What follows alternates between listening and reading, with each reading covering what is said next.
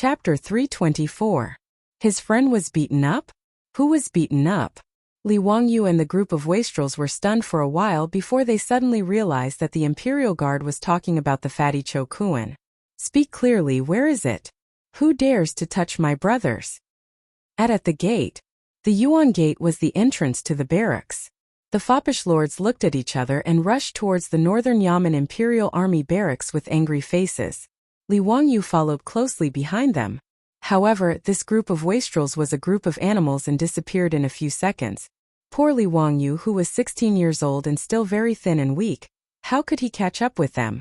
The encampment of the Imperial Guards was terrifyingly big. If it weren't for the fact that horses were not allowed in the camp, Li Wangyu would have wanted to find a horse to ride. By the time he reached the gate with a red face and breathless breath, he saw that the wastrels were already fighting with a group of strong men. This group of Silk Pants, Chang Chumo and his brothers, the Yuchi twins, Chai Lingwu and the others, needless to say, were taught by Chang Yaojin and Yuchi Jingda, these kind of old scoundrels. They were all muscular, skilled in archery and horse riding, and had martial arts skills. Although Niu Jingping's legs were inconvenient, he ran faster than Li Wangyu just now. At this time when he fought, he was even more vigorous and didn't seem to be affected by his leg injury. As for Fang Yai's strength, it was recorded in the history books, so there was no need to talk about it. He didn't know how Fang Xianling gave birth to such a son. He really didn't know if Lady Fang had cuckolded Prime Minister Fang. The brothers Wei Shuyu, Du He, and Du Go had mingled with Chang Chumo and the others for too long. Unexpectedly, they were not careless in the slightest when it came to fighting. The way they fought made Li Wangyu feel sorry for their opponents. In short, there were more than 20 strong men fighting with the wastrels, but the wastrels seemed to have the upper hand. At this time, the people who were beaten to the ground were the other party's people. Li Wangyu naturally didn't want to fall behind. It wasn't like he hadn't fought in groups when he was young. However, when he looked at the huge difference between his body and the group of brawny men, he wisely did not rush forward. Looking around, Li Wangyu picked up a green brick from the ground. The gate of the Northern Yamen Imperial Army was built in a rather imposing manner. Even the ground was paved with specially baked, high-quality bricks, which made things much more convenient for Li Wangyu. As the saying goes, no matter how good one's martial arts are, they will still be knocked down by a brick. In the street fighting cold weapon ranking, even if the brick was a number 1, it was still one of the top weapons. Li Wangyu weighed the brick in his hand and felt that it felt good. Then he turned his palm and put the brick into his wide sleeve. After preparing a convenient weapon, Li Wangyu slipped into the battlefield. On the other side, Wei Shiyu was wrestling with a strong man. Apparently, he didn't have enough strength. He was pressed under the man's body and was about to suffer. Li Wangyu appeared behind the brawny man like a ghost. He raised the brick in his hand and smashed it down heavily on the brawny man's head. It had to be said that the quality of the bricks baked in the Tang dynasty was absolutely excellent. When the brick hit the brawny man's head, it was like a die factory. The brawny man's head was directly smashed by the brick and fell down with a muffled groan. If Wei Shiyu was also a person from another world, he would definitely give Li Wangyu a thumbs up to show his gratitude. Unfortunately, the action of giving a thumbs up was invented by the ancient Romans and had not yet been spread to the Tang dynasty. It was a pity. Wei Shiyu smiled and winked at Li Wangyu. He pushed away the brawny man who had been knocked unconscious by Li Wangyu and shouted as he rushed toward the other brawny man who was wrestling with the Du brothers. Li Wangyu remained calm and collected. He once again stayed behind the brawny man who was wrestling with Chai Lingwu and smashed the brick again. Relying on Li Wangyu's shameless sneak attack, coupled with the powerful fighting strength of Chang Chumo and the others, soon the brawny men were lying on the ground. All of them groaned for a long time and couldn't get up. As for those unlucky fellows whose heads were bleeding, they were obviously the result of Li Wangyu's sneak attack with a brick. Seeing that his side had achieved a complete victory, Li Wangyu casually threw the green brick to the side and patted the dust off his hands. Only then did he notice fatty Cho Kuan at the side. This unlucky kid had obviously been beaten up quite badly. Both of his eyes were already bruised, the corner of his mouth was also broken, and blood was seeping out. His clothes were tattered and covered in filth. Cho Kuan, what happened? Who are these people? Why did they beat you? When Li Wangyu ran over, the two sides were already wrestling. He didn't have time to ask what had happened and was still confused. Before Cho Kuan could speak, Chang Chumo angrily spat on the ground. Bastards, they are all fake sons of the Duke of Chongping. The leader is called Zhang Shunji, the adopted son of the Duke of Chongping. When we rushed over, this group of bastards was beating up the fatty, so we started fighting. Duke of Chongping? Zhang Liang? Why was it him again? Could it be that this Cho family was really incompatible with Zhang Liang's birth characters? Previously, because Cho Yuanliang drank too much and bragged, Zhang Liang's fake sons came to ask for the fake ancient painting and forced Li Wangyu to help them forge one. Today everything was fine. How did Cho Kuan, this fatty, provoke this group of Zhang Liang's fake sons? Li Wangyu looked at Cho Kuan questioningly, only to see the fatty's face full of grievances. The bruised eyes on his fat face blinked as he complained. Ziyu, how would I know the reason? I just arrived at the gate of the Northern Yamen's Imperial Army, and asked the Imperial Army brothers to pass on a message for me to find my brothers. These people were also preparing to enter the barracks, so they said that I was blocking their way and told me to scram. How would I dare to provoke them, so I retreated to the side. Cho Kuan pointed at Zhang Shunji, feeling wronged. But that person said that I was spying on his wife and had bad intentions, so he had people beat me up. I really am innocent. Just now, I didn't even dare to lift my eyelids. Hearing Cho Kuan's words, Li Wangyu finally noticed that not far away, there was a beautiful woman dressed in palace attire with a frosty expression. Behind her were several servant girls. This woman was beautiful, but her pair of peach blossom eyes and the mole at the corner of her mouth made Li Wangyu feel that this woman in palace attire had a flirtatious and seductive aura. That is the Duke of Chongping's new wife, the Li clan. This woman is really something. Fang Yai suddenly lowered his voice and winked at Li Wangyu. Obviously, there was a hidden meaning in his words. Seeing that Li Wangyu still didn't understand, the group of silk pants immediately became interested. Ignoring the madam of Commandery Duke Chongping, who was staring at them coldly from not far away, she began to talk about the rumors between Commandery Duke Chongping and the Li clan. As the saying goes, Taiji gives birth to yin and yang give birth to the four symbols, and the four symbols give birth to the 8 trigrams. A group of gossipy top playboys of the Tang dynasty told the story of Zhang Liang and the Li clan in a few words, but Li Wangyu was dumbfounded. Talent, this is what a real talent is. He looked at Fang Ai, who was spitting saliva everywhere, with a complicated expression. Beloved brother, I was wrong.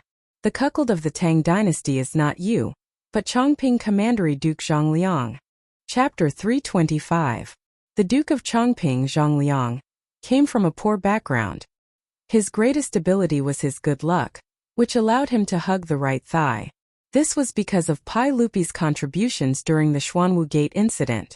As a result, after Pai Lupi ascended the throne, Zhang Liang was given the title of General of the Right Guard, Governor of Huai Province, and Duke of Chongping for his contributions. However, after Zhang Liang rose to power, he despised his wife, who was born a peasant, and divorced her to take a new wife, Li clan's wife. Although Li clan's wife was young and beautiful, she wasn't easy to deal with. This woman was as fickle as water, and went around seducing young and handsome men, making Zhang Liang wear many green hats. However, what Li Wangyu found hard to understand was that not only did Zhang Liang not divorce his wife, but because he couldn't bear to part with Li clan's beauty, he allowed her to do as she pleased. The one that made Li Wangyu speechless the most was Zhang Liang's adopted son, Zhang Shunji. This person was originally a male actor who was good at music, and Li clan took a liking to him. In the end, when the two were having an affair in the manor, Zhang Liang discovered them. From Li Wangyu's perspective, in the normal version of the script, Chongping County would draw his sword out of anger and chop this adulterous couple into pieces. However, it was clear that the script in Zhang Liang's hands was a blackened version. Not only did Zhang Liang not draw his sword to kill, he even adopted the male lead as his son and gave him the name Zhang Shunji. He allowed him to freely enter and leave the mansion, and from then on there was no need to avoid taboos. Alright, Li Wangyu could only say that the circle of nobles was really messy. Admirable, admirable. Naturally, he couldn't be bothered with what this cuckold Zhang Liang was thinking. However, Cho Kuan had been beaten for no reason, and this matter had to be explained. Although the silk pants had beaten up Zhang Shunji, as well as Zhang Liang's adopted sons, this matter wasn't over yet. Li Wangyu didn't pay any attention to Li Clan's wife, and walked over to Zhang Shunji and Li Clan's side. This Zhang Shun was born as a male actor. He was not like Zhang Liang's fake actors who were strong and strong. He was thin and weak like a pretty boy. Just now, when he was fighting with the debauches, he didn't participate. Instead, he stood on the side with Li Clan and watched coldly.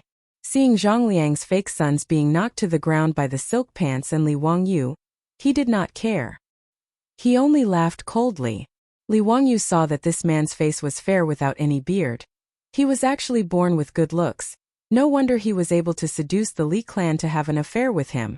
Li Wangyu frowned and asked coldly, "Your name is Zhang Shunji? Let me ask you, did you order people to beat up that fatty?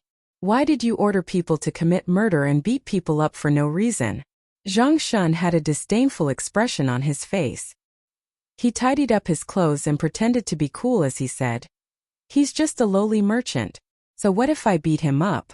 What do you want? Did my brother offend you? So what if there is? So what if he didn't? Was there a need for a reason to beat a lowly merchant like him? You really don't know what you're talking about. But you Qiu Ba, how dare you beat up the fake sons of Royal Duke Chongping? Do you know that a great disaster is imminent?" Zhang Shunji spoke casually as he looked at Li Wangyu and the others with eyes full of disdain. Behind him, Li Clan also had a mocking expression on his face, saying that they had caused a great disaster and were about to be finished. Li Wangyu was stunned when he heard this. Did water get into this guy's head while he was bathing? It was fine if he didn't recognize him. Today, Li Wangyu was habitually wearing the white clothes of a commoner. It was normal that he didn't recognize him. But in notice Chang'an, the number of noble families and officials who didn't recognize Chang Chumo's group of silk pants could be counted on one hand. Was this Zhang Shunji crazy? He dared to call the silk pants Choba. He really had guts. Li Wangyu silently gave Zhang Shunji a thumbs up in his heart. Respect to you for being a man.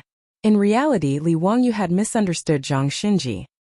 He was originally a male actor with a lowly status. How could he have come into contact with the nobility of the Tang dynasty? Naturally, he didn't recognize Chang Chumo, the top silk pants of the Tang dynasty. Zhang Liang's fake sons, however, did recognize some silk pants. But when the silk pants rushed over and saw the fatty being beaten up, they didn't say anything and directly attacked. Since the two sides were fighting, they naturally didn't have time to tell the Li clan and Zhang Shunji about the silk pants' identities. At this time, when they heard Zhang Shunji's arrogant words, one of the fake sons of Zhang Liang lying on the ground groaning, wanted to speak up to stop him. But that person hesitated for a moment and swallowed his words, continuing to lie on the ground and play dead. Zhang Shunji was Zhang Liang's adopted son, while they were just fake sons. Their status wasn't much different from the troops, so there was a big difference in status. This Zhang Shunji suddenly changed from a male actor to Zhang Liang's adopted son. Relying on the Li clan's favor, he was usually very arrogant. Even Zhang Liang's fake sons were often angered by this guy. Everyone didn't like him. So at this time, no one spoke up to remind Zhang Shunji. They just let him continue to talk nonsense, hoping that he would be unlucky. As for Madame Li, she also did not recognize Li Wangyu and the debauches. Because she saw the debauches rushing out of the northern Yaman's gate, she, like Zhang Shunji, mistook the debauches for the northern Yaman's imperial guards and a group of vulgar bandits. The reason why Zhang Shunji and the Li clan had such a misunderstanding was also related to the clothes Chang Chumo and the others wore today. Today was the battle between the northern Yaman's 6 armies and the southern Yaman's 16 guards. Chang Chumo and the others naturally had to support the southern Yaman's 16 guards. So everyone, including Wei Shiyu and Fang Yai, wore the robes of the southern Yaman's imperial army to show their support. This was the same reason that fans in the future would wear the uniform of the team they supported when they watched a football match. But they didn't expect that the robes of the southern Yaman's imperial army would cause Zhang Shunji and the Li clan to misunderstand and treat the silk pants as imperial army soldiers. The Li clan maintained his status. He only had a gloomy face and didn't say a word. She was waiting for her husband to come and deal with this group of lawless imperial army soldiers. If he didn't make this group of lawless imperial army soldiers peel off a layer of skin today, the anger in Li clan's heart would be hard to vent. Li Wangyu couldn't help but laugh at Zhang Shunji's arrogant words. The group of silk pants also laughed. Everyone gathered around with their hands crossed in front of their chests and laughed, surrounding Zhang Shunji in the middle. Oh, there's a noble here. I'm so scared. Should we kneel down and kowtow to you and beg you to let us go? Wahahaha, interesting. How do we face imminent disaster? You scared me to death. Bah, you silk pants, why aren't you kneeling down and kowtowing to the noble? Haha. Zhang Shunji was surrounded by silk pants. His face turned pale. He was also afraid of being beaten. But he still stubbornly said, You scoundrels, why aren't you backing down? I'm the adopted son of the Duke of Chongping. As Imperial Army soldiers, how dare you be so impudent? Do you still have any respect for your superiors? Cheng Chumo reached out and patted Zhang Shunji's face. He said with a mischievous smile, It's been a long time since someone called me impudent. Wahahaha, you scoundrel, do you really think you're a noble? Aha, Chumo brother, you can't say that. Other people's adopted sons were obtained with their own abilities. TSK, they must be skilled in martial arts. As Fang Yai spoke, he wretchedly shrugged and winked at the nearby Li clan. The silk pants present were all veterans of the Tang dynasty. How could they not understand the meaning of Fang Yai's words? Everyone laughed even louder. Naturally, Madame Li also heard their conversation, and her beautiful face was covered in frost. Chapter 326. Zhang Shunji was instantly enraged by the profligate son's mocking words. Zhang Shunji had an inferiority complex and was sensitive. As a wastrel, because of his lowly status, he had been played around with. It was quite pitiful. He was willing to go all out. For glory and wealth, not only was he willing to be Zhang Liang's adopted son, he even changed his surname. As an adopted son, it would be better to say that he was the Li clan's boy toy. If his ancestors were still alive in the underworld, he wondered if they would be so angry that they would crawl out of their graves to settle the score with him. Zhang Shunji had suddenly gained power, and with the Li clan's favor he immediately became rude and unreasonable. Today he accompanied the Li clan and led Zhang Liang's fake sons to watch the polo match. When he saw the black-clothed Cho Kuan at the gate of the Northern Yamen's Imperial Army, he was unhappy and purposely went up to find trouble. When he was a wastrel, he was often played around by those rich and powerful families. Now he still had to humbly serve those nobles, but merchants like Cho Kuan, who had money but no status, had become the target of his resentment. After becoming the adopted son of Zhang Liang, Chang'an's many merchants had been humiliated by Zhang Shunji using Zhang Liang's name. Zhang Liang's reputation in Chang'an had also been ruined by his 500 fake sons, Zhang Shunji and the Li clan. Zhang Shunji now hated it when others talked about his original identity. After being mocked by the wastrels, he ignored everything and cursed at Cheng Chumo and the others. You bunch of lowly wastrels dare to be disrespectful to the Duke of Chongping? You bastards with no parents to teach you. Today, I will let you know the power of the Duke of Chongping. He then turned his head and roared at Zhang Liang's fake son who was lying on the ground. Are you all King dead? If you can breathe, get up and ride a horse to the manor to invite His Excellency. How dare they? I'm going to skin these bastards alive today. Before Zhang Shunji could finish his words, he suddenly felt a sharp pain on his face, followed by a thunderous paw sound. At that moment, he felt his vision go black and stars appear in front of him. When Cheng Chumo heard the vulgar words coming out of this fellow's mouth and dared to scold his father and mother, he immediately slapped him across the face. Cheng Chumo's palm, which was as large as a palm leaf fan, immediately swelled up Zhang Shunji's cheek and knocked out one of his molars. Even Li Wangyu felt pain for Zhang Shunji when he saw this slap. Tiske was really too tragic. Who do you think you are? How dare he speak such arrogant words? Even if Zhang Ji was here, he would not dare to do this. You're just a lowly actor. Do you really think that you are the son of Commander Duke Chongping? Bah! Cheng Chumo slapped Zhang Shunji and knocked him down to the ground. Still not satisfied, he spat a mouthful of phlegm on Zhang Shunji. Zhang Lin was Zhang Liang's eldest son and also the son of his first wife. Zhang Lin's personality was completely different from his father Zhang Liang. He was cautious his whole life. He had tried to persuade his father many times, but Zhang Liang did not listen to his son. In the end, Pai Lupi took him to Chang'an and executed him. It could be said that he had brought his own death. Fang Yai and the others naturally did not dare to show weakness. Including Li Wangyu, the group of people surrounded Zhang Shenji, who had been beaten to the ground, and kicked him. Zhang Shenji, who had been arrogant just now, could only hold his head with his hands and curl up like a shrimp, wailing loudly. Seeing his beloved adopted son being beaten, Li Clan, who had been watching coldly from the sidelines and was certain that this group of soldiers would not dare to be presumptuous, immediately went crazy. She let out an ear-piercing scream and waved her hands wildly as she threw herself at the group of wastrels. The graceful and luxurious appearance of a noblewoman was completely gone. She was no different from a shrew in the marketplace. "You dare to beat my son? I will fight with you. You bunch of bastards. Kill. I will let my husband chop off your heads and use them as chamber pots." Seeing that Madame Li had suddenly rushed over like a madwoman, the debauches naturally dispersed with laughter and ran towards the Yuan gate. No matter how unbearable this Li clan was, she was still the wife of Princess Changping. They could beat and curse Zhang Shenji, but they could not do anything to Li clan. When Li Wangyu saw the silk pants running away, he naturally pulled Fatty Cho Kuan and ran away as well. In any case, the fight had already been fought. The fake sons of Zhang Liang who had beaten Cho Kuan had all been beaten up, and Zhang Shenji had been beaten very badly. From the wastrel's point of view, Cho Kuan's beating could be considered as revenge. Naturally, they could not be bothered to tangle with the crazy Li clan. Li Wangyu dragged Cho Kuan and chased after the wastrels, complaining that they were not loyal and did not call him along when they were running away. The group of people laughed and joked with each other, no one taking what had just happened to heart. Cho Kuan, on the other hand, was somewhat worried. His chubby face was wrinkled like a steamed bun. He was the son of a merchant family.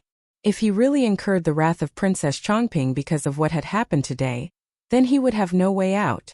Li Wangyu could see his worry and comforted him, saying that this matter was not a big deal. Princess Changping's household was not in the right, so there was no need to be afraid of them. Chang Chumo patted his chest, assuring Cho Kuan that there would not be any trouble. If Princess Changping wanted to find trouble, then they would not stand by and do nothing. Hearing everyone's words, the wastrel finally relaxed. The group of people continued to chat and laugh as they walked towards the polo field. After Li Wangyu and the wastrels left, they naturally did not notice Li clan's venomous gaze, which was fixed on their backs. Not long after the wastrels left, a group of people rode to the gates of the northern yamen. Seeing this scene, a middle-aged man wearing a brocade robe hurriedly dismounted.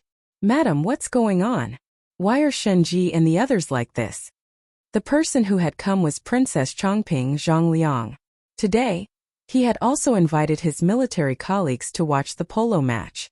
When Li Clan saw Zhang Liang appear, she immediately burst into tears. Feeling wronged, she said, "Husband, if you didn't come, I would have been bullied to death." "Madam, if you have something to say it slowly. What happened?" "Woower, just now, when Shenji accompanied me to the gates, there was a merchant with shifty eyes spying on me. Shenji had the fake sons teach that merchant a lesson. Who knew that in the army camp, more than 10 boorish soldiers would rush out. Not only did they speak rudely to me, they also spoke vulgarities and beat Shenji to this state. Husband, you have to help me get justice. Otherwise, I don't want to live anymore." Woo. Li Clan added oil to the fire, recounting what had happened. Naturally, she pushed all the blame onto the wastrels. Seeing Li Clan crying so miserably, Zhang Liang was unable to restrain his anger. "Who has the guts to humiliate my madam? Men, come. Go to the Yuan gate and ask clearly.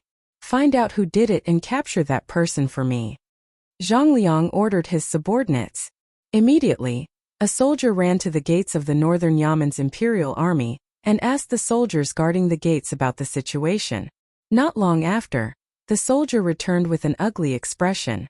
After hesitating for a moment, he whispered a few words into Zhang Liang's ear. After hearing the soldier's words, Zhang Liang's expression turned ugly as he thought to himself, "How could it be this group of wastrels? Today's matter would not be easy to handle." Chapter 327. When Zhang Liang learned that it was Chang Chumo and the others who had beaten up his adopted sons and impostors, he couldn't help but hesitate. If it was only Zhang Shenji and his impostors who had been beaten, Zhang Liang would have laughed and acted as if nothing had happened. But his beloved wife was crying in front of him, putting him in a difficult position. If he gave up just like that, he would lose all face in front of Madame Li. But if he really wanted to investigate, not to mention whether the truth was as Li Clan said, even if it was, what could he do to this group of debauches? Moreover, the sage's favorite son, Hu Xiannan, was also involved. So Zhang Liang didn't want to get involved. Although this Hu Xiannan wasn't an official in the court, the sage had entrusted his crown prince and Li Tai to teach, which showed how much trust he had.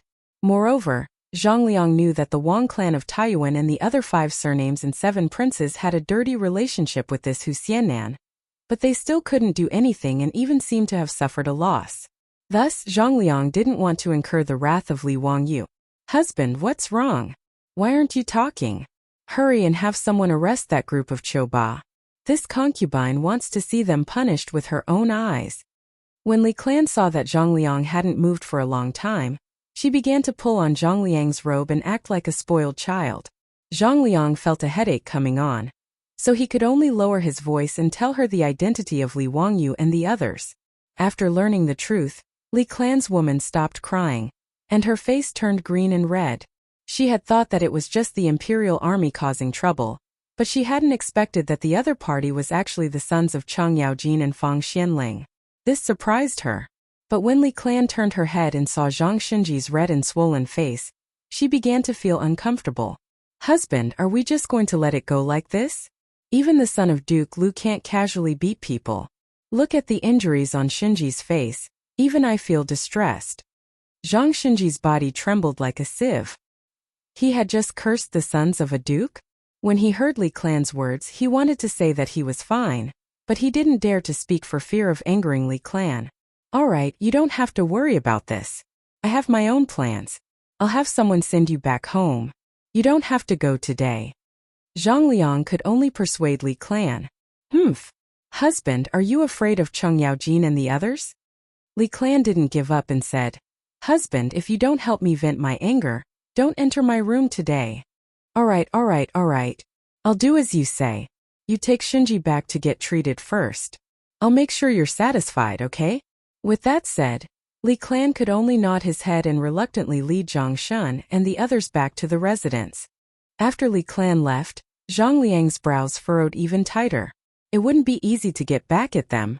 Prefectural Duke, what happened? Why did your wife go back? Just as Zhang Liang was feeling conflicted, a voice came from behind him. He turned his head and hurriedly bowed. Greetings, Duke Lu. It's nothing. It's just that my wife isn't feeling well and has returned early, Zhang Liang said perfunctorily. This person was none other than Hou Junji, the general of the left guard. He and Zhang Liang could be considered colleagues in the army. One was the general of the right guard, the other was the general of the left guard. The two of them were also subordinates of the old king of Qin's residence. They had fought alongside Pai Lupi on many expeditions and had also supported the Xuanwu Gate, so they had a rather good relationship. In the 17th year of Jingguan, when Hou Junji and Crown Prince Li Changqian were plotting a rebellion, Hou Junji had even tried to rope in Zhang Liang. But Zhang Liang wasn't honest. He had turned around and reported to Pai Lupi, selling Hou Junji out. Hou Junji chuckled at Zhang Liang's polite words and said, Prefectural Duke, is there anything that isn't convenient for the two of us to talk about? This. Zhang Liang hesitated for a moment before recounting the conflict between his wife and those wastrels at the Yuan Gate. I was wondering what was going on. It's just the younger generation messing around. Prefectural Duke doesn't need to take it to heart. Hou Junji didn't take the matter to heart. Although that's the case, my wife is worried about my adopted son and insists on venting her anger. Prefectural Duke Lu, don't you think that this is just a woman messing around? Hou Junji couldn't help but feel a little disdainful at his words. The Li clan's so-called adopted son had already been treated as a joke among the nobles of Chang'an, and Zhang Liang still had the nerve to speak of it. But because Hou Junji didn't have a good relationship with Chang Yaojin and the others, he didn't mind egging Zhang Liang on and causing trouble for them. Haha, Prefectural Duke. What's so difficult about this? Haha, have you forgotten why we're here today? Hou Junji said with a hearty laugh. Zhang Liang was taken aback. What does Prefectural Duke Lu mean? Ho Junji used his horsewhip to point in the direction of the Baya military camp's racetrack. Prefectural Duke. You just want your wife to vent her anger. It's simple. Just invite that county man for a round of batting. Ho Junji's words made Zhang Liang's eyes light up. This was a good idea. In the Tang dynasty, it was extremely common for the nobles to settle their conflicts through batting. As long as he won the batting match, he would be able to vent Li clan's anger without offending Chang Yaojin and the others. Of his 500 adopted sons, there were quite a few experts in batting. Zhang Liang loved to play polo, and he had even taken in many adopted sons just to play with him for fun. Haha, Prefectural Duke Lu is indeed wise. Let's go to the racetrack and not delay the match today. Zhang Liang laughed heartily as he invited Ho Junji into the Yuanmin Gate.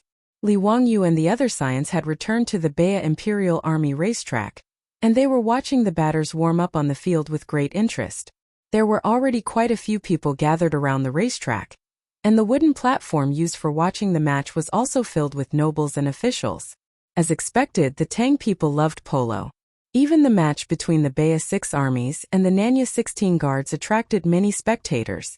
Not long after, drums sounded around the racetrack, signaling that the match was about to begin. Then the sharp voice of an eunuch could be heard. The sage has arrived.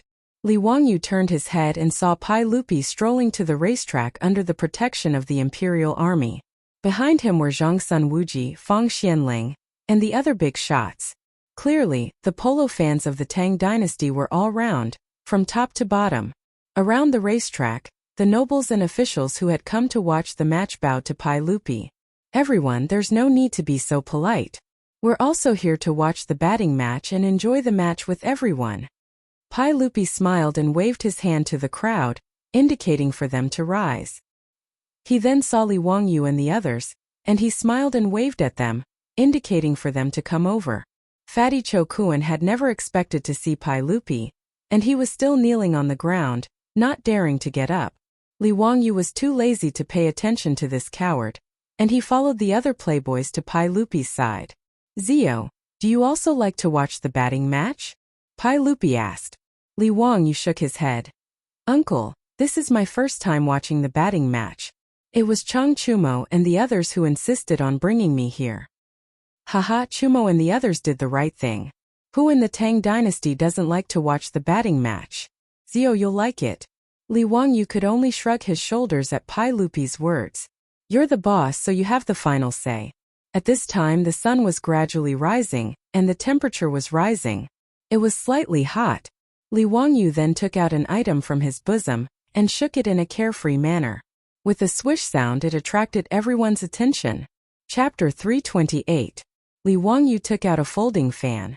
A few days ago, when he was looking at a beautiful woman enjoying the cool air in his backyard, he suddenly thought of this item. He drew a rough outline of the folding fan and handed it to Carpenter Lu and his family to figure it out. Carpenter Lu was indeed skillful. In less than 2 days he made the folding fan that Li Wangyu wanted out of bamboo. Moreover, the bamboo was processed by Carpenter Lu and his family. After polishing, painting and carving, the folding fan in Li Wangyu's hand was actually golden yellow in color, and felt as smooth as jade. Li Wangyu was naturally overjoyed. He did not expect Carpenter Lu's craftsmanship to be so exquisite. His beautiful superior also liked it when she saw it and asked Carpenter Lu to make her a few more folding fans for women. After the fan ribs were made, the fan needed to be framed. His beautiful superior's folding fan for women was simple. She just needed to choose silk with beautiful patterns. It was beautiful and convenient. However, the paper fan that Li Wangyu wanted still took him a bit of effort. In the end, with the help of owner's son, he found a skilled framer from Chang'an City. He used thin rice paper to frame 7 layers of the fan before it was completed. Li Wangyu excitedly ran to find Yan Liban to draw a fan for him after he had finished pasting the face of the fan. In the end, Yan Liban also loved this fan so much that he asked Li Wangyu, his teacher, to give him one. When Ma Zhou found out, he did not show any weakness. He rode to Dingzhou village and begged for the folding fan. Sure enough, folding fans were the best tool for scholars to show off. When Li Wangyu saw Yan Liban and Ma Zhou's reaction, he could not help but feel a little smug. Anything that I produce must be of high quality. Today, Li Wangyu shook out his folding fan again at the side of the polo field. He pretended to be cool and relaxed as he waved the fan lightly. His actions naturally attracted the attention of everyone, including Pai Lupi. They all looked at the fan in his hand. "Zio, what's that?" Fang Yai immediately came over and stared at the folding fan in Li Wangyu's hand. Li Wangyu smiled faintly and pretended to be pretentious. He waved the fan in his hand a few times and folded it back. With a snap, the wide fan disappeared and was folded back into the handle. Hee, this item is called a folding fan. It's just a new toy that I've made recently. Li Wangyu's smug look made Chang Chumo and the others' teeth itch. His attitude was purely to tease the silk pants. He wanted to use the folding fan in his hand to toy with them. He didn't believe that these silk pants wouldn't be interested in a folding fan that could be opened and closed at will. Li Wangyu's guess was right. The fops were naturally interested in the folding fan in his hand, but Li Wangyu had underestimated the shamelessness of the fops. Before he could continue to tease the fops, he felt his hand suddenly empty. The folding fan in his hand had been snatched away by Chang Chumo. "Zio, you're not being kind. If you had such a fun toy, why didn't you take it out earlier?" Chang Chumo was fiddling with the stolen goods. He snatched while scolding Li Wangyu. He almost angered him to death. Seeing the fops fighting over his folding fan and clumsily opening and closing it, Li Wangyu almost cursed out loud. Mother***, these shameless bastards. He had overestimated their moral bottom line. And this was in front of Pai Lupi. They were robbing in broad daylight. Where was the law? Pai Lupi, are you going to do something about it? Do you still want the law and moral construction of the Tang dynasty? Li Wangyu cursed in his heart. He took out another folding fan, opened it with a swish and continued to fan it. Fortunately, this lord had great foresight and had already calculated the shamelessness of these fops. Wahahaha! Li Wangyu was secretly pleased. He had more than one folding fan on him. However, this folding fan didn't last long in his hand. Feng Ai snatched it away again. F***ck. A group of bandits. Li Wangyu cursed in his heart. He took out another folding fan, but this time before he could open it, his hand was empty. Blinking his eyes, Li Wangyu was speechless as he looked at his empty hands.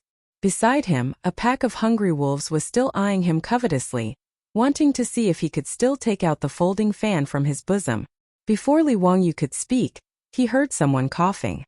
Li Wangyu looked over and saw Pai Lupi staring at him and pretending to cough. It was another person who was eyeing his folding fan. However, this person still wanted to save face. As the emperor of the Tang dynasty, he couldn't just snatch it like the other fops.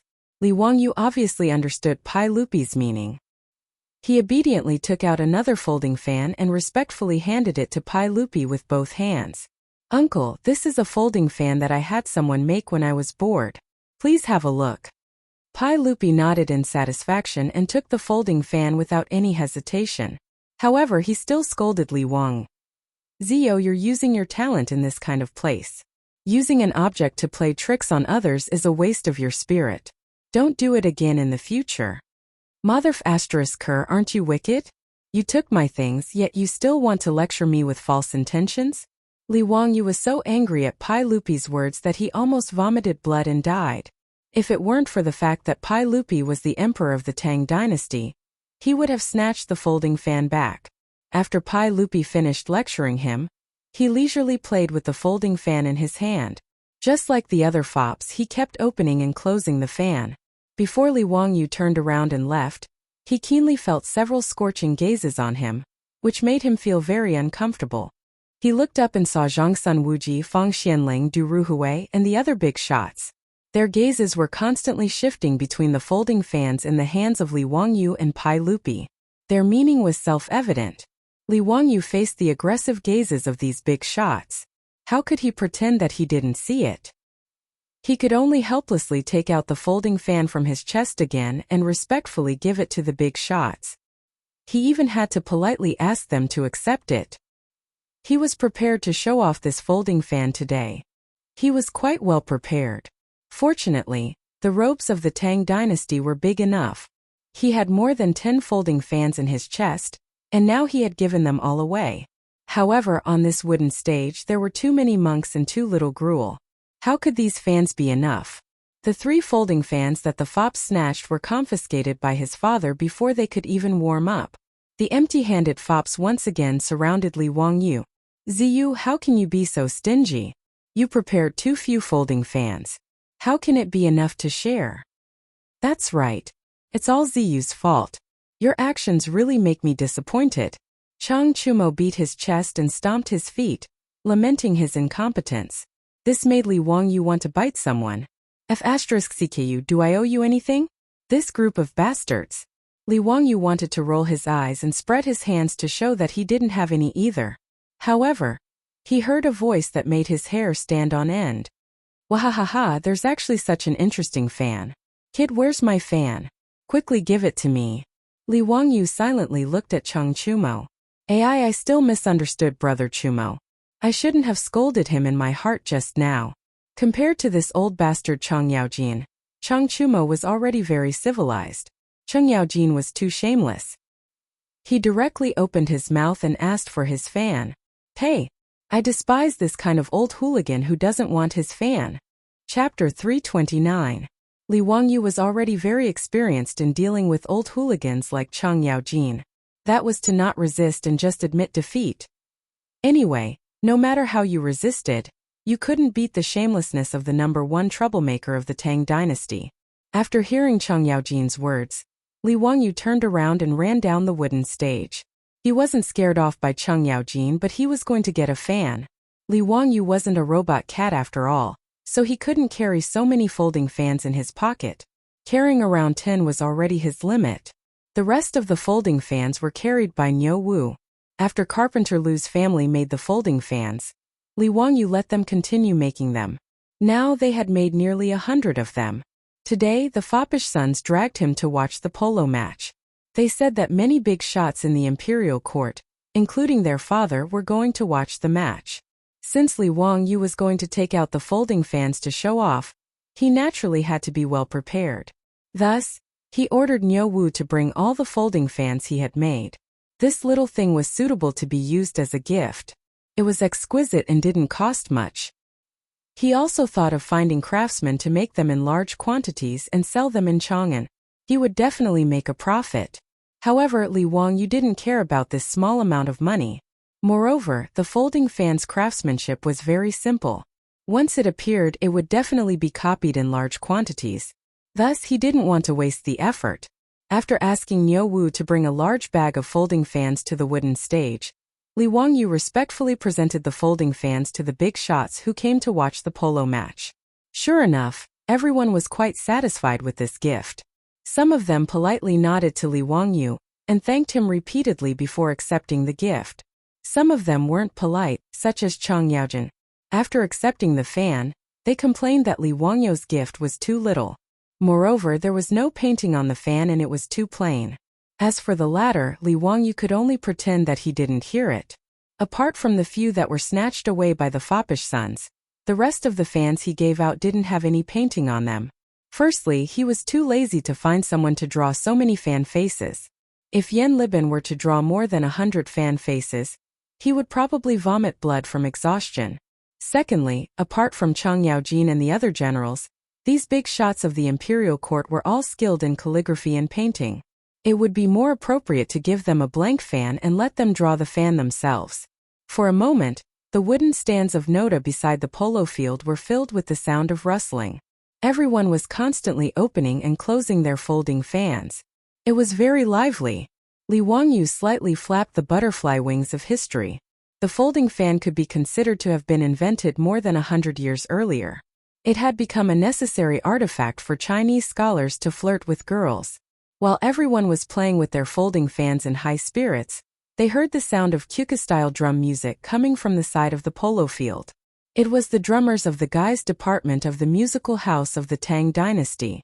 They began to beat the drums, and the polo match was about to begin. The leaders of the Northern Yamen 6 armies and the Southern Yamen 16 guards came to invite Pai Lupi to kick off. This was also the ceremony of the polo match. Pai Lupi happily mounted the horse, took the stick, and galloped to the center of the field. Before the official kickoff, Pai Lupi had to give a lecture. He talked a lot of nonsense to the 20 polo players of both sides. He talked about friendship first, competition second, unity and progress to contribute to the harmonious society of the Tang dynasty, and so on. Of course, these were all imagined by Li Wangyu. After Pai Lupi symbolically hit the red, fist-sized ball, he galloped back to the stands on the side of the field. Li Wangyu felt it was quite interesting. It was the same as the World Cup games in the modern world, where celebrities were invited to kick off. In fact, in Li Wangyu's opinion, the polo rules of the Tang dynasty were very similar to the rules of football in the modern world. Except that the field was larger and the horses running on the field were strong, they were very similar in many other aspects. For example, there were also 2 10-foot-high goal gates at both ends of the polo field. You could score points by hitting the ball into them. On the polo field, there were 10 batters on each side, wearing narrow-sleeved robes of different colors. Moreover, there was a goalkeeper on the field and a referee Zhou on the field. It seemed that except for the lack of red and yellow cards and offside rules, everything else was very similar to modern football. This discovery made Li Wangyu interested. His favorite sports in the modern world were football and basketball. In football, Li Wangyu had won countless World Cups. Of course, that was in the game of live football.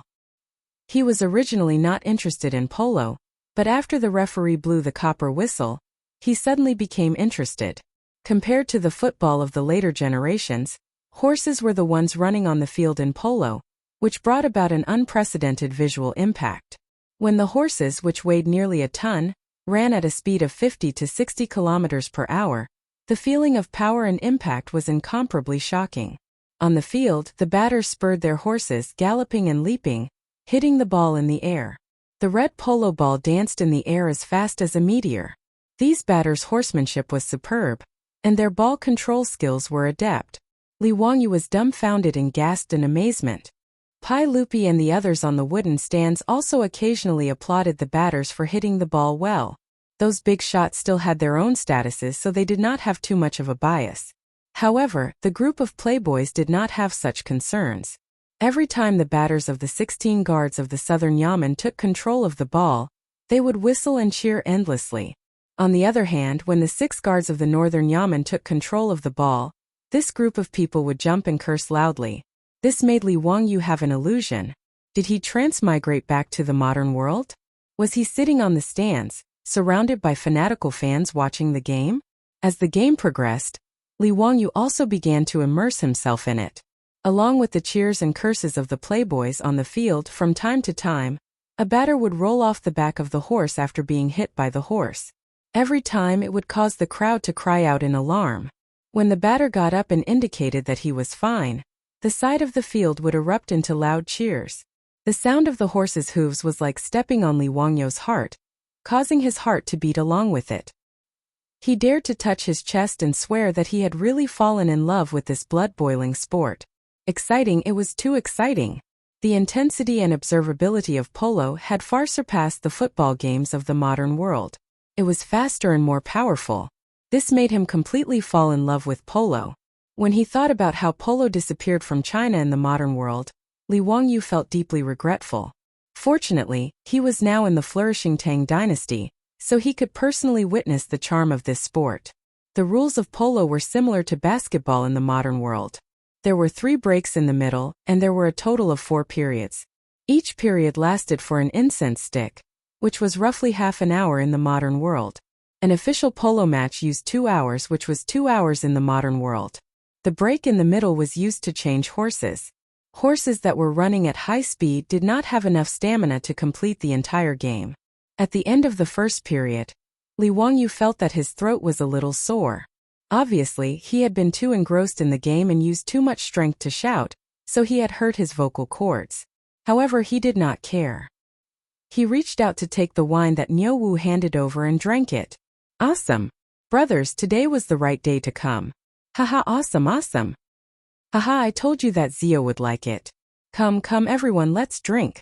Now that the 16 guards of the southern yamen were in the lead, Chang Chumo and the others were in a good mood.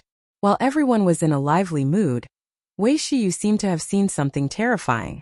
Her pupils violently contracted, and then she dodged and hid behind Fatty Cho Kuan. Chapter 330. There was only one person in the entire Tang dynasty who could scare Wei Shuyu to this extent.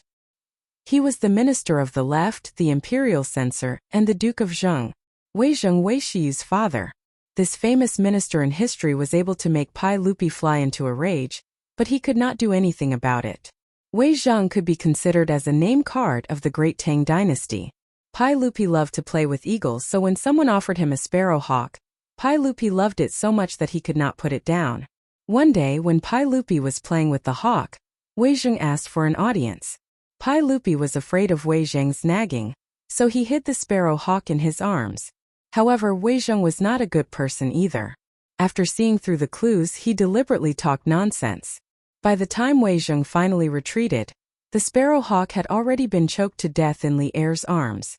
Even Pai Lupi was afraid of Wei Zheng's nagging, let alone Wei Shuyu's son.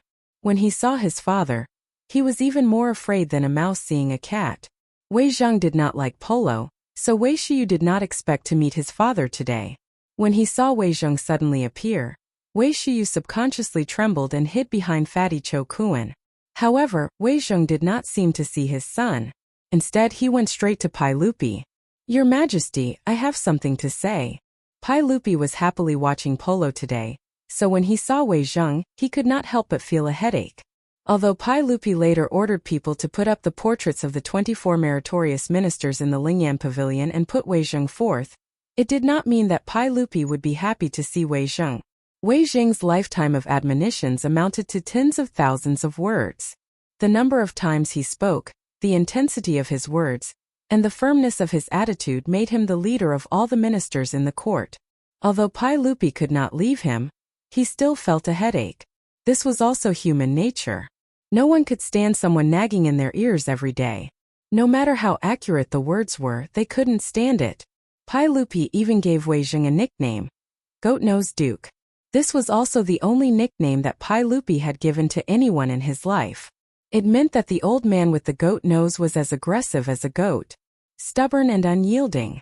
As for Wei Zheng, Pai Lupi hated him, but at the same time he couldn't leave him. It was very distressing. Seeing that Wei Zheng had something to say again, he couldn't help but frown. He reached out and rubbed his temples. "Duke Wei, if you have something to say, can we talk about it after this match?" "Your Majesty, you mustn't. I came here to ask you to stop this match." Wei Zheng didn't give Pai Lupi any face and directly retorted. Pai Lupi was taken aback. "Stop hitting? Why is that?" "Because of horses." "Horses?" Pai Lupi was confused by Wei Zheng's words. The conversation between the monarch and his minister naturally reached the ears of everyone present. Everyone present was also baffled by Wei Zheng's words. Why did this ball strike provoke the goat-nosed duke out of the blue? "Your Majesty, do you know how much it cost to buy 2 horses in the Tang dynasty?" Wei Zheng asked with a straight face. Pai Lupi pondered for a moment. "Between 50 to 100 strings of coins per horse." "That's right. Last year, the Tang dynasty bought 3,000 horses from various countries in the western regions. The total cost was more than 200,000 strings of coins, which was more than 35,000 taels of gold. Does Your Majesty know how many Tujua horses were eliminated last year?" Wei Zheng continued to ask. This. Pai Lupi seemed to know what Wei Zheng was going to say. His face became a bit ugly. Wei Zheng didn't wait for Pai Lupi to answer. He continued, "Last year, more than 4,600 horses were eliminated because their hooves were damaged and they couldn't bear weight." He pointed to the polo field and continued, "Your Majesty, Tujua horses are precious. How can they be used for playing? It's not easy to buy and train war horses. How can they be used so recklessly? I ask Your Majesty to quickly issue an edict to ban hitting in the military." After Wei Zheng finished speaking, Pai Lupi and the other generals who were originally very dissatisfied with his words fell silent. They had to admit that this goat-nosed duke was right. The Tang dynasty didn't lack horses, but not all horses could be used as war horses. In the era of cold weapons, cavalry was the most powerful army. Therefore, the source and breeding of war horses was very important. Most of the horses in the Central Plains were relatively short and not suitable to be used as war horses. The best war horses were Tujua horses. After the Li Tang dynasty established the country, Pai Lupi personally ordered the selection of 2,000 Tujua horses and 3,000 surplus horses from the Sui dynasty's official horse farm to be used for grazing in Longyu. The purpose was to breed excellent war horses. Even so, the Tang dynasty still needed to buy a large number of Tujua horses from the western regions every year to make up for the shortage of war horses. The horses used for the races on the racecourse were the best horses that had been carefully selected. Wei Zheng naturally couldn't bear to see Pai Lupi, and the nobles of the Tang dynasty used these precious war horses to play polo. This would only increase the number of horses that were damaged. This was simply a wasteful behavior. Pai Lupi, who felt that he was in the wrong, and the generals of the northern Yamen's 6 armies and the southern Yamen's 16 guards all fell silent. Even Chang Yaojin, who was always noisy, shut his mouth tightly and didn't say a word. Wei Zheng, the goat-nosed duke, was naturally right. However, whether it was Pai Lupi or these generals, they were unwilling to let Pai Lupi issue an edict forbidding polo. The scene became quite awkward for a while. Li Wangyu heard the conversation clearly from the side, but he was somewhat confused. In his opinion, polo was a very good sport. Although it required the horses to run, it shouldn't be as serious as Wei Zheng said, right? How could the war horses become useless after a few more matches of polo? This wasn't a joke, was it? However, looking at the serious faces of the people around him, he was somewhat uncertain. Was there some secret that he didn't know? Li Wangyu moved closer to Fang Yai's ear and asked in a low voice, "Brother Yai, why did Duke Wei say that polo would hurt the horses? What could happen if the horses run more?" His question made Fang Yai look at him strangely, as if he was looking at a fool. "Zio, don't you know that horses' hooves can't withstand wear and tear?" Duke Wei meant that if the war horses were to use the polo, it would be a loss if the horses' hooves were worn out. Wear out the horses' hooves? What did that mean? Li Wangyu blinked and still didn't understand. Fang Yai could only continue to explain to him that the horses' hooves were similar to a human's fingernails. As the war horses needed to run a long distance, it was very easy for them to bump or step on stones or other things. The horny layer on the horse's hooves could easily split open.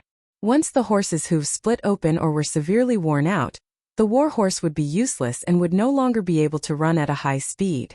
It could only be withdrawn from the army and used as a draw horse. This was also the reason why Wei Zheng wanted to stop the polo competition. After hearing Fang Yai's words, Li Wangyu sighed deeply. So it was like this. He had just started to like this sport. If it was to be banned because of Wei Zheng's words, that would be too regretful. However, after thinking about it, there seemed to be something wrong with this matter. He couldn't help but think of an English folk song that he saw on the internet in his future life. Losing a nail meant losing a horseshoe. Losing a horseshoe meant losing a war horse. Losing a war horse meant losing a war horse. Losing a war horse meant losing a war horse. Losing a war horse meant losing a country. A horseshoe. Chapter 331. That's right, it was a horseshoe. Li Wangyu could not help but pat his head. How could he have forgotten about this transmigration benefit? A horseshoe was also called a horseshoe. This item was extremely simple. It was a U-shaped piece of metal about the size of a horse's hoof. Using a nail to nail the horse's hoof, it could protect the horse's hoof. Li Wangyu had read many transmigration novels, and this horseshoe was a godly item for showing off and slapping people's faces. In the future, Li Wangyu was so bored that he argued with people on the internet about when horseshoes appeared in China.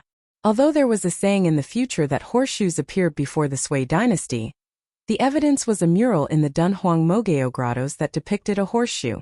However, Li Wangyu had seen that mural on the internet, and he could not tell that it was a horseshoe. Moreover, there were no horseshoes, and it looked more like it was a treatment for the horse's hoof. Moreover, there was a clear record in the history books.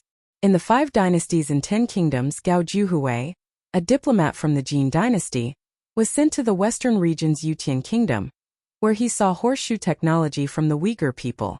However, China did use bamboo, rattan, and leather to make simple shoes to protect the horse's hoof.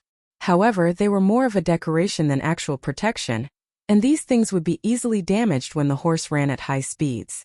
In history, Wei Qing and Huatsubing led an army to attack the Xiongnu people. When they set out, they had 140,000 horses, but when they returned, they only had 30,000 left. Most of the horses that were worn out were because they did not have horseshoes. After running for such a long distance, they had no choice but to give up. Li Wangyu thought about how such a simple U-shaped piece of metal could solve the problem, but it caused Wei Zheng and Pai Lupi to confront each other, and he could not help but laugh out loud. His laugh was not a big deal, but it attracted everyone's attention. At this moment on the wooden stage, Wei Zheng, Pai Lupi, and the other big shots were at each other. Everyone stared at each other in silence, and the atmosphere became tense. At this moment Li Wangyu laughed out loud, and Wei Zheng could not help but stare at him. "Huxian man, why are you laughing? Is what this old man said funny?" Li Wangyu felt a chill run down his spine. He hurriedly waved his hands and said, No, Wei Gong, you're right." Wei Zheng glanced at him, then turned to Pai Lupi. "Your Majesty, hitting the ball will hurt the horse. You must not continue. Your Majesty, please grant this official's request to cease the practice of batting." Pai Lupi was forced into a corner by Wei Zheng's words. He could neither agree nor disagree. This goat-nosed duke was so stubborn that it made people uncomfortable. When Li Wangyu saw this, he hesitated for a moment, but still braced himself and stood up.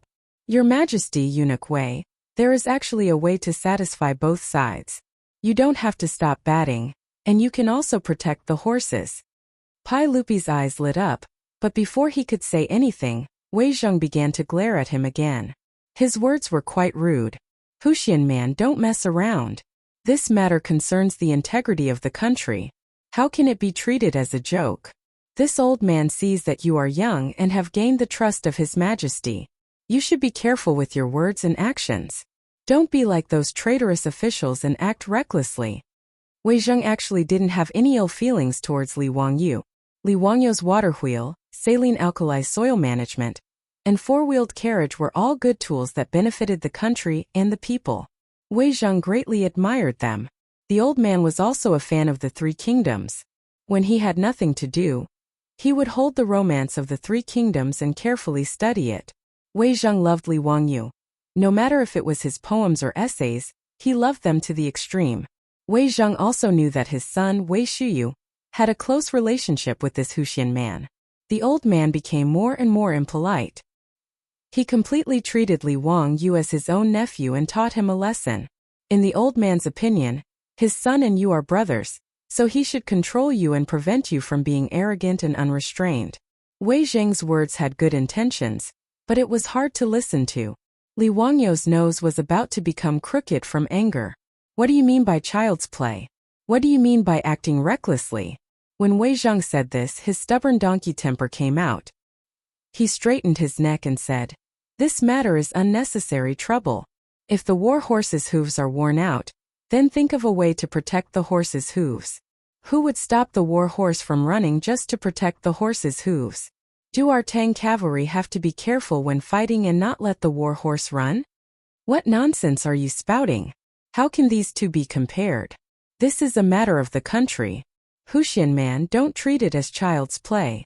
When the goat-nosed elder heard Li Wangyu's words, he also lost his temper. Li Wangyu was choked by the old man's words. He simply ignored him and cupped his hands towards Pai Lupi. "Your Majesty, I have a way to make the horse's hooves not wear out when running. It is very simple." Without waiting for Pai Lupi to speak, Wei Zheng refuted. "Nonsense. Who has heard of horses running without wearing out their hooves? Which ancient book has such a record? Bolu's Sutra of Horse Identification. Essential Techniques of Qi People. See Mu Anji Collection. I have read these books several times. How can there be a way to make the horse's hooves not wear out?" Li Wangyu rolled his eyes at the old man. "If Wei Gong doesn't believe me, why don't we make a bet?" When he heard Li Wangyu mention a bet, Wei Zheng's face couldn't help but twitch a few times. "Huxian man, don't make trouble. This matter concerns the horse administration of the Tang dynasty. How can you use a bet as child's play?" Li Wangyu simply looked at Pai Lupi. "Your Majesty, do you believe what I said just now? This?" Pai Lupi didn't know how to answer. Li Wangyu often exceeded his expectations, but he didn't believe that he could make the horse's hooves not wear out. As the horse emperor, Pai Lupi's understanding of horses was no less than those who raised horses. He naturally knew the nature of horses very well. In his opinion, it was natural for horses to wear out their hooves when they ran. What if it could be reversed by human power? But in the face of Wei Zheng's aggressiveness, Pai Lupi couldn't say that he didn't believe him. Wouldn't he have to let the sheep-nosed duke force him to issue an edict forbidding polo? As a fanatical polo enthusiast, it was too difficult for him to issue an edict. However, Pai Lupi also knew that Wei Zheng was right. Nowadays, among the nobles of the Tang dynasty, playing polo was a trend. In Chang'an, almost every noble had a group of polo players. 1 or 2 games of polo didn't wear out the horses much, but over time, the number of horses lost every year was considerable. Seeing Pai Lupi like this, Li Wangyu was a little depressed. He simply raised his voice. "Your Majesty, I have something to report." "Report it." "Your Majesty, please build a large polo field in Chang'an. Pile up soil slopes around the field and set up benches to accommodate tens of thousands of people in Chang'an to watch the game. Playing polo can train the military's horsemanship, and also let the people of Chang'an and the vassal states know the military power of the Tang dynasty and the national prestige of the Tang dynasty. Your Majesty, please make a decision."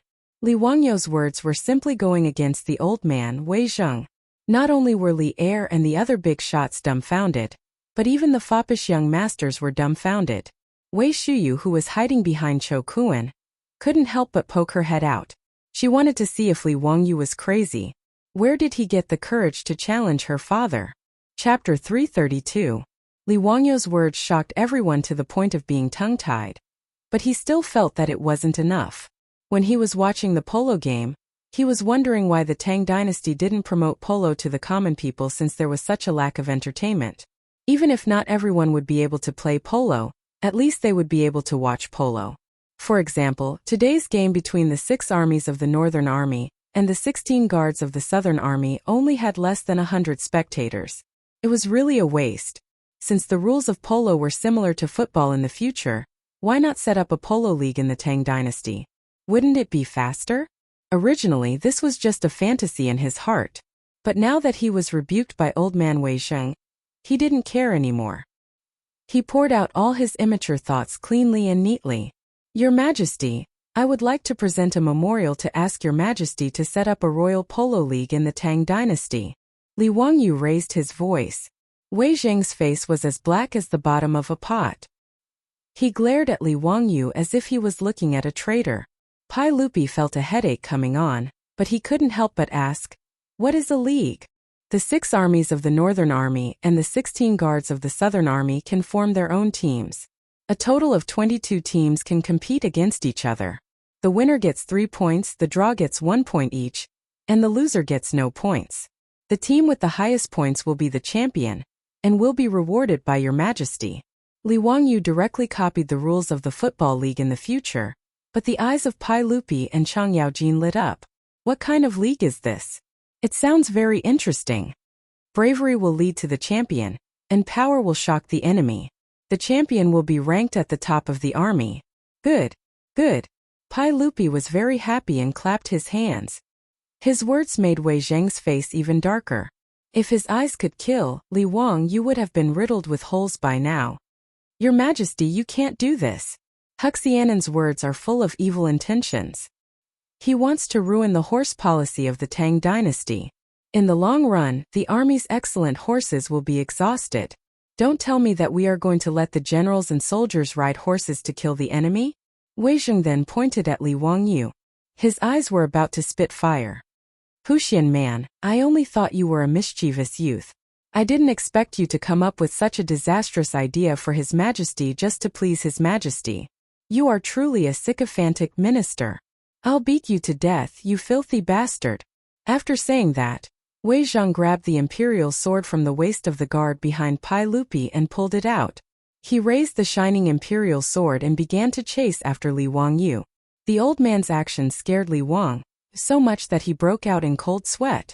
This goat-nosed old man was too scary. He couldn't win in a verbal argument, so he drew his sword and slashed at him. He was already so old, yet he was so agitated. Wasn't he afraid of a heart attack?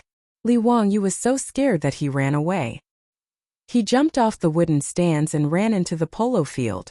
Behind him, Wei Zheng was still panting as he chased after him. In reality, Li Wangyu didn't know that the imperial sword hanging from the waist of Pai Lupi's imperial guard was only a ceremonial sword. It wasn't sharpened at all, but it looked bright and scary. Most of the imperial guards by the emperor's side carried weapons like this.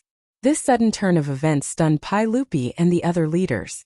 When they saw Li Wangyu being chased by the old man Wei Zheng, they couldn't help but laugh.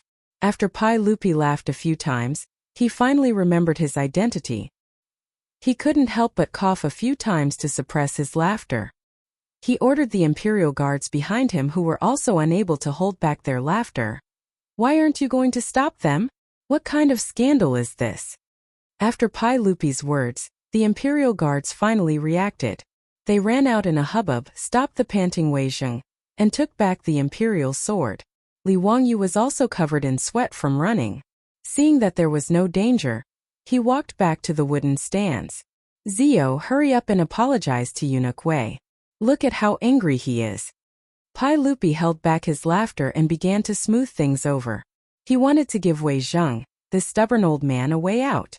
Li Wangyu, on the other hand, felt that he had been wronged. What did this have to do with him? It was clearly the goat-nosed old man who was being unreasonable. Why did he want him to apologize? However, Pai Lupi winked at him, indicating that he should hurry up and apologize. "Li Wang, you could only bow to Wei Zheng helplessly. Eunuch Wei, it was all my fault. Please forgive me." "Humph." The stubborn old man still ignored him. He let out a cold snort and turned his head to the side, refusing to look at him. Li Wangyu helplessly shrugged his shoulders and looked at Wei Shuyu. He was thinking about how to get revenge on Wei Shuyu when he returned. "You bastard, I can't deal with your parents, but you think I can't deal with you?" Wei Shuyu naturally didn't know whether to laugh or cry at the farce just now. When he saw Li Wangyu's threatening gaze, he repeatedly made a gesture of begging for mercy. As for Chang Chumo and the others, they were laughing so hard that they couldn't even straighten their backs. Regarding this, Li Wangyu could only curse in his heart. This group of bastards, not a single one of them came to help him stop the stubborn old man. They just watched as he was chased down. How hateful. Pai Lupi lightly coughed and asked Li Wangyu again. "Zio, you said that there is a way to not damage the horse's hooves. Is this true?" "Of course. This matter is very simple. If we are barefoot, we will not be able to walk. It is the same for horses. If we put shoes on the horse, won't the problem be solved?" Li Wangyu's words made Pai Lupi shake his head. Wei Zheng once again snorted coldly. Chang Yaojin and the others couldn't help but burst into laughter. "Aha, Zio, you finally showed your weakness. These horseshoes have been around since ancient times. They are made of bamboo, rattan and leather. It is not a novel thing. But it is not practical. Once the horse runs, it will be damaged." Chang Yaojin laughed as he explained to him. In the eyes of the crowd, Li Wangyu's so-called method was just nonsense. "Uncle Chang, how do you know that my method won't work? Do you want to bet?" Li Wangyu was annoyed by Chang Yaojin and the others' laughter. He simply didn't tell them the truth about the U-shaped horseshoe. He straightened his neck and asked loudly, "Little bastard, are you itching for a beating? I will slap you to death." The old hooligan didn't respond to Li Wangyu's words. He directly raised his large palm and threatened. Li Wangyu was speechless. What kind of people were these? If they didn't want to pull out a knife and cut someone, they would want to hit someone. Rude. Barbaric. Despising them. Pai Lupi shook his head. "Zio, this matter is not child's play. Don't mention it again." He turned his head and said to Wei Zheng, "We will consider Duke Wei's words. We will discuss this matter another day. How about it?" "No." Just as he finished speaking, Li Wangyu and Wei Zheng spoke at the same time to dissuade him. This made Pai Lupi so angry that his teeth itched. He couldn't say anything to Wei Zheng, but he wasn't so polite to Li Wangyu. He glared at him. "Zio, if you say any more, we will have someone kick you out." Li Wangyu's temper also flared up. He ignored Pai Lupi's threat and loudly said, "Since your majesty does not believe me, how about we have a match in 3 days to verify my words? Your majesty, please allow it." Before Pai Lupi could speak, he heard someone say, "Your majesty, I am willing to have a match with Huxian Man in 3 days. Chapter 333. At this time, someone actually jumped out to support Li Wangyu. Was he not afraid of being spat to death by Wei Zheng? Everyone turned to look. It was Zhang Liang, the Duke of Chongping. What did Zhang Liang mean by this? Including Pai Lupi, no one understood. Only Li Wangyu and the other wastrels looked at each other, as if they had guessed what the Duke of Chongping was thinking. Today, they had a conflict with his wife and adopted son at the gate of the northern Yamen. Could it be that the Duke of Chongping wanted to use this opportunity to take revenge? Li Wangyu's guess was correct. Zhang Liang had been urged by Li Wangyu to use this game of polo to give the wastrels and Li Wangyu a little bit of trouble, so as to vent his anger for his wife, Li Wangyu. Originally, Zhang Liang had been struggling to find an opportunity to speak. Now that Li Wangyu had taken the initiative to suggest that they play in 3 days, he did not care about Wei Zheng's anger and hurriedly interjected, expressing his willingness to play with Li Wangyu. He was afraid that Pai Lupi would not allow it, so he took the initiative to explain. Your Majesty, this subject is willing to play polo with Huxian Man in 3 days. Today, Huxian Man and my wife had a misunderstanding at the northern Yamen gate. This subject wishes to use this opportunity to play polo with Huxian Man to resolve the misunderstanding. Your Majesty, please allow it. Zhang Liang's words might seem absurd and laughable to the people of the future. However, in the Tang dynasty, this was a common method to resolve conflicts between nobles. Before Pai Lupi ascended the throne, when Li Yuan was on the throne, there were conflicts between nobles in the Tang dynasty. Occasionally there would be large-scale private fights between troops. When words could not convince the other party, they would use their swords to resolve the problem. This was also one of the reasons why nobles had their own troops. Ever since Pai Lupi ascended the throne after the incident at the Xuanwu Gate, he had decreed that nobles were forbidden from using troops to fight. Once discovered, they would be severely punished. Under the suppression of Pai Lupi's imperial power, private fights were suppressed. However, when nobles had conflicts, there had to be a way to resolve them.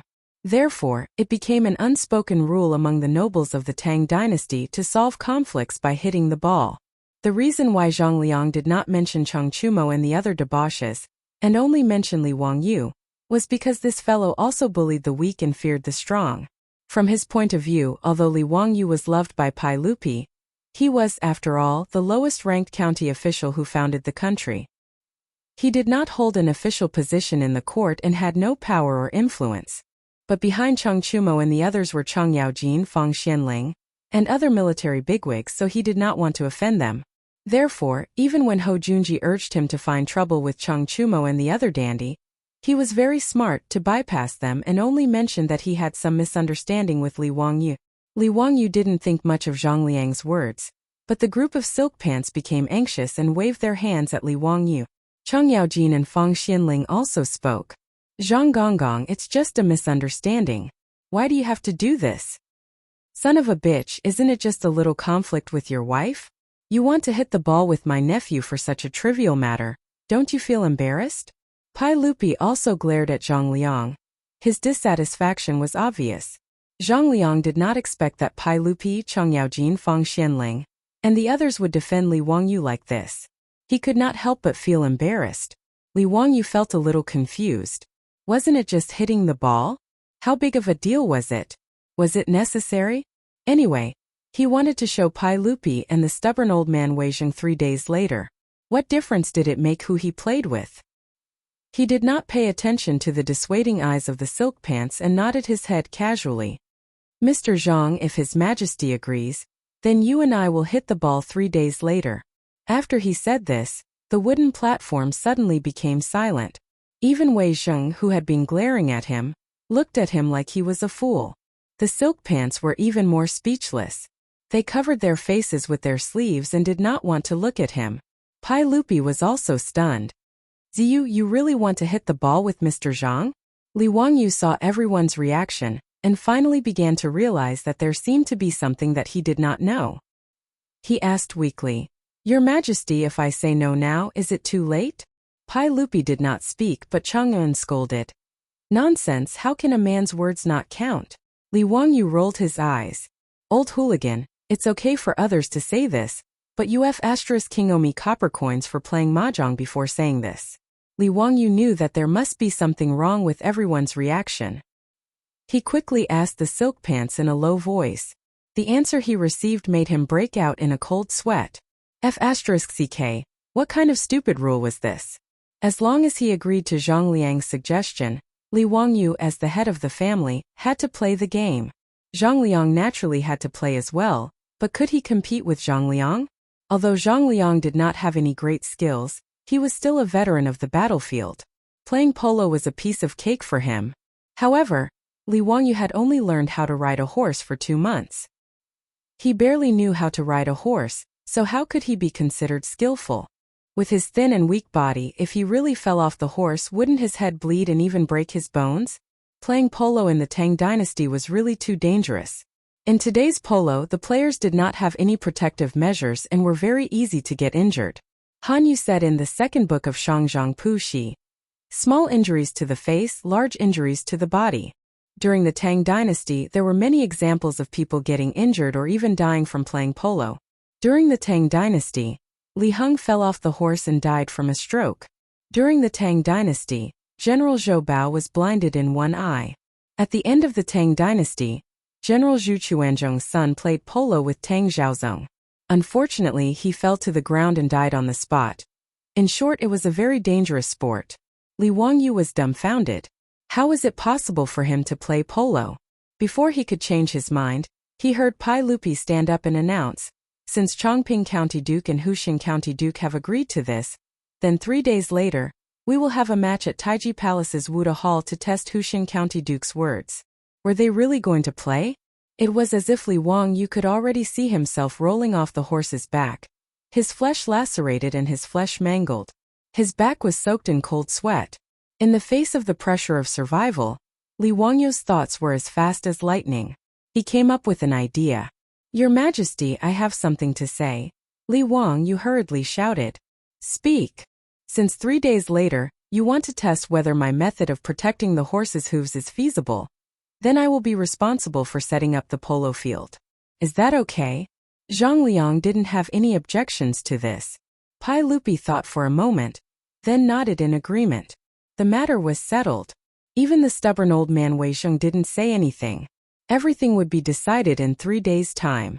After Wei Zheng's disturbance, today's polo match couldn't continue. Pai Lupi directly stopped the match and prepared to return to the palace. Li Wangyu hurriedly ran after him. Pai Lupi turned his head in confusion. Zio, is there something else? Li Wangyu rubbed his hands and laughed. Uncle He, there is something else. What is it? Borrow a horse. Chapter 334.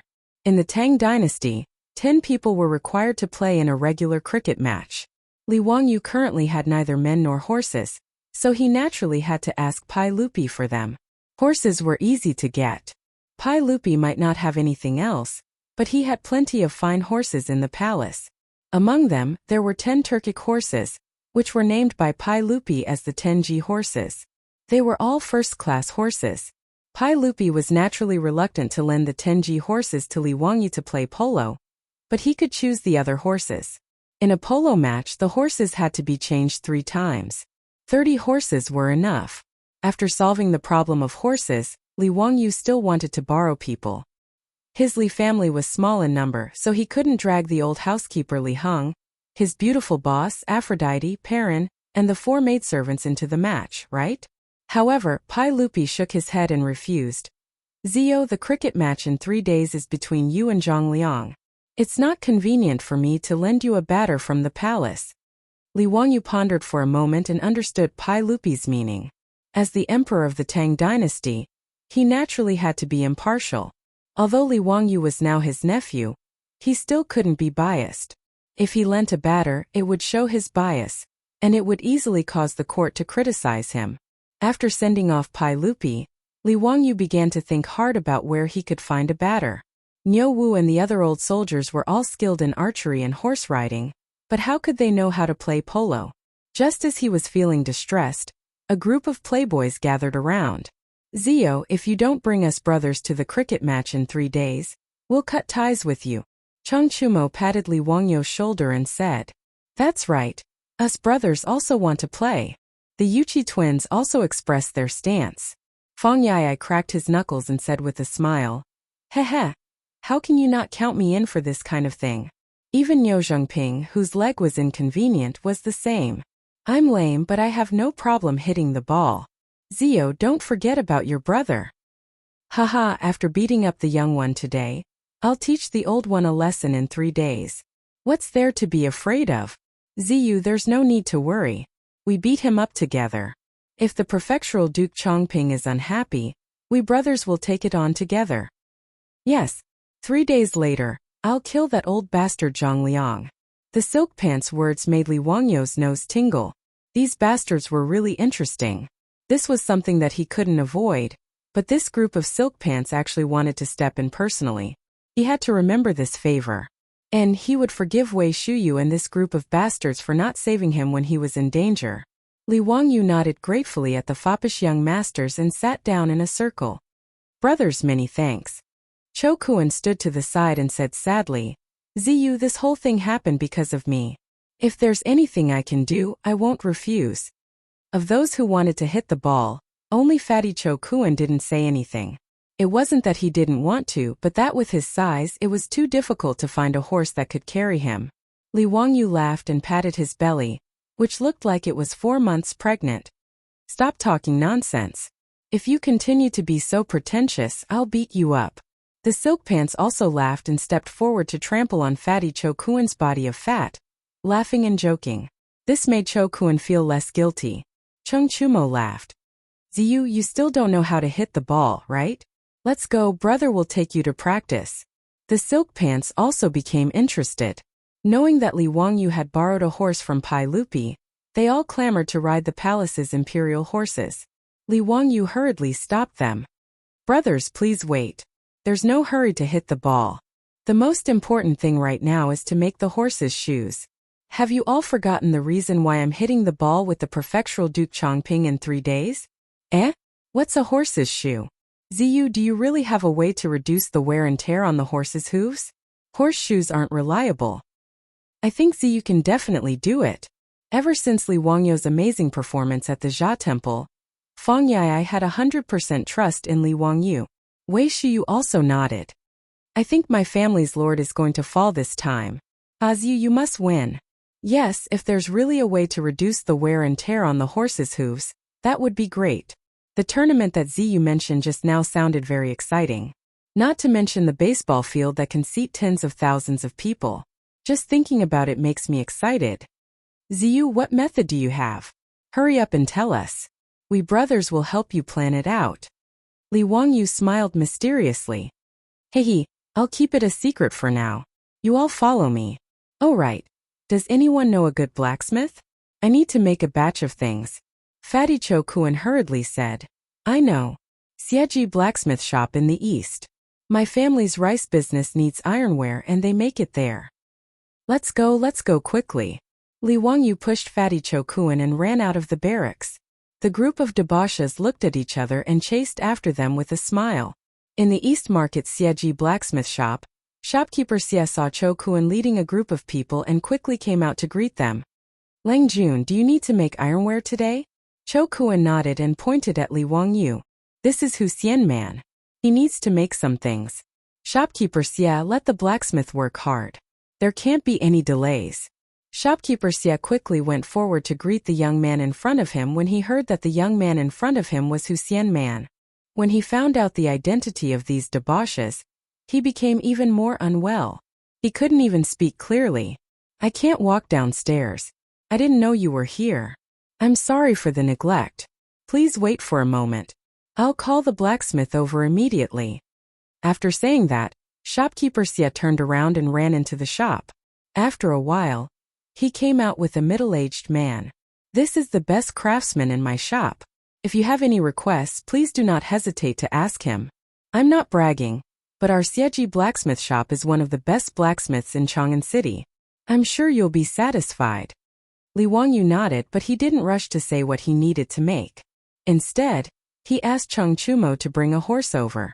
Chang Chumo was confused by him, but he still followed his orders and brought the horse over. Li Wangyu asked shopkeeper Xie to bring a brush, ink and paper. He spread the paper on the ground and asked the debauches to help him make the horse's hooves stand on the paper and not move. He took the brush and sketched the outline of the horse's hooves. Zio, what are you doing? The debauches couldn't understand what he was trying to do. Hee, don't worry. You'll know in a while. Li Wangyu took the paper with the outline of the horse's hooves. He compared the size of the horse's hooves and drew a U-shaped pattern. Then, he handed it to the strong blacksmith. Please help me make this object. It doesn't need to be too thick, just about an inch thick. You need to make holes in these places on the iron plate.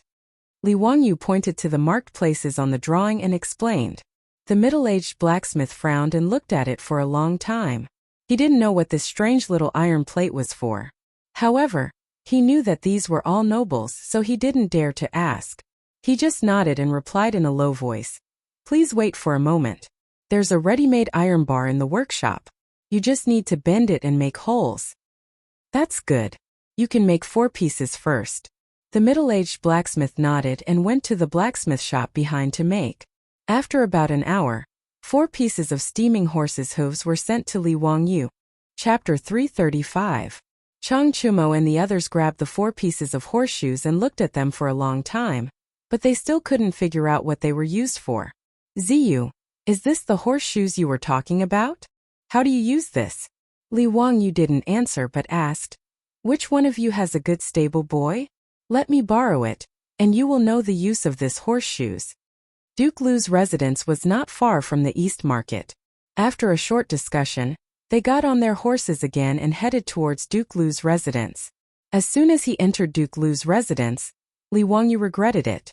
He actually forgot that the old hooligan, Chang Yaojin, also returned home after the polo tournament was cancelled. Miscalculation, it was really a miscalculation. He turned his head and glared at Chang Chumo. You did it on purpose, didn't you? The 3 brothers of the Chang family had been with Li Wangyu for a long time now, so they also learned his movements. They shrugged their shoulders at Li Wangyu, meaning that it was none of their business.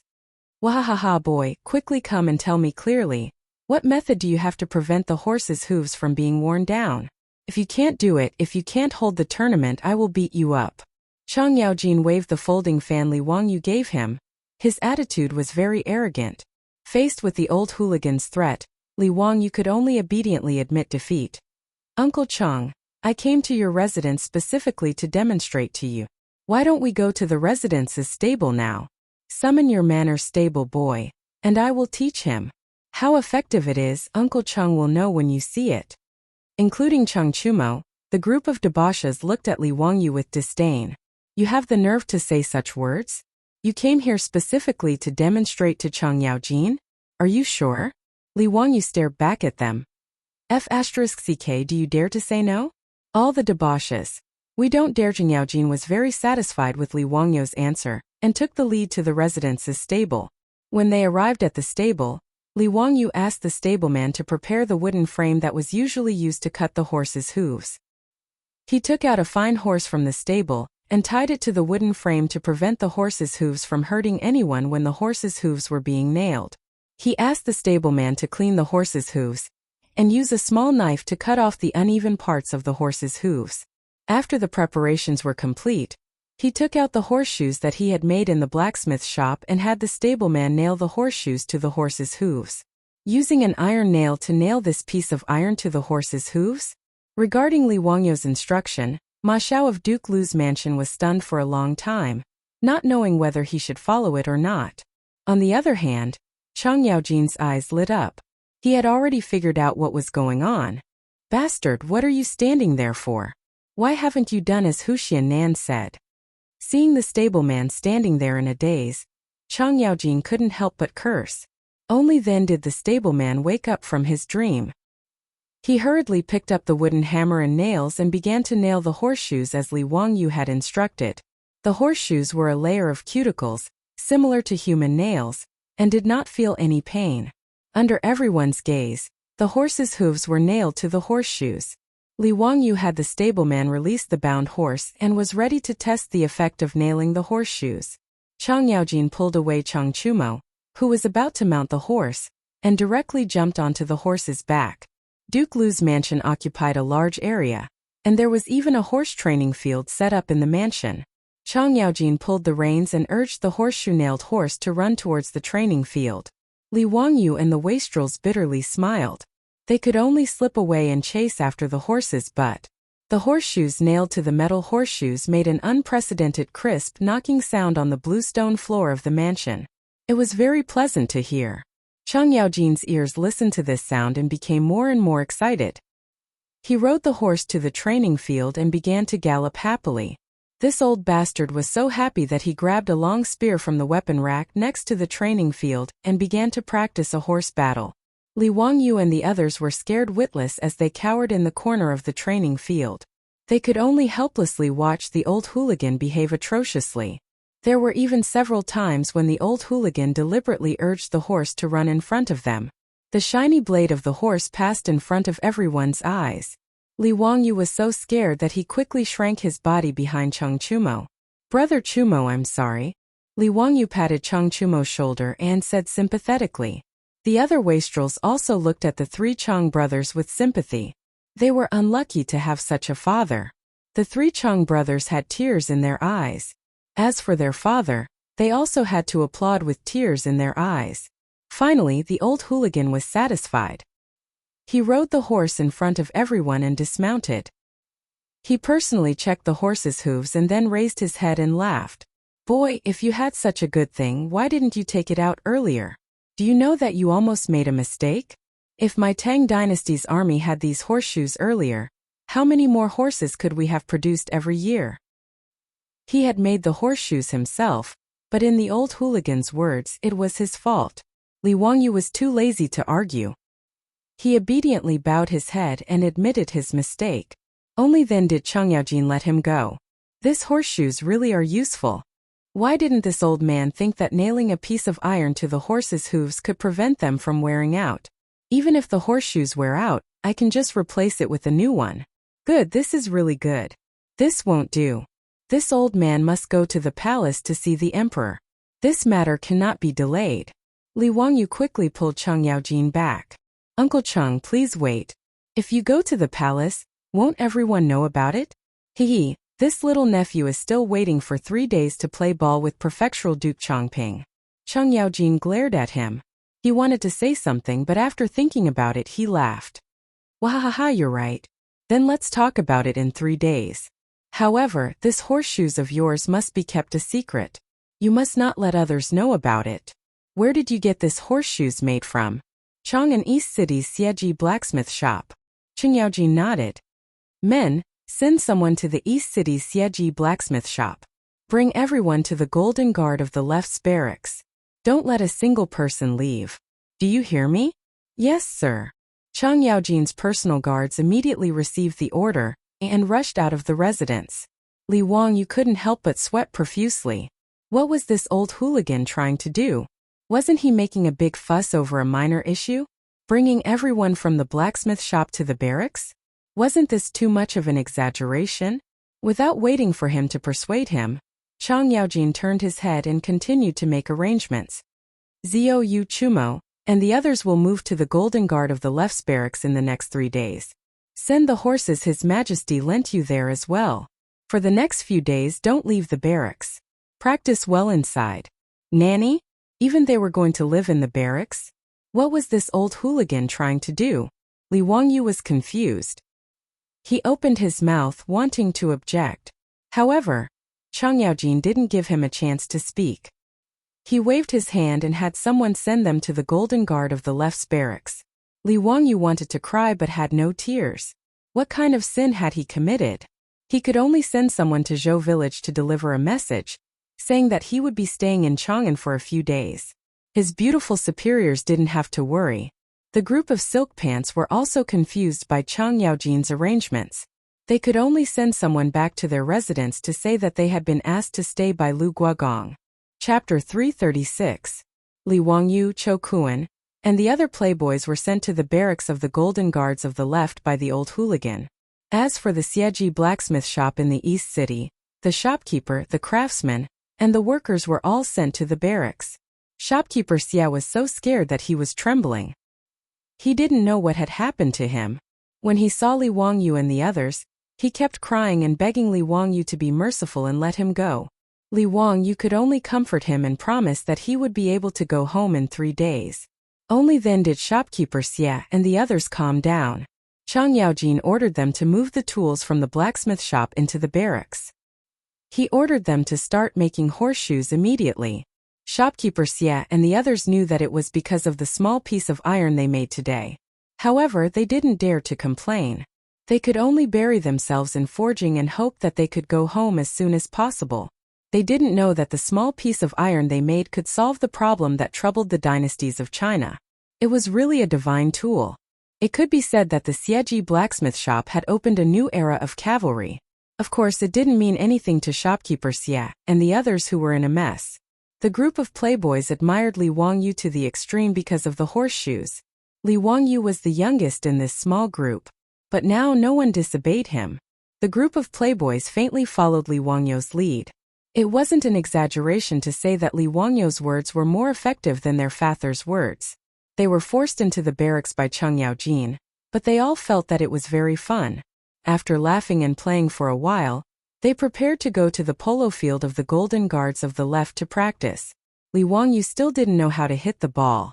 Chang Yaojin and the others wanted to train him well since he would be playing in the game in 3 days. Even if he couldn't learn how to play polo, he should at least learn how to protect himself so that he wouldn't fall off the horse. Li Wangyu suddenly remembered that he had to set up the venue.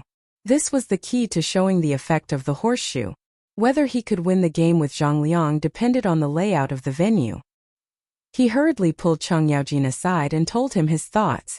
After hearing Li Wangyu's words, Chang Yaojin, this old hooligan, couldn't help but slap Li Wangyu heavily on the shoulder. The shock caused Li Wangyu's body to go numb. In the future, I will make my 3 foolish sons stay away from you so that they won't be fooled by you. Tell me the truth. Some time ago, people pasted those things on the gates of the markets in Chang, and overnight. Was it you who did that? Uncle Cheng, what are you saying? That night I was at your house drinking with Brother Chumo and the others. Li Wangyu of course would not admit it, and replied with a smile. Chang Yaojin nodded. I know. Seems that it was you who did it.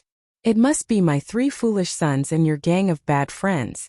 Damn, this Chang Yaojin was really cunning. Li Wangyu rolled his eyes, indicating that he was tired and didn't want to talk with this old bastard. Well, I will ask someone to prepare the things for you. But can you do it? Hitting the ball is not so simple. Be careful if you fall off the horse and your head bleeds. In my opinion, you are too impulsive. Although Zhang Liang doesn't have any *T ability, he is not someone you can compete with. Li Wang, you really wanted to raise his middle finger to this old hooligan. Damn, today on the wooden platform, who blocked my mouth with words, saying that a man's words should be nailed with a mouthful of saliva? Li Wangyu knew that he couldn't win the argument with this old hooligan. He turned around and went to find the playboys to practice. In the Tang Dynasty's polo tournament, each side had 10 batters. Everyone discussed for a while. Apart from Li Wangyu who had to play, the other 9 people were the Cheng brothers, the Yuqi twins, Fang Yai, Chai Lingwu, Niu Zhengping, and Wei Shuyu. As for Du He and Du Go, they could only serve as substitutes and cheerleaders. These 9 people, including Wei Shuyu, were all good at playing polo. Niu Zhengping, who had always been low-key, was even more outstanding. After all, he was Niu Jinda's son. Although one of his legs was lame, it didn't affect him from learning his father's archery skills. It was also because his legs were inconvenient that Niu Zhengping became more and more passionate about polo. Because riding on horseback had nothing to do with his legs. Speaking of his father, Niu Jinda, he was also a fierce general in the early Tang dynasty. However, he was too low-key and didn't have good luck. Even Zhang Liang, that kind of trash, later became a duke and was ranked among the 24 meritorious officials of Lingyan Pavilion. Niu Jinda, who came from Wagong village and joined Pai Lupi with Chang Yaojin Qin Qiong, and the others, was only conferred the title of Langyi County Duke. He was so low-key that even the old and new Tang book were not given to him. As for himself, he had made illustrious military achievements and was far from what trash like Zhang Liang could compare with. Therefore, sometimes being too honest and dutiful was not good. Niu Jinda, Chang Yaojin, Qin Qiong, and the others had a deep relationship. Even Niu Zhengping, Cheng Chumo, and the others had a deep brotherly relationship. They were so close that they almost wore the same pants. The people of old Niu's family really lived up to their surname. Each of them was as low-key as old Niu. Niu Zhengping usually didn't talk much among the playboys. However, today, after riding on horseback and holding his polo stick, he was like a different person. He was abnormally excited. Zio, watch brother show you what hitting a ball is. Niu Zhengping pulled the reins and the horse rushed out. Chang Chumo used all his strength to hit the ball in Niu Zhengping's direction. However, Niu Zhengping did not wait for the ball to hit the ground and directly hit the ball in the air. The ball was 70 to 80 feet away from the goal. The red polo ball was like a meteor. It flew straight to the goal and accurately drilled into the goal like a guided missile. Li Wangyu and the other playboys applauded and cheered. Niu Zhengping's play was really wonderful. It was not inferior to the batters they saw in the Northern Imperial Army field today. In order to practice, Chang Yaojin even arranged opponents for the playboys. The left Imperial Guard's batters would practice with them. Li Wangyu temporarily stayed on the sidelines and watched. He planned to familiarize himself with the rules first. However, after watching the playboys practice for a while, he frowned. There seemed to be something wrong with the polo of the Tang dynasty. Looking at the scene of 20 people chasing the red polo ball in Noda's polo field, Li Wangyu hugged his elbow with one hand and supported his chin with the other. He started to think. Why did he feel that there was something wrong? At this time on the field, Fang Yai had just intercepted the opponent's attack and hit the ball forward. The 20 horses turned their heads and chased the ball again. Li Wangyu suddenly clapped his hands, startling Cho Kuan, who was next to him. That's right, that's it. I know. Li Wangyu didn't care about anything else. He quickly blew the copper whistle and stopped the game. Chapter 337. Although polo in the Tang dynasty was prosperous, in Li Wangyu's eyes, it was still very rough. In his opinion, including the playboys, whether it was horsemanship or batting skills, they could be called perfect. It was a personal skill that the stuntmen in the movies of later generations could not show. But these batsmen of the Tang dynasty mostly used cavalry formations when playing polo. Out of the 10 batters, other than one goalkeeper, the remaining 9 were in a cavalry triangular charging formation, with 3 men in a team cooperating with each other. There was no distinction between forwards, midfielders, and defenders on the field. As a result, the originally spacious polo field was not effectively used. In Li Wangyu's eyes, it was wonderful and lively, but there were no skills or tactics in it. He was used to playing live football games in later generations, so he was familiar with football tactics like 3-4-3 and 4-4-2. Why couldn't it be the same in polo? Chang Chumo and the others were playing happily, but the game was stopped by the whistle. They looked depressed. Zio, what's wrong? Why did you whistle? Li Wangyu asked someone to bring him a pen and paper, and while writing and drawing on it, he replied, Brothers, don't worry. I have some ideas to discuss with you. Zio, you also know batting tactics? Hey, wait for me to draw it for you. You'll know when you see it. Li Wangyu drew a diagram of the polo field on the paper, picked up a handful of stones from the ground, and put 2 of them on it. Brothers, please look. These 2 stones represent 2 batsmen. He pointed to Niu Zhengping and Chang Chumo. Brother Zhengping and Brother Chumo have good skills and can be responsible for the offense. They are the first line of the team's offense, mainly wandering in this area. I call them the forwards. He used the pen to outline an area in front of the polo field. Brother Zhengping and Brother Chumo will be in this area, waiting for the opportunity to strike a fatal blow. Niu Zhengping and Chang Chumo looked at each other and laughed. Forwards are good. We are the vanguard officials directly attacking the enemy. Got it. Zio, go on. Li Wangyu nodded and took out 3 more stones and placed them on the paper. These 3 stones represent Brother Yuchi and Brother Eai. The 3 of you are the middle army, and I am the middle. He is mainly active in the middle of the field, and is responsible for connecting the forwards and defenders. He can attack and defend when he advances. Fang Yai and the Yuchi twins also nodded excitedly. Understood, Zio, you're arranging the troops. Li Wangyu chuckled and placed the last 3 stones on the paper. Brother Lingwu, Brother Shuyu, Brother Chuliang, and Brother Chubi, the 4 of you will be the rear guard on the field. I will be the rear guard, mainly responsible for defense and intercepting the opponent's attacks. The 4 of them nodded excitedly. Looking at the 9 stones that Li Wangyu had placed on the paper, they felt like they were in a battlefield. Cho Kuan suddenly asked, Zio, what are you doing then?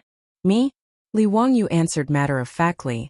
Don't tell me you expect me to charge and break through the enemy lines? Everyone was stunned when they heard this, and then they all laughed loudly. Out of their absolute trust in Li Wangyu, the playboys didn't raise any objections. Instead, they listened to Li Wangyu's explanation with great interest. Li Wangyu picked up his pen again and circled around each position, explaining how they should run to attack, widen the field, and use the ball to control the players. He explained to the playboys for a long time. The playboys were all quite smart. After Li Wangyu's explanation, they all roughly understood their duties and running routes on the field. Haha, Zio, this formation of yours is quite interesting. Let's try it out? Chang'an couldn't wait. Li Wangyu nodded and was about to get on his horse when he suddenly thought of something. He called over an imperial soldier and asked him to bring him a helmet. Everyone didn't understand, and Li Wangyu was too lazy to explain. Damn this group of barbarians. They didn't bring any protective equipment for such a dangerous sport. It was too much. With his soft skin and tender flesh, he didn't dare to imitate them. If it wasn't for the fact that the Tang army's armor was too thick and heavy, Li Wangyu would have wanted to fully equip himself and go play polo. After putting on the helmet and tightening the straps, Li Wangyu carefully climbed onto the horse and prepared to go on the field. The training match started again, and the left Golden Guard's batsman casually rode onto the field. In the eyes of this group of veterans, playing polo with Li Wangyu and the others was just playing with them. Although the playboy skills were good, how could they compare to this group of old soldiers? With the cooperation of the three batsmen, it was very difficult for the playboys to compete. This was the cooperation of the cavalry in the army. On the battlefield, the cavalry charge was also the same. The cavalry formation that seemed to cover the sky and cover the earth actually consisted of 3 cavalrymen working together. One person was in charge of attacking, and the other 2 were in charge of protecting the left and right wings. This was similar to the 3-3 infantry tactic invented by the People's Liberation Army in the future. The 3 people formed a battle group and attacked or defended in a triangle formation. This tactic had both offense and defense, and the division of labor was clear. It could maximize the combat strength of the cavalry. However, although this tactic was powerful on the battlefield, it might not be suitable on the field. If the players were too concentrated on the field, it would leave too much space for the opponent to use. Originally, when playing polo in the Tang dynasty, everyone was like this and it didn't matter. As the saying goes, noobs pecked at each other. However, Li Wangyu shamelessly copied the football tactic from the future, and the original polo tactic immediately became outdated. When the playboys rode on the field and tried to stand according to Li Wangyu's instructions, it caused a burst of laughter from the imperial guards. Although they were just accompanying the playboys to train, it still attracted many left Golden Guard's imperial guards to watch from the sidelines. Many generals also ran to the sidelines to join in the fun. Seeing the playboys standing on their horses, the crowd couldn't help but laugh. Young dukes, what are you playing at? Why aren't they forming a battle formation? If they fight by themselves, won't they be tortured to death? I'm afraid that the dukes are playing some tricks. Let's see, this formation definitely won't be able to block the attack. Are the dukes preparing to surrender? I bet that if the dukes use this formation, they will lose at least 5 balls. Does anyone want to bet with me? Scram to the side. Who's crazy enough to bet with you? At the corner of the field, Chang Yaojin was surrounded by a group of left Golden Guards as he watched the playboys train. Seeing the situation on the field, the group of generals couldn't help but discuss. Great General, what are the little Gongzi and the others doing? They won't be able to win against the Duke of Chongqing's batting team. It's probably that Huxian guy's idea, right? Just now I saw him call the dukes over. That's why it's like this. This is the first time I've seen someone stand like this. Haha, it's really an eye-opener. This Huxian guy really has some ideas. Chang Yaojin waved the horsewhip in his hand. Damn it, this group of bastards. If they make me lose face in front of the soldiers, I'll beat them to death. Without waiting for Chang Yaojin to explode in rage, the referee blew the copper whistle and the match began. Chapter 338. Niu Zhengping casually pushed the ball to Chang'an. The 3 batsmen of the left Golden Guards clamped their legs on their horses' bellies and urged their horses to rush over. Chang'an was not in a hurry as he used the stick in his hand to push the ball behind him before the 3 men could surround him.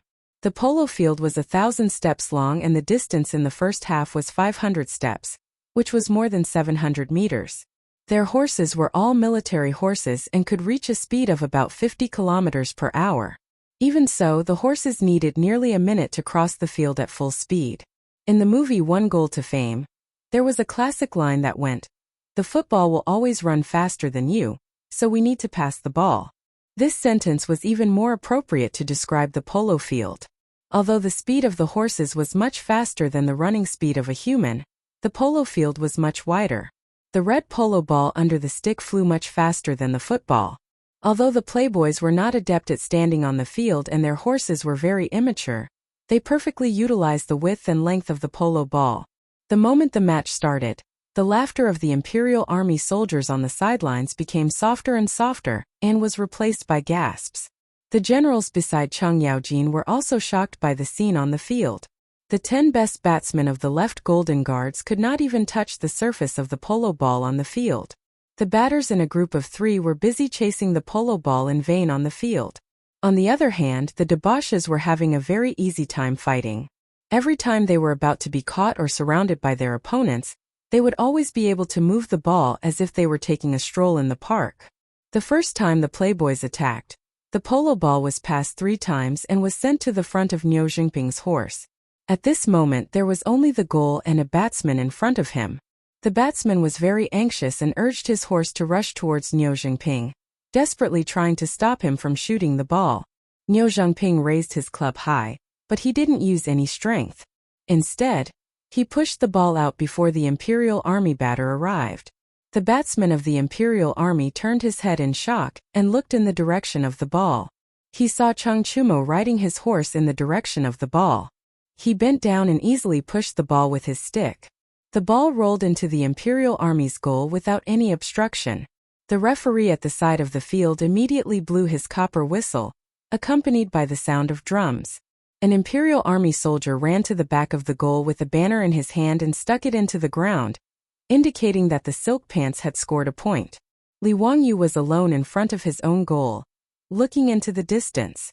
The polo field of the Tang dynasty was really too big. The opponent's goal, which was 1.5 kilometers away, made it quite strenuous for him to see. However, when the whistles and drums sounded, and the flag fluttered in the wind, he immediately understood that the debauches had broken through the opponent's goal. He couldn't help but clench his fists and wave them in the air a few times. Success! Using football tactics to play polo was really useful. Chang Yaojin was so shocked by this scene that he couldn't close his mouth for a long time.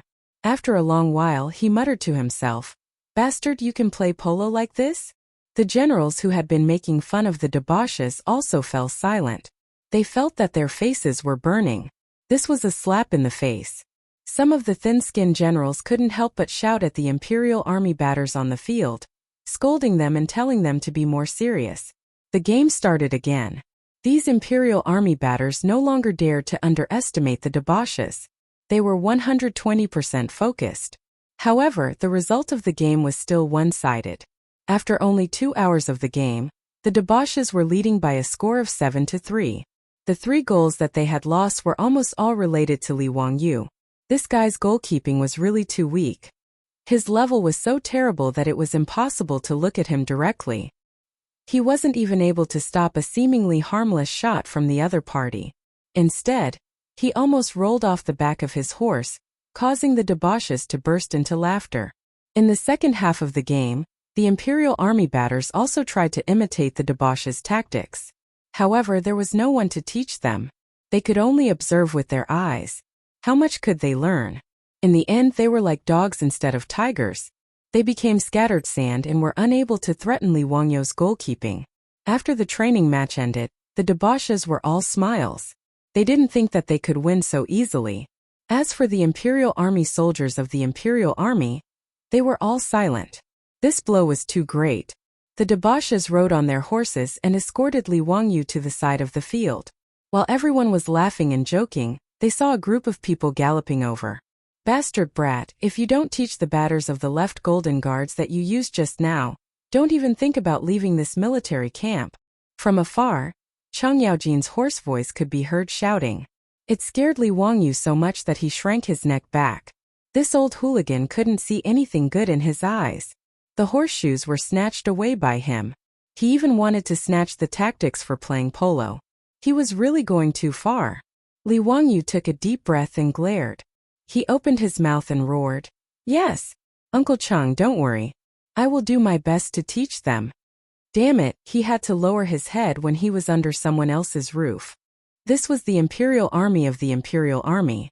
Facing the old hooligan's threat, Li Wangyu admitted that he wasn't a tough guy and couldn't say no. 3 days passed quickly. On this day, the martial virtue hall of Taiji Palace was unusually lively. As the saying goes, Taiji gave birth to yin and yang gave birth to the 4 symbols, and the 4 symbols gave birth to the 8 trigrams.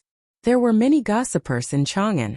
The imperial tutor of the crown prince, Li Wangyu from Hu County, was in the Imperial Army's barracks 3 days ago. He had a conflict with the wife of the Duke of Chongqing's family, the Li clan, and beat up Zhang Liang's adopted son.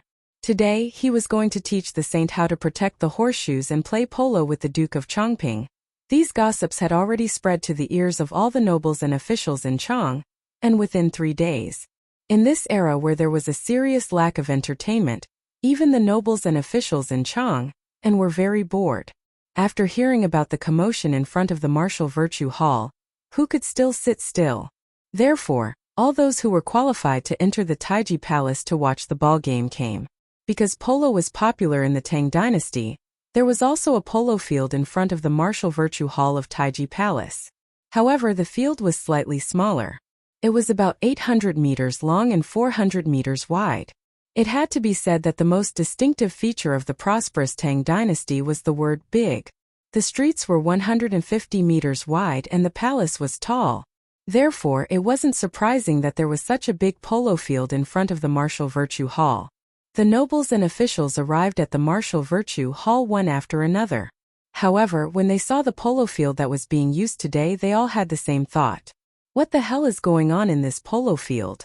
Chapter 339. The Tang dynasty had strict requirements for a polo field used for batting. First, the field had to be flat and there could be no holes. Otherwise, the horses and batters would be injured. Secondly, grass could not grow on the field. The ground had to be compacted. But today, the field in front of the Hall of Martial Virtues was filled with all kinds of broken weapons and arrowheads. Many of them were even rusty. This field could be used for batting? Was this not a garbage dump? Where did all these broken metals come from? The officials and nobles all had black faces full of question marks. Some of them were old and had blurred vision. They even walked closer to see what was going on. Someone waved his hand to summon a servant from the Hall of Martial Virtues, and asked why the field had become like this.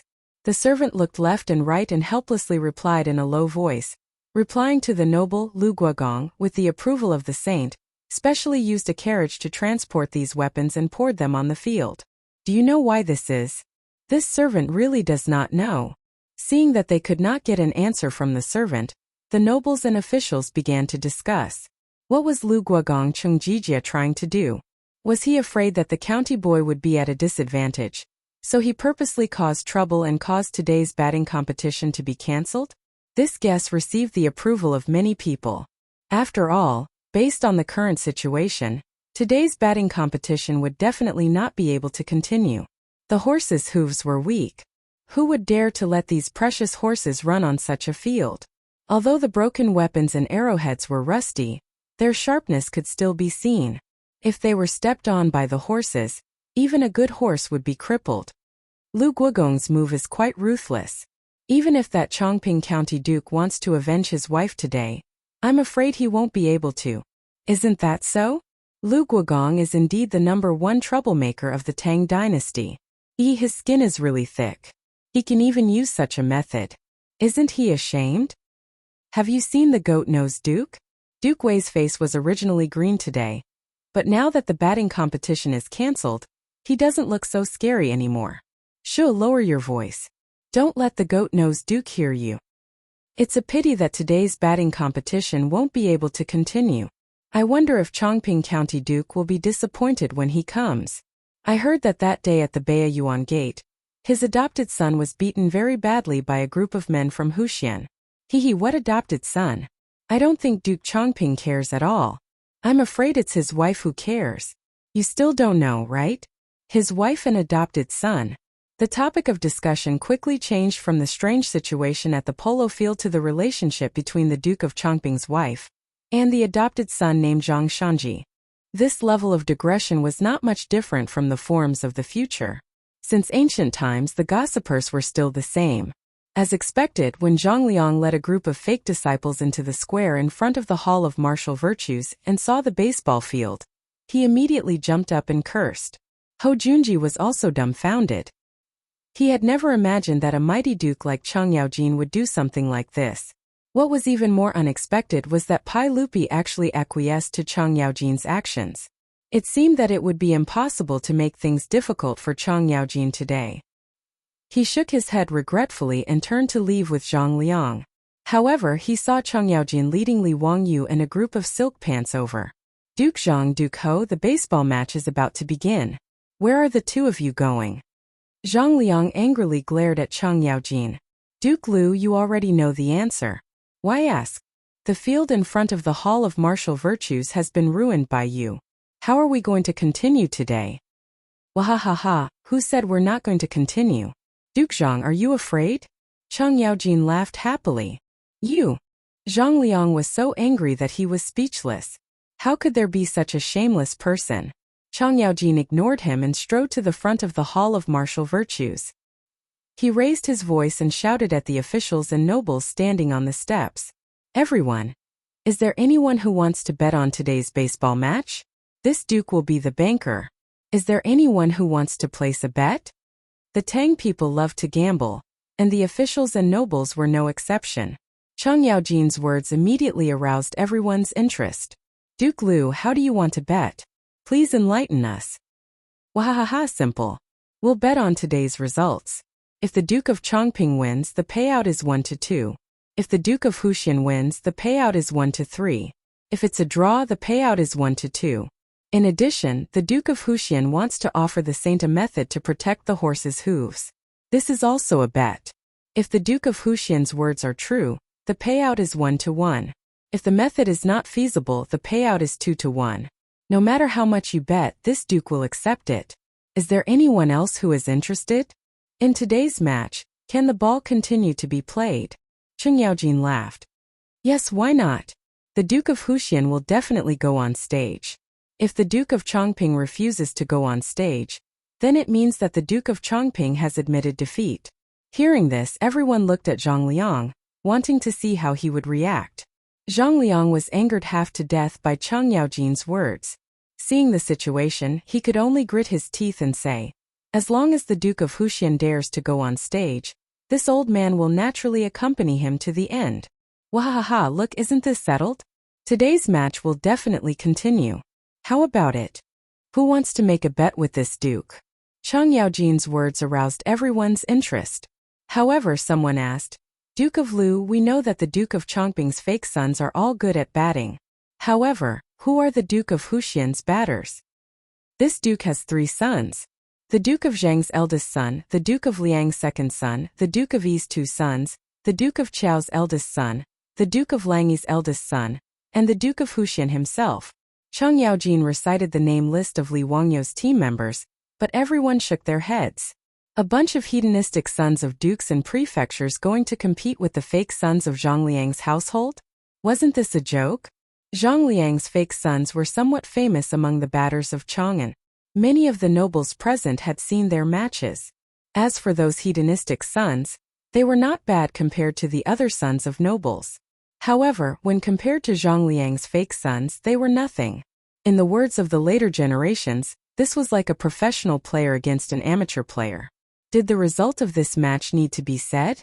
If a bunch of NBA players were to compete with amateurs, would anyone believe that the amateurs would win? The answer was naturally no. If you asked 100 people, they would all say that the NBA players would win. At this moment, the officials and nobles all had such thoughts. They all looked at Duke of Lu with strange expressions. Had water entered this old man's brain? Why would he make such a bet? If the Duke of Changping won, the payout would be 2-1. That meant that the Duke of Lu's household would have to spend a lot of money today. Duke of Lu, you're not joking? Then I'll bet 1,000 taels of gold that the Duke of Chongping wins. Don't worry, when have I not kept my word? If there's a bet, there's no reason to lose. As long as you dare to bet, I dare to accept it, Chang Yaojin replied casually. Duke of Lu, if that's the case, then I'll also bet 1,000 taels of gold that the Duke of Chongping wins. I'll bet 1,500 taels of gold. I'll bet 2,000 taels of gold. Chapter 340. The old scoundrel set up a bet there. Because there were too many people betting with him, Chang Yaojin even found an eunuch from the palace to record the bets with paper, ink and brush. Almost all the officials and nobles were betting on the Duke of Chongping's victory. Only a few people placed their bets on Li Wangyu and the other wastrels. Li Wangyu couldn't help but grit his teeth. He finally understood why the old scoundrel had locked them up in the barracks of the Golden Guards of the Left for 3 days. It was because he was worried that the news would be leaked and affect his opening bet. F***ck, this old scoundrel is too much. Li Wangyu strode over to Chang Yaojin's side. Righteously, he whispered into his ear. Uncle Chang, when we meet, split it in half. Otherwise, your nephew will shout. Chang Yaojin's eyes widened in anger. Li Wangyu didn't back down. In front of gold, the old scoundrel's threats were useless. Scram, brat. At most, I'll give you 20%. His Majesty still wants half. Chang Yaojin lowered his voice. It's a deal. Li Wangyu retreated to the side, satisfied. He chuckled as he watched the eunuch continuously record the bets placed by the officials and nobles. 20% it was. He wasn't greedy. 20% was still quite a bit of gold. It looked like he would make a small profit today. Just now, he did a rough calculation. There were already about 20,000 taels of gold on Zhongliang. Moreover, there were still hundreds of officials placing their bets. Indeed, the ancients didn't lie. A horse wouldn't get fat without eating at night. A man wouldn't get rich without a windfall. The most shameless one was still Pai Lupi. Without a word, he had colluded with the old scoundrel to cheat money. No wonder Chang Yaojin could bring so many broken weapons and swagger around the polo field in front of the Hall of Martial Virtues. He had painstakingly invented the horseshoe and had the wastrels practice with him. He even had to compete in order to get 20%. And Pai Lupi didn't do anything and actually wanted to take half of the gold. Truly shameless. Despise him. It didn't take long for the officials and nobles present to make a bet with Chang Yaojin. In the end, the total amount of gold that was bet on Duke Chongping was as high as 50,000 taels of gold. The aristocratic families, in particular, had placed heavy bets. 50,000 taels of gold was equivalent to 300,000 strings of copper coins. This was indeed a huge sum. If Chang Yaojin lost, he would have to pay 100,000 gold taels. Li Wangyu pondered without any malice. If the old hooligan really lost, Duke Lu's mansion would have to be his pants, right? He might even have to use Noda's public house to pay off his debt. TSK, just thinking about it makes me feel good. Should I go easy on the old hooligan when I'm guarding the gold to give the old hooligan some excitement? However, he decided to forget about it. Of the 50,000 gold taels, 10,000 of them were from him. 60,000 strings of copper coins was not a small sum. However, Li Wangyu had forgotten that with his terrible horsemanship and batting skills, what difference would it make if he went easy on the opponent or not? In front of the Hall of Martial Virtues, the chamberlain loudly announced, "The sage has arrived." Everyone bowed.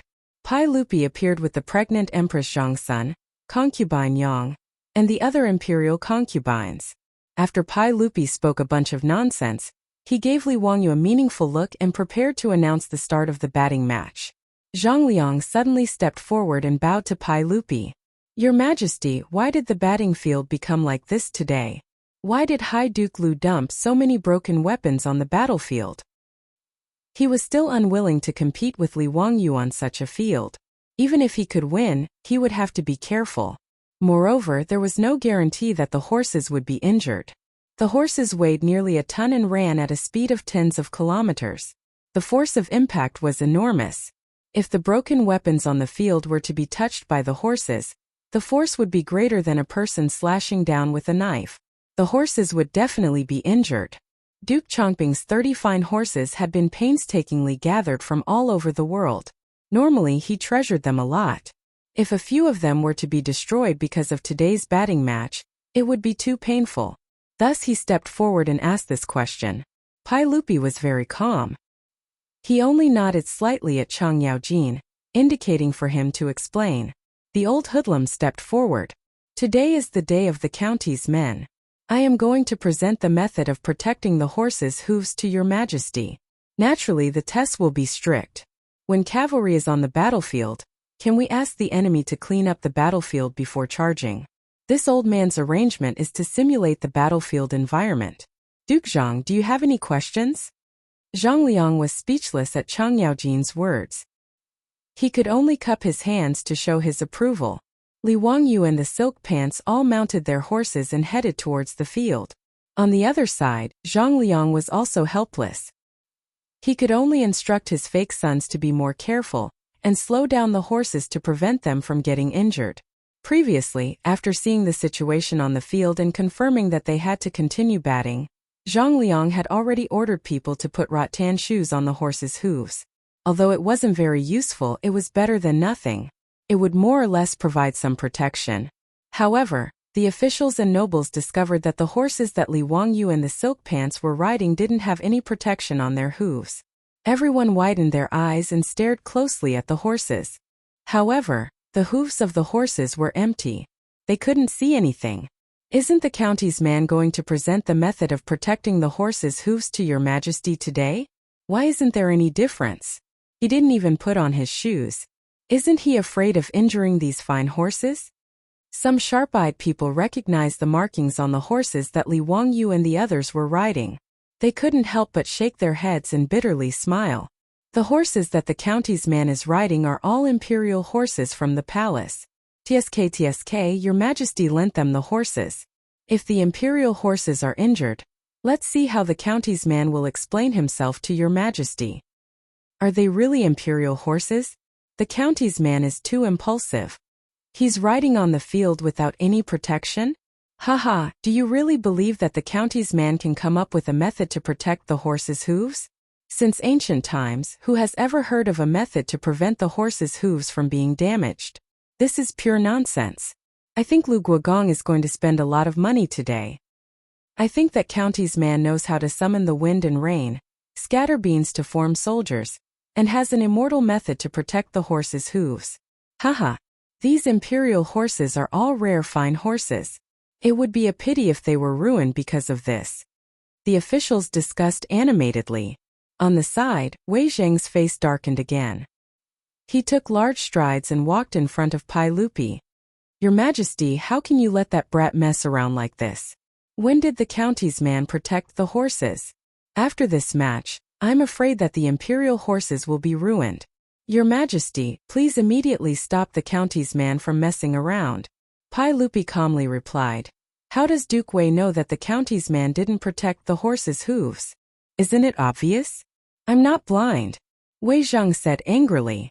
Haha, Duke Wei, don't be anxious. Just relax and watch. These imperial horses are mine. I'm not anxious, so why should Duke Wei be so anxious? Pai Lupi's attitude angered the old man so much that he almost vomited blood. Just as he was about to stiffen his neck and continue to admonish him, he heard a series of rapid drumming from the side of the field. The match had already begun. Chapter 341. Just like in the barracks of the Golden Guards of the left, when the officials and nobles saw the silk pants positions, they couldn't help but roar with laughter. Even Pai Lupi, although Chang Yaojin had already told him everything, including the mysterious horseshoes and Li Wangyu's new polo tactics, Pai Lupi knew everything.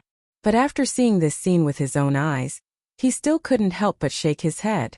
In everyone's opinion, it was necessary for batters to form a 3-on-3 formation. If the three of them couldn't coordinate well, then they weren't good batters. But at this moment on the polo field, the silk pants were spread out. In everyone's eyes, this tactic was completely undesirable and couldn't stop the Duke of Chongqing's attack. Zhang Liang was overjoyed at the unexpected good news. This was simply giving him free money. Just now, when Chang Yaojin was the banker, he had also bet 1,000 taels of gold on himself to win. It seemed that today, he would be able to help his wife vent her anger and earn a small fortune. Zhang Liang waved his hand and called for his fake sons to advance. In his imagination, this loose formation would be easily broken by his side, and he would be able to send the ball into the opponent's goal without any hindrance. He only needed to carefully steer the horse and not step on the broken weapons on the ground. This actually slowed down Zhang Liang's advance, but in his eyes it didn't matter. It was just a slight delay. Seeing the opponent's attack, the Silk Pants didn't panic in the slightest and slowly retreated on their horses. Under the protection of two fake sons, Zhang Liang dribbled the ball into the center of their territory. The Silk Pants scattered around the field suddenly sped up and charged at Zhang Liang. Originally, there was only one person in front of him, but in an instant Zhang Liang was shocked to find that 5 or 6 fine horses had appeared in front of him, directly blocking him and his fake sons. This was the all-offense and all-defense tactic that the Silk Pants and Li Wangyu had been practicing in the barracks of the Golden Guards of the left for the past few days. Li Wangyu had transferred the all-offense and all-defense tactic from the soccer field to the polo field, and found that the results were surprisingly good. Total attack and defense was a tactic proposed by the Dutch in the later generations. It emphasized that there was no fixed position on the field other than the goalkeeper. When you needed to attack, you were the striker. When you needed to defend, you were the defender. The Dutch relied on this tactic to set off an orange whirlwind in the world of football. Full attack and full defense was only popular for a while, but it was soon eliminated. The biggest problem was the high technical requirements for the players, as well as the distribution of the players' physical fitness. But on the polo field, stamina was not a problem. A horse's endurance was far better than a human's, not to mention that they could change horses every 30 minutes, so there was no need to worry about the horse not being able to run. After the polo ball was intercepted by the playboys, the offense and defense switched. Zhang Liang was just about to call out to the dummies to snatch the ball back when he was surprised to find that the ball was gone. Looking around, he was shocked to find that the red polo ball had been sent flying far away, heading straight for his backfield. And in the direction where the polo ball was flying, there were already rich playboys waiting. Zhang Liang looked at the speed of the playboys' horses and couldn't help but curse in his heart. These bastards, didn't they feel sorry for the horses that weren't their own? There were so many scrap metals on the field. If they were stepped on by the horses' hooves, the horses would be crippled. But they couldn't just stand by and watch the horses gallop. They could only curse and turn their horses around to chase after them. The playboys' horses were so fast that it was as if the weapons on the field didn't exist at all. The spectators couldn't help but cry out in surprise. Old Wei Zheng was even angrier. He turned his head and loudly admonished Pai Lupi. His spittle was about to fly to Pai Lupi's face. "Your Majesty, these playboys are acting so recklessly. What if these precious horses are damaged? Hurry up and stop the ball. We can't let them continue to act like this." Pai Lupi waved his hand. "Don't be anxious, Eunuch Wei. Continue watching. What else is there to see? Could it be that these horses were really cast on by Hu Xian's men? Horses can step on weapons without being damaged? That's ridiculous." Before Wei Zheng could finish speaking, his voice was suddenly stuck in his throat. Although he wasn't young, he hadn't reached the point where his vision was blurry. Just now, he clearly saw Cheng Yaojin's eldest son riding a horse galloping at full speed. One of the horse's hooves stepped on a shining blade. Wei Zheng almost cried out in surprise, but he was shocked to find that the horse was completely fine. After stepping on the blade, the horse continued to maintain its previous speed and continued to gallop towards Duke Chongping's goal. How can this be?" the stubborn old man muttered, not daring to believe his eyes. "Aha, Eunuch Wei, how is it? How effective is Hu Xian's method?" Pai Lupi laughed proudly. Wei Zheng was so excited that his beard stood up. "Your Majesty, is this really the method Hu Xian's man set to protect the horse's hooves? Is it really so miraculous? Would it be convenient to spread to the entire army? How much would it cost?"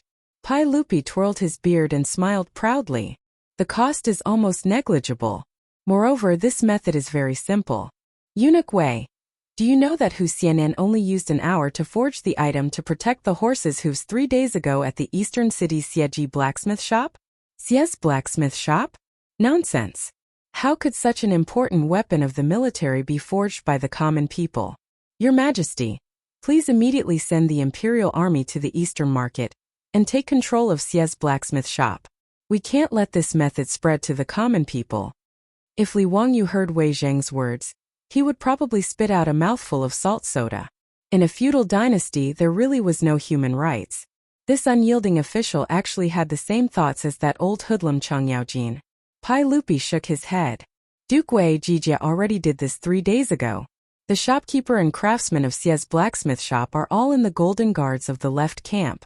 However, I am prepared to have Jijia release them today. Wei Zheng anxiously said. Your Majesty, you can't.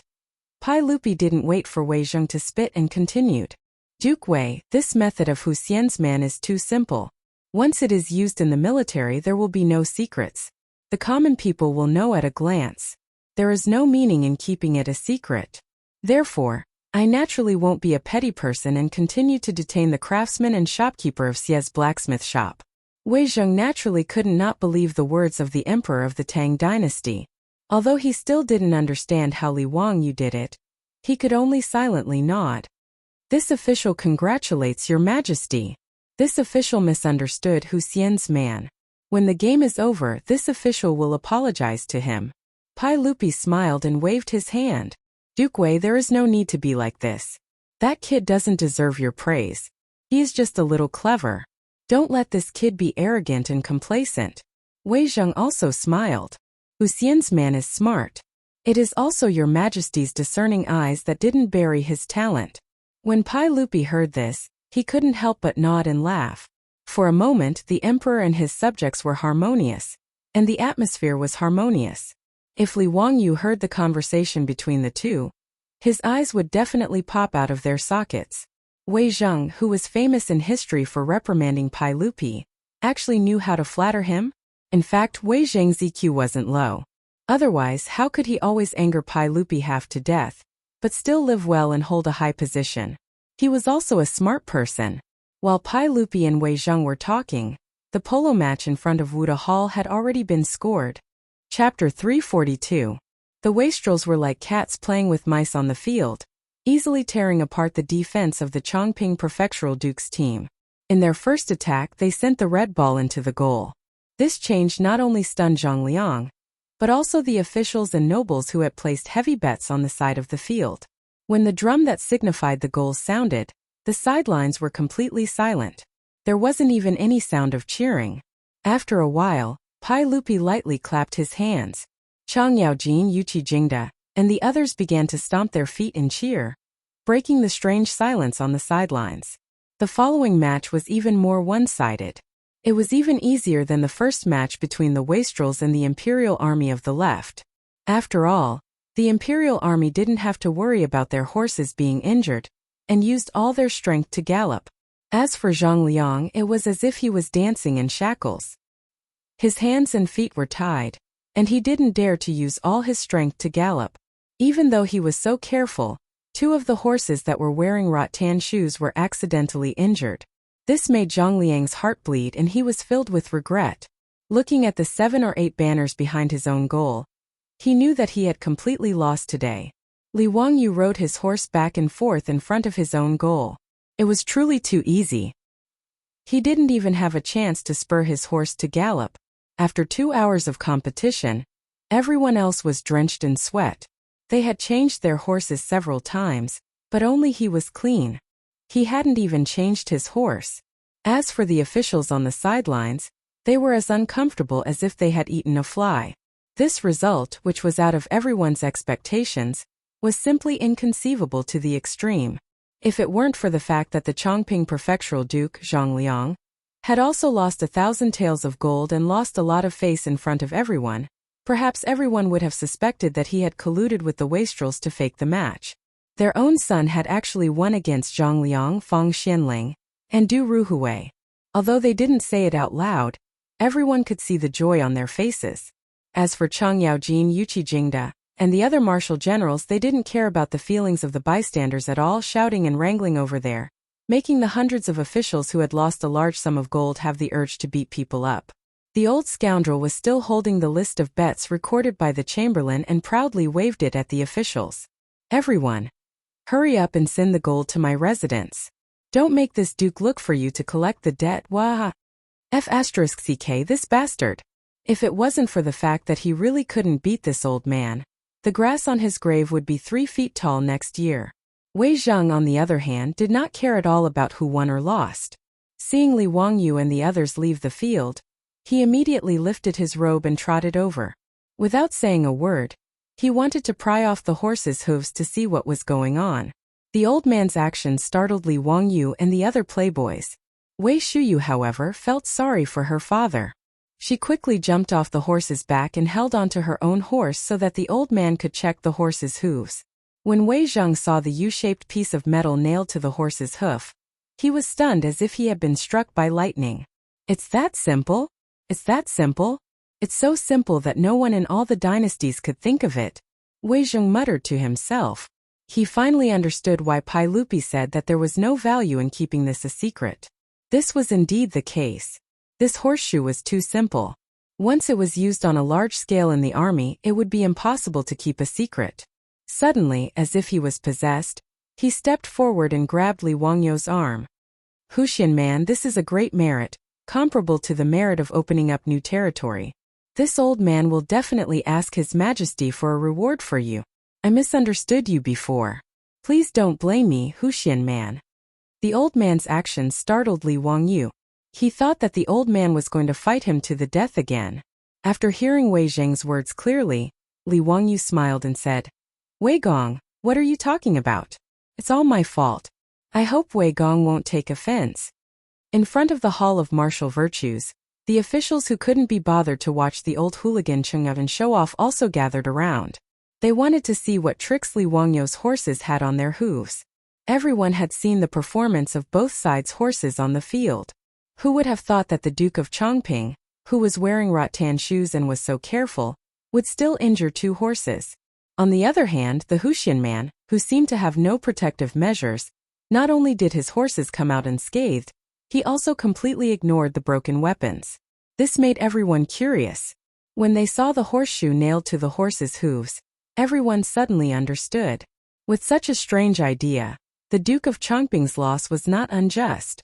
The polo enthusiasts surrounded the silk pants and asked them about the tactics they had used.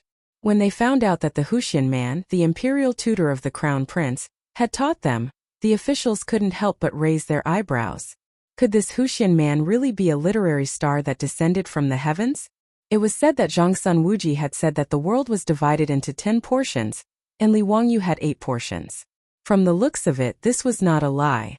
These officials of the imperial court waved the folding fan Li Wang you had given them the other day, exclaiming that this youth was not ordinary. Li Wangyu's limelight was now second to none. At this time, Zhang Liang's face was gloomy as he walked over with his horse. Huxian man, you've won today's match. I concede defeat. Duke of Chongping, you let me win. Zhang Liang coldly snorted and threw the reins in his hands to Li Wangyu. He didn't want to waste any more words, so he turned and left. Li Wangyu was baffled. What was the meaning of this? Cheng Chumo saw his confusion and laughed loudly. Ziyu, the family head of the losing side, will give his horse to the other side. This is the rule. TSK, your luck is not bad.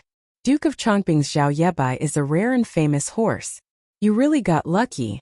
The Zhao Yebai he spoke of was a white horse with a body as white as snow, without a single strand of other hair. Even the horse's mane was pure white. Compared to the white horse that Yang Quan had given to the Li family, Zhao Yebai was an extremely luxurious prince. The original white horse was a beggar wearing dirty white clothes. The two simply couldn't be mentioned in the same breath. Li Wang, you immediately fell in love with this white horse. Under the sun, its coat was so white that it was dazzling. No wonder it was called Zhao Yebai. It was extremely fitting. So winning the match had this kind of benefit. Li Wangyu couldn't help but want to thank Zhang Liang. He really was a good person, giving him gold and a horse. He was too polite. Ziyu, how about I exchange 2 horses with you? I also really like this Zhao Yebai. Feng Ai shamelessly asked. In response to his words, Li Wangyu threw out the contempt of a king. Please leave in a mellow posture. What do you mean? Feng Ai stupidly asked. Duhe's eyes turned, and he figured out the meaning of Li Wangyu's words. Holding back his laughter, he said, I'm telling you to get lost. I'm going to kill you. While the silk pants were laughing and joking, in front of the Hall of Martial Virtues, Pai Lupi was put in a difficult position because of Wei Zheng's words. Duke Wei, I'm afraid this is not appropriate. After all, he's only 16. Chapter 343. Naturally, Pai Lupi and Wei Zheng were talking about Li Wangyu. Facing Pai Lupi's hesitation, Wei Zheng said righteously, Your Majesty, horses are the military equipment of the country. Without them, the country is in danger. Hu Xiannan has presented this horseshoe. His merit is no less than opening up new territory. With such a wonderful merit, how can we not reward him because he is young? Pai Lupi hesitated. Of course, I agree with Duke Wei's words. However, Zio has only been given a title for a month. If we give him another title, won't we be spoiling him? It turned out that Wei Zheng was actually advising Li Er, requesting Li Er to reward him with a title of nobility based on the contribution of the horseshoes. Pai Lupi was hesitant about Wei Zheng's suggestion. It was not that he was unwilling to give up the title. In truth, with Li Wangyu's contributions, it was already unfair for him to only be given the title of founding county man. After the Ministry of Works experimented with four-wheeled carriages, they realized that using these carriages to transport grain was not only many times faster than before, but the cost was also reduced to 10% of the original. Just this item alone was enough to stabilize Long Jiudo, who was originally in a precarious situation. Long Yudao faced a lot of military pressure, especially to defend against the Western Turks. The Tang dynasty had always wanted to send in a large number of troops. However, due to the lack of supplies, notice Long Yudao only had a few thousand men. From Chang'an city to the few important prefectures in Long Yudao, the distance was over 2,000 miles. Before Li Wangyu made the four-wheeled carriages, it would take 1 to 2 months for the cow carriages to transport grain from Chang'an to Longyu. Along the way, the people and horses ate, and in the end, less than 20% of the resources were left. After the Ministry of Works experimented with the four-wheeled carriages, they used 4 horses to pull the carriages from Chang'an City to Longyu Prefecture in just a short 20 days. In one trip, they managed to transport enough grain for a few thousand men for a year. This greatly reduced the military pressure on Longyu, and they even started to have the ability to infiltrate the West region countries. After obtaining sufficient supplies, there were even voices in the imperial court discussing whether or not to attack Gaochang. In short, the seemingly inconspicuous four-wheeled carriage brought the Tang dynasty more than just a means of transportation. Now, the horseshoes developed by Li Wangyu were no less significant to the Tang dynasty than the four-wheeled carriage. Therefore, Wei Zheng directly asked Pai Lupi to give Li Wangyu another title. Your Majesty, if Gan Luosher can be a prime minister, why can't Li Zio be conferred a noble title? If I don't reward a man for his merits, I'll fail him. Please reconsider, Your Majesty. Wei Zheng continued to persuade Pai Lupi. Although Empress Zhongsun, who was beside Pai Lupi, never interfered in court politics, she couldn't help but say, Erlang, I feel that Duke Wei's words are reasonable. Since even Empress Zhongsun had spoken, Pai Lupi did not continue to argue. He pondered for a moment and slowly nodded. Maid Guanyin and Duke Wei are right. I've learned my lesson. The title of nobility in the Tang dynasty was bestowed by the emperor to the nobles and their meritorious officials. Li Erk made the decision on how to reward them, and there was no need to discuss it with the other officials. Li Er asked the inner attendant to summon Fang Xianling and Du Ruhui, who were at the side, and whispered a few words to them. However, when old Fang and old Du heard this, they couldn't help but look at Li Wangyu, who was still fooling around with the debauches. This young man was amazing. Looking at their own son beside him, old Fang and old Du, the two officials in the imperial court, felt a little depressed. Sure enough, the topic of other people's children was inescapable from ancient times. Fang Xianling and Du Ruhui did not express any doubts about Pai Lupi's instructions. They nodded and went to do their own work. After Li Wangyu finished playing with the playboys, he excitedly walked to Pai Lupi and was ready to talk to Pai Lupi about the polo field and the polo league. Before he opened his mouth, Fang Xianling, who was beside Pai Lupi, stood out with a roll of yellow silk in his hand. There is a system. Li Wangyu, the male founder of Hu County, received the imperial edict. Fang Xuanling's words immediately silenced the noisy scene in front of the Hall of Wuda. Why issue an imperial edict at this time? Naturally, there were shrewd people among the officials. Thinking of the horseshoes, they immediately guessed the content of the imperial edict.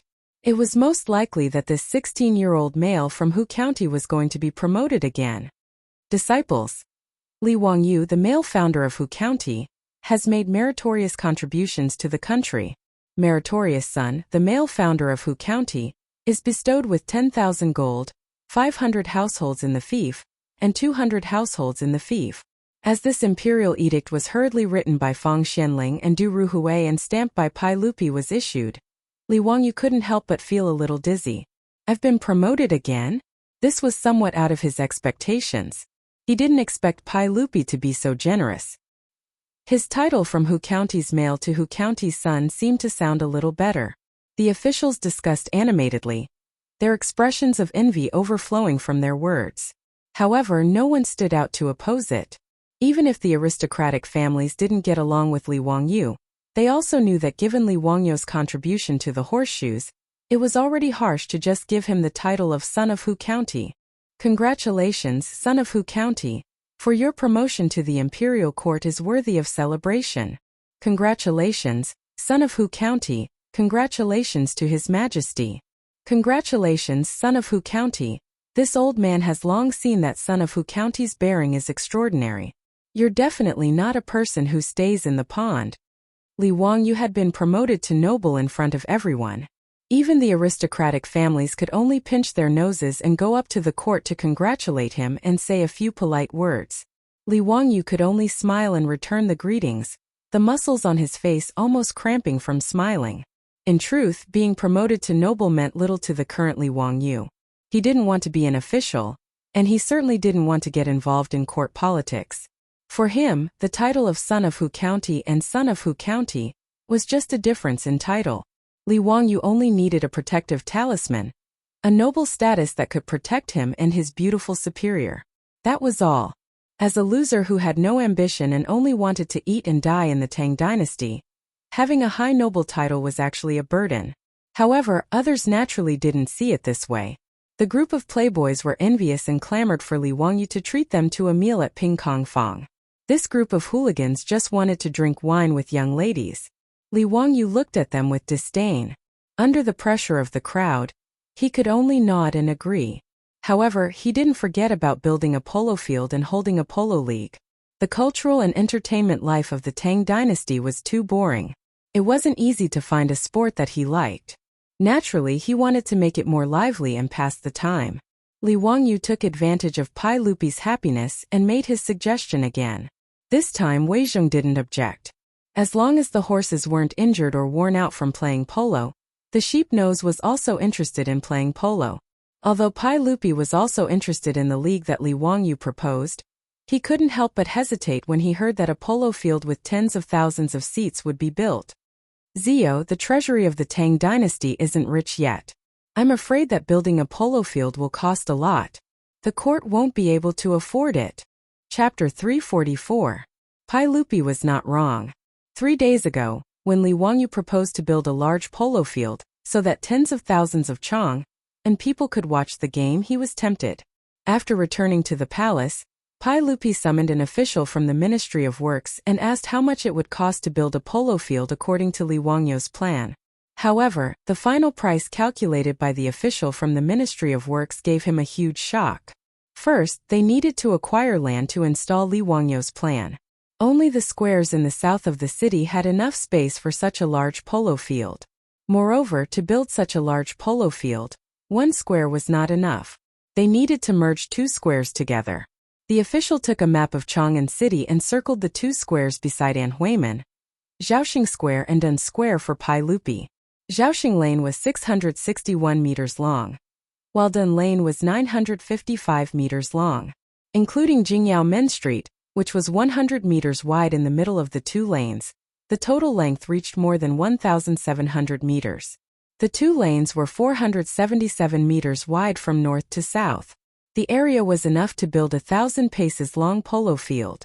Moreover, the 2 squares were close to the outer city wall.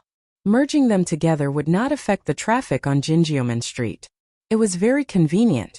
The cost of building houses in the Tang dynasty was not high, but the land in Chang'an city was quite expensive. As the saying goes, every inch of land has the same price as gold. Even though Zhaoxing Square and Dun Square were located at the south gate of Chang'an city, and were the cheapest places in Chang'an city, they were still very expensive. In history, Ma Zhou, as an imperial censor, could not even afford a house in Chang'an city because that house was priced at 2 million. 2 million was 2,000 strings of cash and 300 taels of gold. The house that Ma Zhou wanted to buy only took up 1/32 of the area of 1 square. In the end, it was Li Er who waved his brush and asked the Yamen to pay for Ma Zhou's house. Only then did Ma Zhou have his own house. Although the land in the south of Chang'an city was much cheaper than the area where the officials lived in the north of the city. However, the official estimated that buying all the land in Zhaoxing Square and Dun Square would cost 60 to 70,000 strings of cash, which was 60 million copper coins and 10,000 taels of gold. And this was only the price of purchasing the land. According to Li Wangyu's idea, a large amount of soil should be piled up on both sides of the polo field to form high stands. It was a simple elementary school math problem. A rectangle that was 1,500 meters long and 400 meters wide had a circumference of 3,800 meters. The amount of work required to build a 10-meter-tall mound was astonishing in the eyes of the Tang. The official from the Ministry of Works calculated the cost and estimated that it would cost no less than 50 million yuan. It was another huge sum of money. In addition to the other facilities, the Ministry of Works official gave Pai Lupi a number that gave him a toothache. 120 million coins and 20,000 taels of gold. In fact, Pai Lupi could afford it. Just today, the old rogue Chang Yaojian had won more than 40,000 taels of gold from the officials and nobles in Chang, and after deducting the compensation, Pai Lupi would take half of the 40,000 taels of gold, Chang Yaojin would take 30%, and Li Wangyu would take 20%. The amount of gold that Pai Lupi took was enough to build this unprecedented polo field in the Tang dynasty. But Pai Lupi was reluctant to part with it. With so much gold, how much would he need to buy if he went to the western region to buy horses? He felt that it was not worth it to build a polo field for the people's entertainment. Zio, building the polo field you mentioned would require at least 20,000 taels of gold. With such a large sum of money, the national treasury would be stretched. If you don't believe me, you can ask Prime Minister Fang, Prime Minister Du, and Eunuch Wei. Pai Lupi spread out his hands, indicating that he had no money. Li Er's evasive words, if it were others, they would probably believe it. But Li Wangyu knew that half of the money that Chang Yaojin won would be given to Pai Lupi. This fellow was stingy and stingy. Li Wangyu purposely pointed his mouth in Chang Yaojin's direction, indicating that he knew about the division of the spoils. Your Majesty, please think of another way. Pai Lupi ignored his hint and pretended that he did not see it. He clenched his teeth and said, Zio, I can't cook without rice. I really don't know what to do. Damn, this fellow was born in the year of the Pai Xiu, only taking in and not taking out. With Pai Lupi acting so shamelessly, Li Wang, you could not do anything about it. Did this fellow not understand that if there was output, there must be input? 3 days ago, he thought of building a polo field on a whim. But in the past few days, Li Wangyu had carefully thought about it and felt that it was very promising. The tickets for the polo field, the on-site advertisements, and the surrounding shops were all money. And for a long time in the future, it would be impossible for a second polo field of this scale to appear in Chang'an city. Was there a need to worry about not being able to make a profit? The Tang dynasty was lacking in entertainment, and polo was popular but rarely seen. Was there a need to worry that the stadium would not be full for every game? Seeing that Pai Lupi was unwilling to pay, Li Wangyu rolled his eyes and leaned over to Pai Lupi and whispered, Uncle, can I borrow some money from you? Borrow money? How much do you want to borrow? I don't have 20,000 taels of gold to lend you. Pai Lupi heard this and looked at Li Wangyu very warily. Li Wangyu laughed. Not much, just 10,000 taels of gold. No. Uncle, I'll pay you according to the interest rate of the official money. How about that? No, I don't have money. You really don't want to lend? No. Li Wangyu pretended to be regretful and shook his head. If you don't want to lend, then forget it. I'll ask the officials later and see if I can borrow 10,000 taels of gold. By the way, I can also talk to them about Lu Guogong being the banker and setting up the gambling. Come back, you bastard. Be careful or I'll beat you. Okay, when Lu Guogong receives the gold, I'll ask him to give you 10,000 taels of gold. Don't talk nonsense. Pai Lupi was anxious when he heard this. The dignified emperor of the Tang dynasty had colluded with the founding Lu Guogong to set up a gambling scheme to cheat the officials of their gold. If this matter was spread out, Pai Lupi would still have face? Hey uncle, don't worry. I'm the most tight-lipped one. Li Wangyu quickly patted his chest and promised. Get out, get out. Don't let me see you again today. You bastard, you're pissing me off. Pai Lupi turned around and left. He didn't want to say another word to Li Wangyu. Empress Zhongsun and concubine Yang both covered their mouths and chuckled. They followed Pai Lupi and left.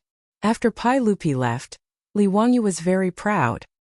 He didn't have the slightest bit of unhappiness when the fops asked him to treat them at Ping Kong Fong. It was all thanks to this group of lovable fops who forced him to watch the polo match at the Northern Imperial Army's barracks. As a result, watching the polo match not only raised his title by 1 level, but also earned him a huge polo field in Chang'an City. Of course, he was most satisfied with the horse, Zhao Yebai. Li Wangyu loved the horse so much that he couldn't put it down. He was also extremely grateful to Zhang Liang, the boy who gave him money. A good person. The Tang dynasty needs such a good person. But as the saying goes, a handsome person can't be handsome for more than 3 seconds. Li Wangyu's complacent mood didn't last for long. Chapter 345. The morals of the officials and nobles of the Tang dynasty were still above average.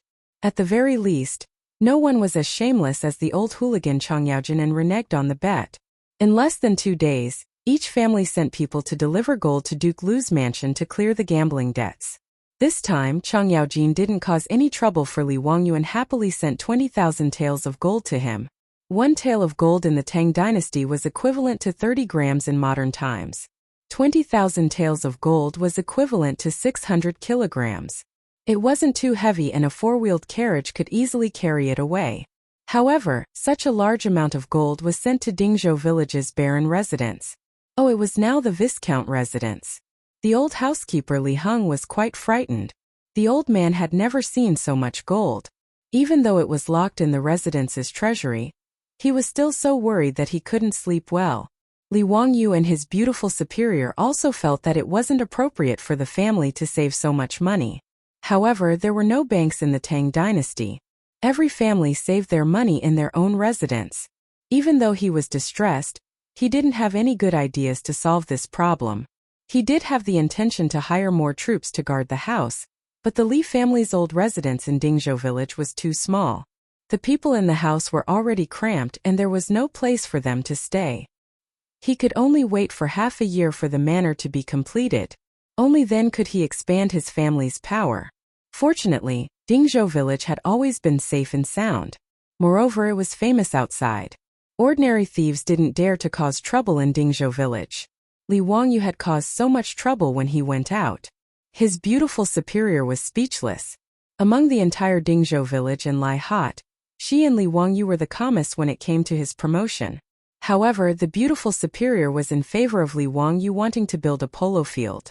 It wasn't that she liked playing polo. It was just that she knew better than Li Wangyu what such a large stadium meant. Li Wangyu had never been to Europe or America. Huaxia's large stadiums weren't profitable. Most of them were operating at a loss. However, when his beautiful boss studied in the United States, she had a good understanding of the operation of European and American sports stadiums. As long as the number of guests was guaranteed, profits were inevitable. Her view was the same as Li Wangyu's.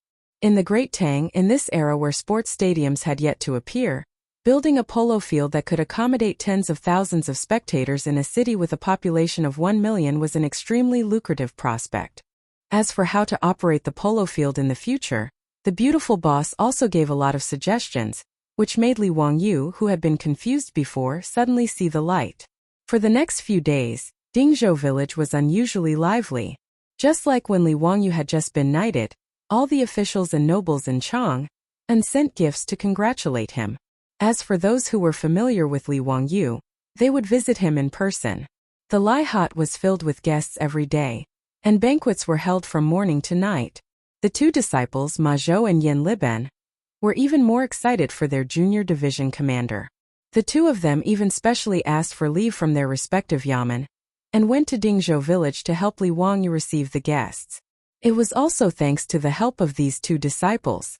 Otherwise, Li Wangyu suspected that he would be the first nobleman in the Tang dynasty to die of exhaustion because of a knighthood promotion. The villagers were even more honored that their lord had been promoted, and they all came to congratulate him.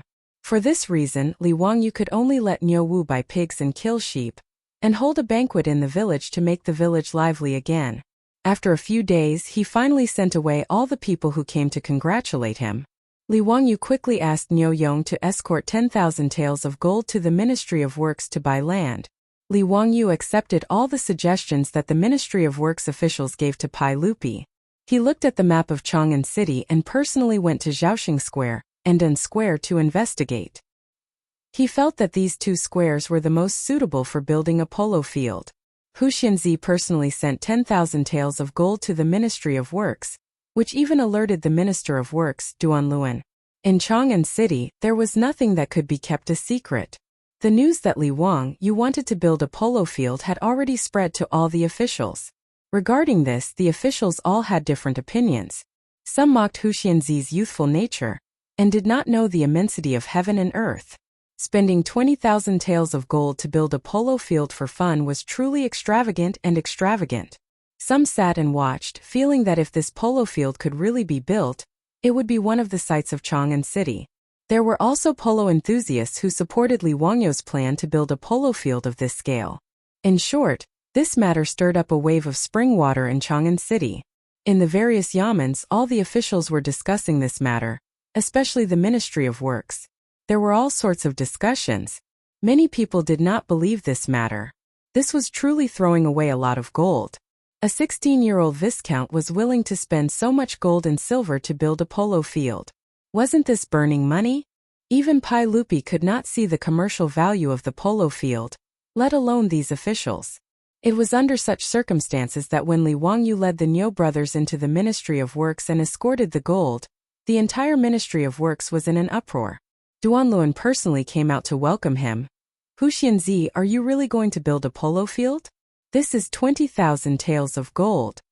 After Li Wangyu greeted Duan Luan, he smiled and replied, Minister Duan, your nephew has already sent the gold, so how can it be fake? These 10,000 taels of gold are used to redeem the land in Zhaoxing Square and Dan Square.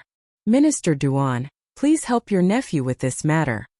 Duan Luan, the Minister of Works, was related to Li Wangyu by marriage.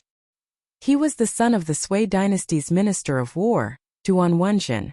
After rebelling against the Sui dynasty, he joined the Tang dynasty and married Li Yuan's daughter, Princess Gaomi. Princess Gaomi was Pai Lupi's sister, so Duan Luan was Pai Lupi's brother-in-law. It made sense for Li Wangyu to call himself a nephew. If the polo field was to be built successfully, the Ministry of Works would have to cooperate. Not only did they need to redeem the land, but they also needed to recruit workers to build the polo field. Since ancient times, there had been too many shenanigans involved in construction projects. Li Wangyu did not wish for the gold that he had painstakingly dug out from Li Er's mouth to be embezzled by others. Hu Xianzi is indeed a young hero. You are really generous. Don't worry, I will help you with this matter. As long as you have enough money, the polo field will be completed in at most a year. Duan Luan twirled his beard and nodded with a smile. Li Wangyu hurriedly bowed again. Thank you, Minister Duan. When the polo field is completed, your nephew will invite Minister Duan to watch the football match. Haha, that's great. I'm also looking forward to it. The two exchanged a few more pleasantries. After Li Wangyu handed over the gold to the officials of the Ministry of Works, he left in satisfaction.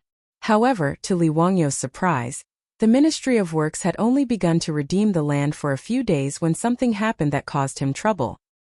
He never expected that the Tang dynasty would also have nail households.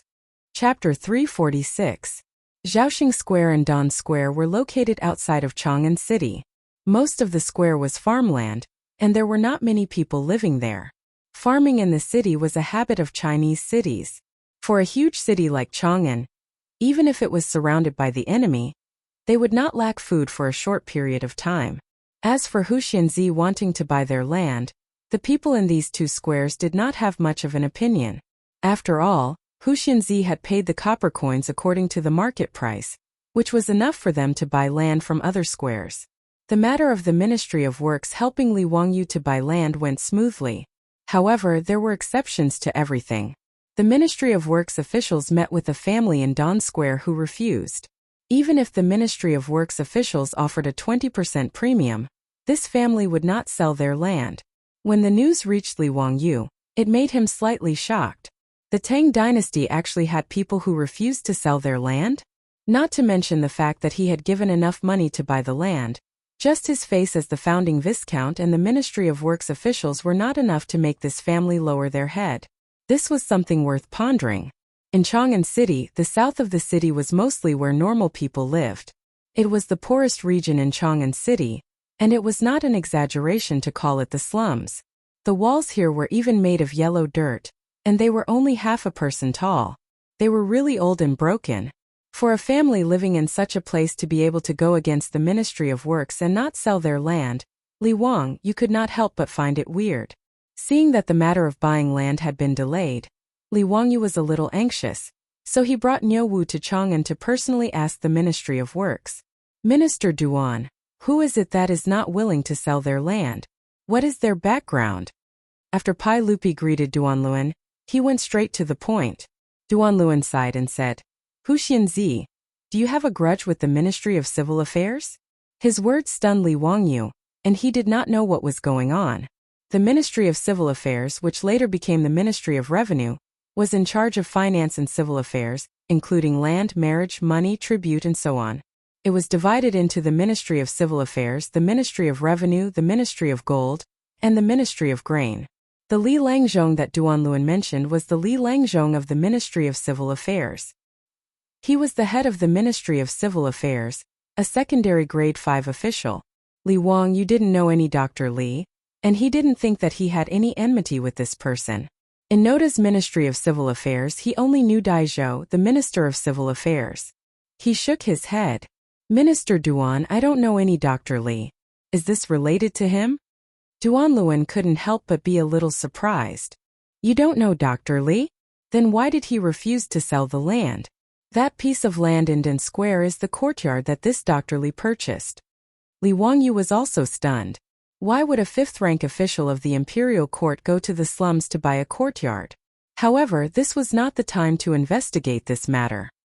He hurriedly asked, Minister Duan, did this Dr. Li say why he was unwilling to sell the land? I haven't offended this person. Duanluan shook his head. Then it's troublesome. Dr. Li is adamant that he doesn't want to sell the land. The Ministry of Works can't do anything about it. We can't force him to sell the land. Li Wangyu frowned. Sure enough, demolition was a troublesome matter no matter when. Now, a lot of land in Zhaoxing Square and Dun Square had been bought. If he couldn't deal with this Dr. Li, then the construction of the polo field couldn't continue. After thanking Duanluan, Li Wangyu got up and left. He planned to find someone to ask about this Dr. Li's background and why he wanted to go against him. For information, he just needed to find the foppish playboys. This group of top foppish playboys of the Tang dynasty had nothing to do every day and wandered around Chang'an. In Chang'an there weren't many things that they didn't know. Sure enough, as Li Wangyu expected, the foppish playboys knew all about the background of this Dr. Li from the Ministry of Civil Affairs. But after knowing his background, Li Wangyu became even more depressed. This Dr. Li from the Ministry of Civil Affairs was indeed not acquainted with Li Wangyu. But he had a younger sister who was married to the Duke of Chongping, Zhongliang. Dr. Li was the elder brother of the Li clan, Zhongliang's brother-in-law, and Zhongliang's brother-in-law. This made Li Wangyu so depressed that he almost vomited blood. Did he have to be so arrogant? You're a 5th-rank official and your mansion is in the north of the city. Why did you go to the south of the city to buy land and build a villa? Li Wangyu naturally didn't know that Dr. Li had bought that land in Dun Square because he had been tricked. The elder brother of the Li clan was called Li Ru. He was a very devout Taoist monk. He was good friends with the abbot of the Tai Ching Palace in Chang'an. One time he asked the abbot about feng shui. The abbot said that his lucky star was in the south, so he should live in the south of the city. Li Ru believed this without a doubt, so he bought that land in Den Square and built a villa there. Every rest day, Li Ru would go to his villa in Den Square and stay there for a day. In fact, if not for the conflict between Li Wangyu and the Li clan, Li Ru would have sold the land to Li Wangyu for the sake of the Ministry of Works. After all, there were many squares in the south of the city. With Li Ru's status as a minister, he could have built a villa there. But that day, Li Ru was also in front of the Hall of Martial Virtues. He watched as his brother-in-law sullenly lost the polo match. Not only did he fail to avenge his younger sister, he also lost his Zhao Yebai. And because of this, he lost 500 taels of gold to Chang Yaojin. This made him even more jealous of Li Wangyu. Now that Li Wangyu wanted to buy his villa to build a polo field, how could Li Ru let him have his way and sell the land to him? After figuring out what was going on, Li Wangyu could only sigh. Was he really that unlucky? If he had known, he would have bought 2 other squares and it would not have been so troublesome. It was too late to say anything now. He could only think of a way to solve this problem. He knew that he had a grudge with Zhang Liang and the Li clan. If he rashly went to buy the land, he would only be suffering. He could only think of a way to find someone to help him. The first person that Li Wangyu thought of was the Ministry of Civil Affairs Dai Zhou. As Li Ru's immediate superior, Li Wangyu believed that Li Ru would definitely give Dai Zhou face. Li Wangyu and Dai Zhou had met a few times and could be considered acquaintances. He brought gifts and a greeting card and personally went to Dai Zhou's residence to ask Dai Zhou to help him. As long as Li Ru was willing to sell the land to him, the price was negotiable. To this, Dai Zhou naturally nodded in agreement. In his eyes it was just a small matter. But no matter if it was Dai Zhou or Li Wangyu, they did not think that Li Ru would not give any face to his immediate superior. No matter how Dai Zhou tried to persuade him, Dr. Li would not sell the land. Dai Zhou, who had lost face, could not do anything. He could only send someone to tell Li Wangyu that there was nothing he could do. He wanted Li Wangyu to find another way. Seeing that Dr. Li of the Ministry of Civil Affairs was so difficult to deal with, Li Wangyu was dumbfounded. For such a small matter, he could not go find Pai Lupi, right? And after Dai Zhou said that the project had failed, Li Wangyu even suspected that Dr. Li would not give face to Pai Lupi. After all, even if it was Pai Lupi, he could not force his subordinate to sell the land. For a moment, Li Wangyu was at his wits' end. The land that Zhaoxing Square and Den Square had bought was also put on hold. Li Wangyu was still trying to think of a way to deal with this stubborn person. He did not expect that because of the construction of the polo field, he would be impeached by the imperial censor in the court. Chapter 347. The aristocratic families, led by the Wang clan of Taiyuan, did not let go of their conflict with Li Wangyu, just because he had been promoted. However, Li Wangyu was not in the imperial court and was just an idle noble. It was difficult for them to take advantage of Li Wangyu. However, Li Wangyu wanted to build a polo field in Chang'an, which provided a target for the aristocratic families to attack him. After the officials paid their respects to Pai Lupi, they were just about to sit down and begin the discussion when an imperial censor stood up and stepped forward. Your Majesty, I have something to report. Report it. I am impeaching the founder of Hu County. He is arrogant and extravagant. He is greedy for pleasure and wants to spend 20,000 taels of gold to build a polo field just for the pleasure of hitting balls. He is truly extravagant. Your Majesty, the Confucius said, do not worry about scarcity but about inequality. Do not worry about poverty but about insecurity. The founder of Hu County should not be allowed to indulge in his extravagant ways. He is an extravagant person who wastes his wealth and brings harm to himself. When Pai Lupi heard this, he could not help but frown. Everything was going well, so why was Li Wangyu being impeached? He did not care about the censor's impeachment. If Li Wangyu was willing to spend money to build a polo field, why should he care about them? Naturally, he could not casually say this, so he continued to listen to the censor. Your Majesty, the Confucius said, there is only so much wealth in heaven and earth. Frugality is a virtue. Prohibition of extravagance is a good government. However, the founder of Hu County spent a lot of money to build a polo field. He also forcefully bought land from the people, causing public resentment. I ask your majesty to punish the founder of Hu County and ban the construction of a polo field.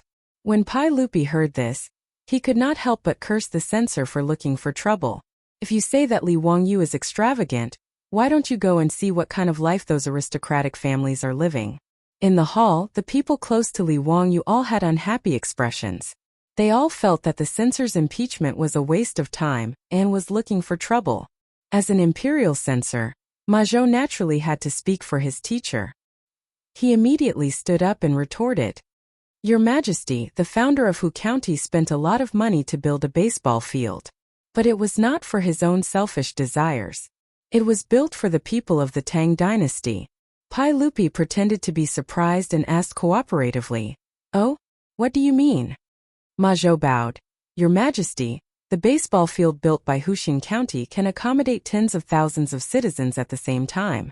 The people of the Tang dynasty like to play ball, but they usually don't have the chance to see it. If the baseball field is built, the tens of thousands of people in Chang'an can have fun with His Majesty. This is a wonderful thing. How can it be called arrogant and extravagant? He glanced at the censor from an aristocratic family and said in a clear voice, Mr. Huxian spent a lot of money to benefit the people of Chang'an. What he did was to help the people of Chang'an. He should be rewarded by His Majesty. Ma Zhou paused and continued. As for the land redeemed by Mr. Huxian County, the people complained. Let me ask you, what kind of people did they complain about? Why didn't I hear any complaints from the people of Zhaoxing and Dan? But they were very satisfied with the land redeemed by Mr. Huxian County. The censor was a little speechless. He couldn't say that Minister Li of the Ministry of Civil Affairs complained, could he? For a moment he was speechless.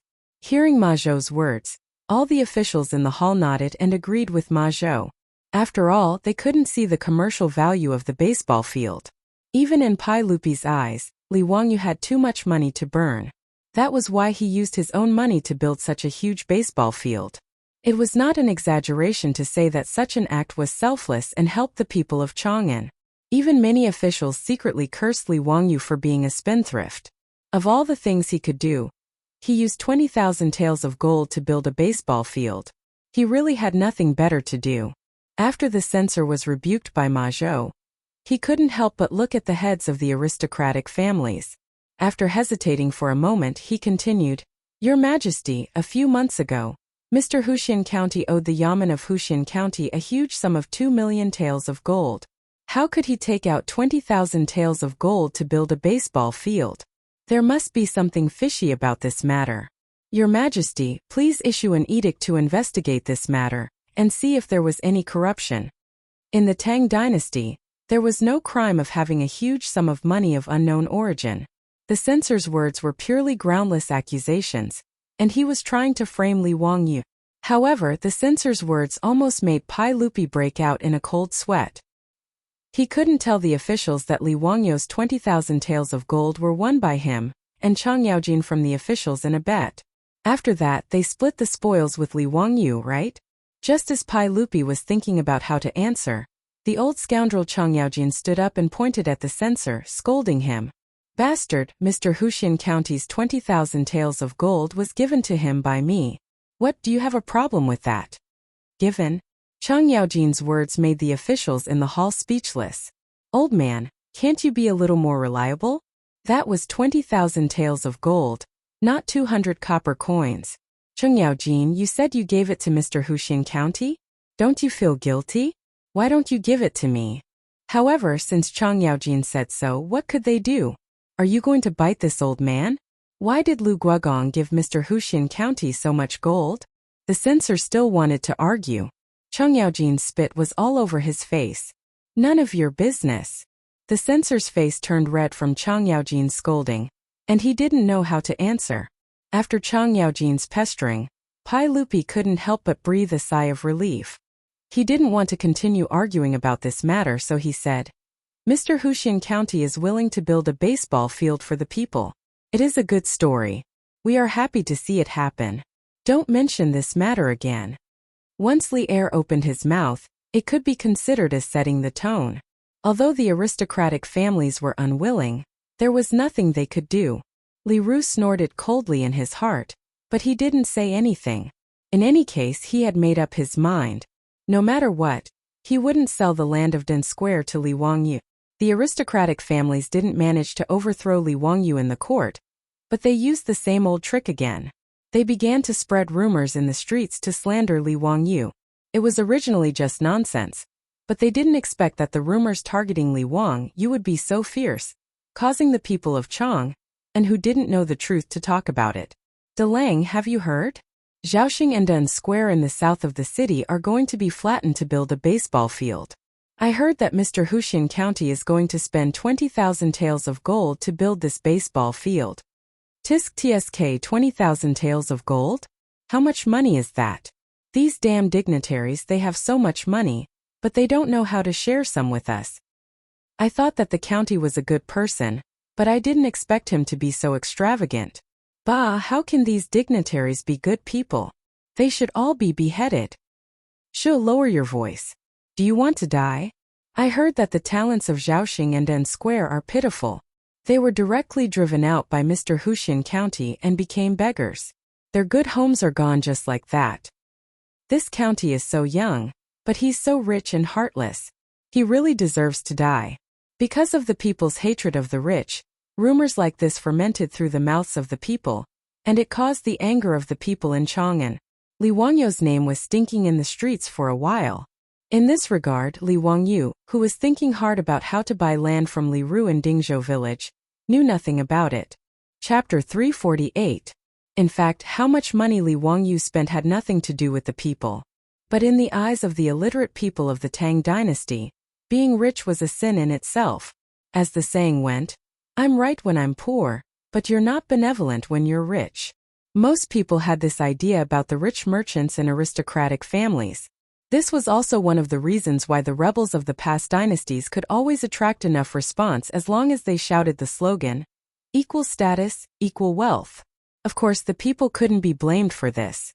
Even in the prosperous Tang dynasty, under such a feudal system, all kinds of injustice could be found everywhere. It was quite normal for the people to hate the rich and powerful. However, Li Wangyu had suffered an unexpected calamity. After a wave of rumors spread by the aristocratic families, coupled with the common people's innate hatred for the rich and powerful, Li Wangyu had been tricked just like that.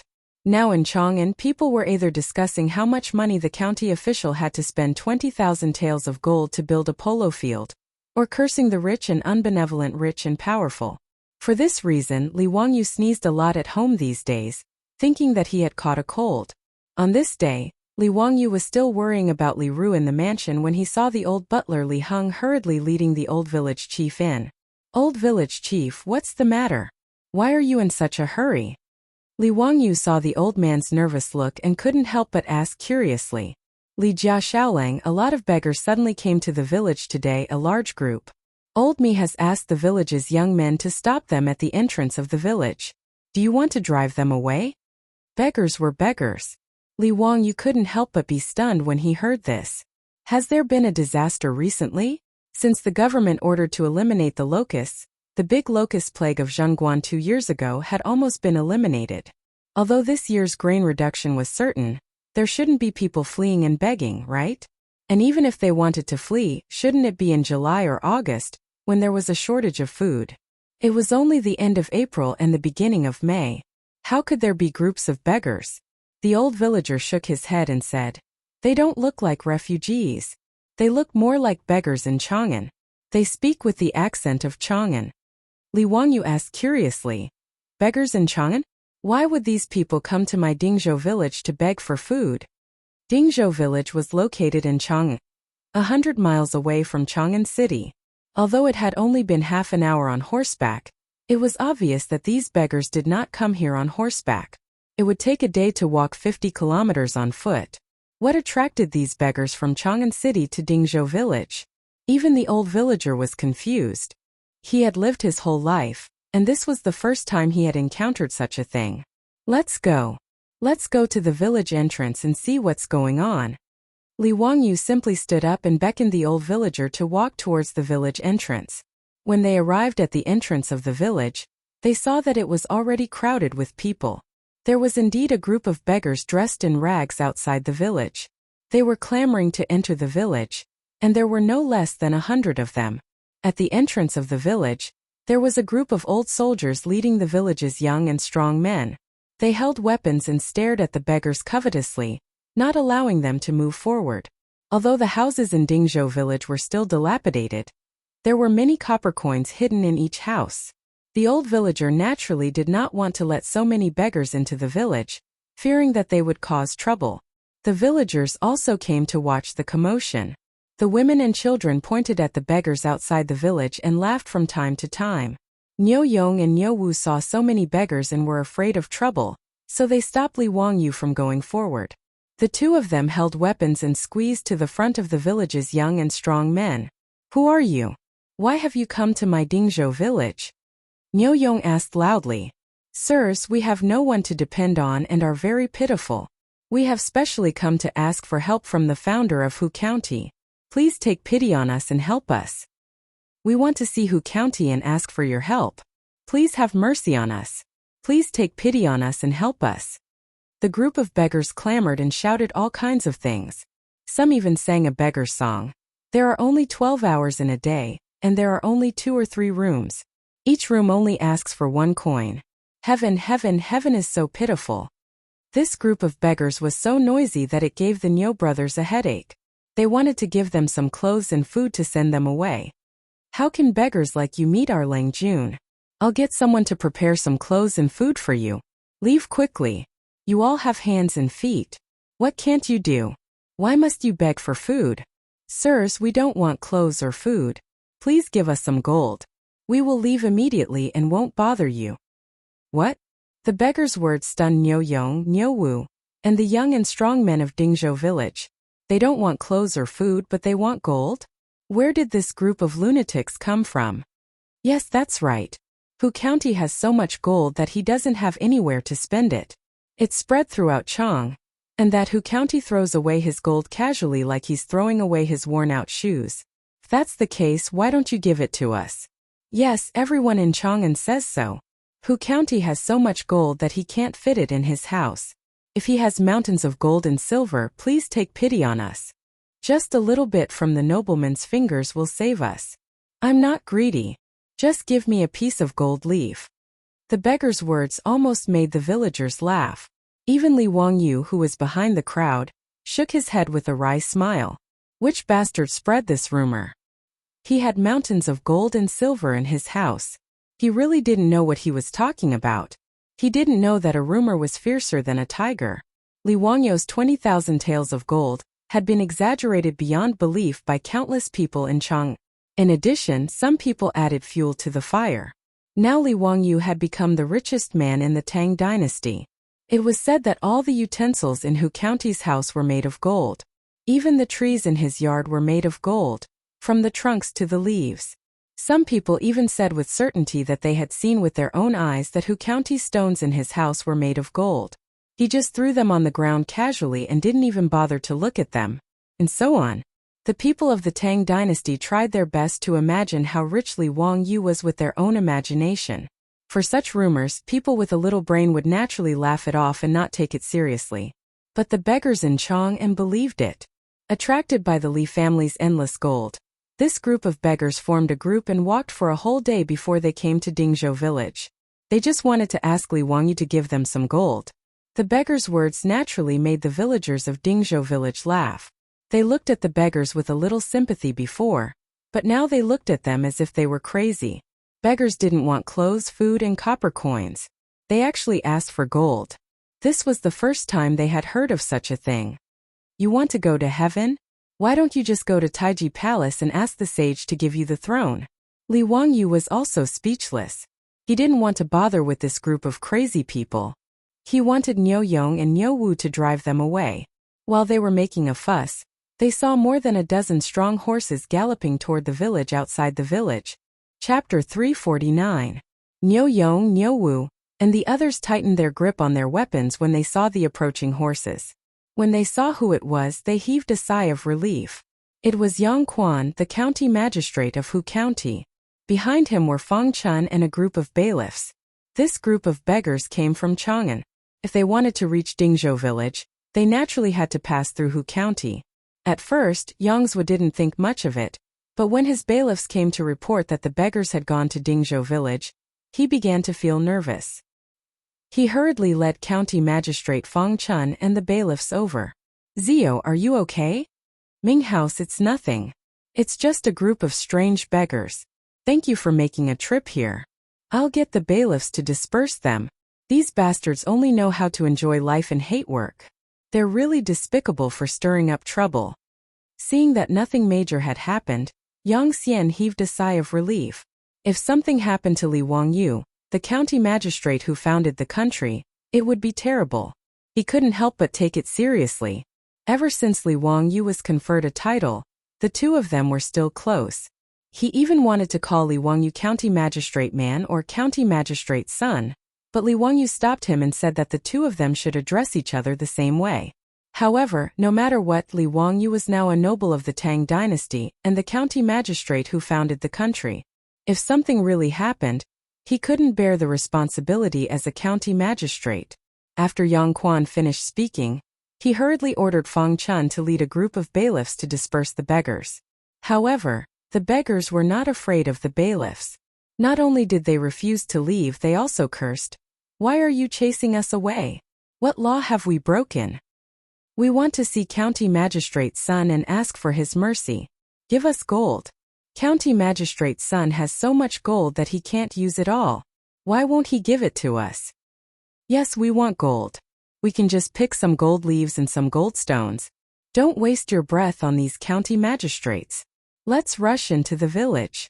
That county magistrate has countless gold for us to use." Yes, charge in and get the gold." The Yamen runners wanted to drive this group of beggars away, but they saw that the beggars suddenly became agitated. They actually wanted to break through the blockade of the young and strong villagers and rush into the village. Seeing that this group of beggars was about to cause trouble, the bailiffs did not dare to be careless. They hurriedly pulled out their knives and chains from their waists and threw them at the beggars. The youths of Dingzhou village were also nervous. They clenched the weapons in their hands. All the beggars who wanted to attack the village were all beaten to the ground. More than 100 beggars in front of Dingzhou village's group of strong and powerful youths, as well as the county Yamen runners. Naturally, they did not have an easy time. It didn't take long for them to be knocked to the ground. Many of the remaining beggars wanted to run away, but they were all chased back by the bailiffs and tied together with ropes. Li Wangyu was at a loss. He was still confused about the farce in front of him. What the hell was going on? What on earth happened in Ming House? Why did a large group of beggars from Chang'an City come to our Dingzhou village to cause trouble? Li Wangyu asked Yang Quan. Yang Quan had a strange look on his face. "Zio, don't you know?" "What do I know?" Li Wangyu was even more puzzled. Yang Quan hesitated for a moment and told him what happened in Chang'an City. When Li Wangyu heard all the rumors about him in Chang'an City, he could not help but be dumbfounded. What the hell was this? He was planning to build a polo field. Who did he offend? How could it be said that the trees and stones in his house were all made of gold? Damn it, why didn't they say that even the shit he took was made of gold? What was more infuriating was that he, a man of ideals, morals, culture and discipline, a man from the 21st century, was actually rumored to be a typical example of a rich man being heartless. It was really unbearable. Who the hell was this person who was disgusting him? Li Wangyu began to flip through the little black book in his heart again, preparing to find out what kind of enemies he had. After thinking about it, it seemed that there was no one else who could and would do this except for those shameless aristocratic families. He had forgotten that his method of pasting big characters and small posters to the aristocratic families did not seem to be any better than the aristocratic families spreading rumors. While Li Wangyu was sulking and cursing the aristocratic families in his heart, Yang Quan had already asked the county magistrate, Feng Chun, to tie up all the beggars with ropes and string them into a string, intending to escort them back to the county office. However, his county office could not hold so many people. Most likely, they would be brought back to the county office to be beaten and then driven out. Yang Quan was worried that these beggars would come back to cause trouble again, so he called the old village chief over and gave him a few instructions. He told him to be more careful and not let the rascals disturb the village and the county magistrate. In response, the old village chief nodded repeatedly. The old man was also worried. Now that the village had suddenly become rich, it would not be good if there were rascals spying on them. After consulting with Li Wangyu, the old village chief ordered the old soldiers to lead the group of young men to start setting up fences at the village entrance. He also arranged for people to start patrolling the village day and night. While Yang Quan and the old village chief were busy, Li Wangyu angrily returned to the mansion. He found his beautiful superior and poured out his grievances. When the beautiful superior heard the unreliable rumors in Chang'an City, she could not help but cover her mouth and secretly laugh. Li Wangyu angrily glared at her. What kind of person was she? Not only did she not comfort his hurt heart, she was even gloating at his misfortune. She really deserved a spanking. He unconsciously looked at the beautiful superior. Because she was kneeling on the wooden couch, her dress was stretched to the point that it looked like a tempting peach. He could not help but swallow his saliva. Where are your eyes looking at? Be careful or I'll kill you. The beautiful superior naturally noticed Li Wangyu's gaze and could not help but blush. She twisted her body, stretched out two slender fingers, and waved them in front of Li Wangyu's eyes like scissors. No, nothing. Li Wangyu hurriedly averted his gaze, not wanting to think about those annoying things. With such a beautiful woman by his side, why should he think about those bullshit rumors? Who would like to spread those nonsense? Would he lose a piece of flesh? Looking at the beautiful superior's soul-stirring face, Li Wangyu could not help but feel a fire in his heart. Chongqing, you see, since we came to the Tang dynasty we haven't gone out together. Why don't we go sightseeing in Chang'an City today? Humph, are you asking me to go out? Su Chongqing proudly raised her white slender neck, with a sly smile on her stunning face. Li Wangyu could not help but swallow his saliva again. Hey, yes, little girl. How about accompanying me to have fun today? Sorry, I don't date children. After the beautiful superior finished speaking word by word, she giggled and ran back to her room before Li Wangyu could react. When Li Wangyu figured out the meaning of her words, he was so angry that he almost pulled out a 40-meter-long broadsword and chased after her. Damn, I was teased again. You are a child. Chongqing, you tell me clearly, who is a child? Li Wangyu turned around and chased out. After a while, Li Wangyu and the beautiful superior rode straight to Chang'an City. The beautiful woman rode a snow-white horse, which made Li Wangyu feel a bit of resentment. Without a doubt, the horse that Zhang Liang had lost to him, Zhao Yebai, had been taken by his beautiful superior. Li Wangyu, who could not be Prince Charming, could only pinch his nose and ride the date-red horse to accompany the beautiful woman. This was really the first time the two of them had a real date. Chapter 350. There were not many scenic spots in Chang, and during Zhengguan's reign that were suitable for transmigrators. At least the big Wild Goose Pagoda and Little Wild Goose Pagoda had not been built yet. The terracotta soldiers and horses were still lying quietly on the ground, accompanying Qin Shi Huang. In the Tang dynasty there were no cinemas, bars, KTV, or nightclubs. Li Wangyu thought about it and felt that Xuzhong Pool was the most worthwhile place to visit. There was a poem that said, "The brocade hall is always embroidered with curtains during the day." The pink beauty coaxed him with wine, and the young man in green followed. The jade staff gently knocked the flower petals, and the golden whip was like a willow branch. Riding 3 to 5 horses, they traveled leisurely along Xuzhong Pool. This Xuzhong Pool was very suitable for traveling with the pink beauty. It just so happened that his beautiful superior had not been to Xuzhong Pool before. Hearing Li Wangyu's words, she was also interested. The two of them leisurely rode their horses and chatted softly in front of the pool. They were relaxed and comfortable. The only thing that made Li Wangyu dissatisfied was the big light bulb following behind them. Niu Wu insisted on following them and protecting them. Li Wangyu could not persuade him no matter how hard he tried. In the end, he could only tell Niu Wu to stay away from them while his beautiful superior snickered. Only then could he and Su Chongqing have some space to talk privately. After strolling until noon, Li Wangyu and his beautiful superior felt hungry and prepared to find a place to eat in Chang. Xuzhong Pool was too far away from Shi City.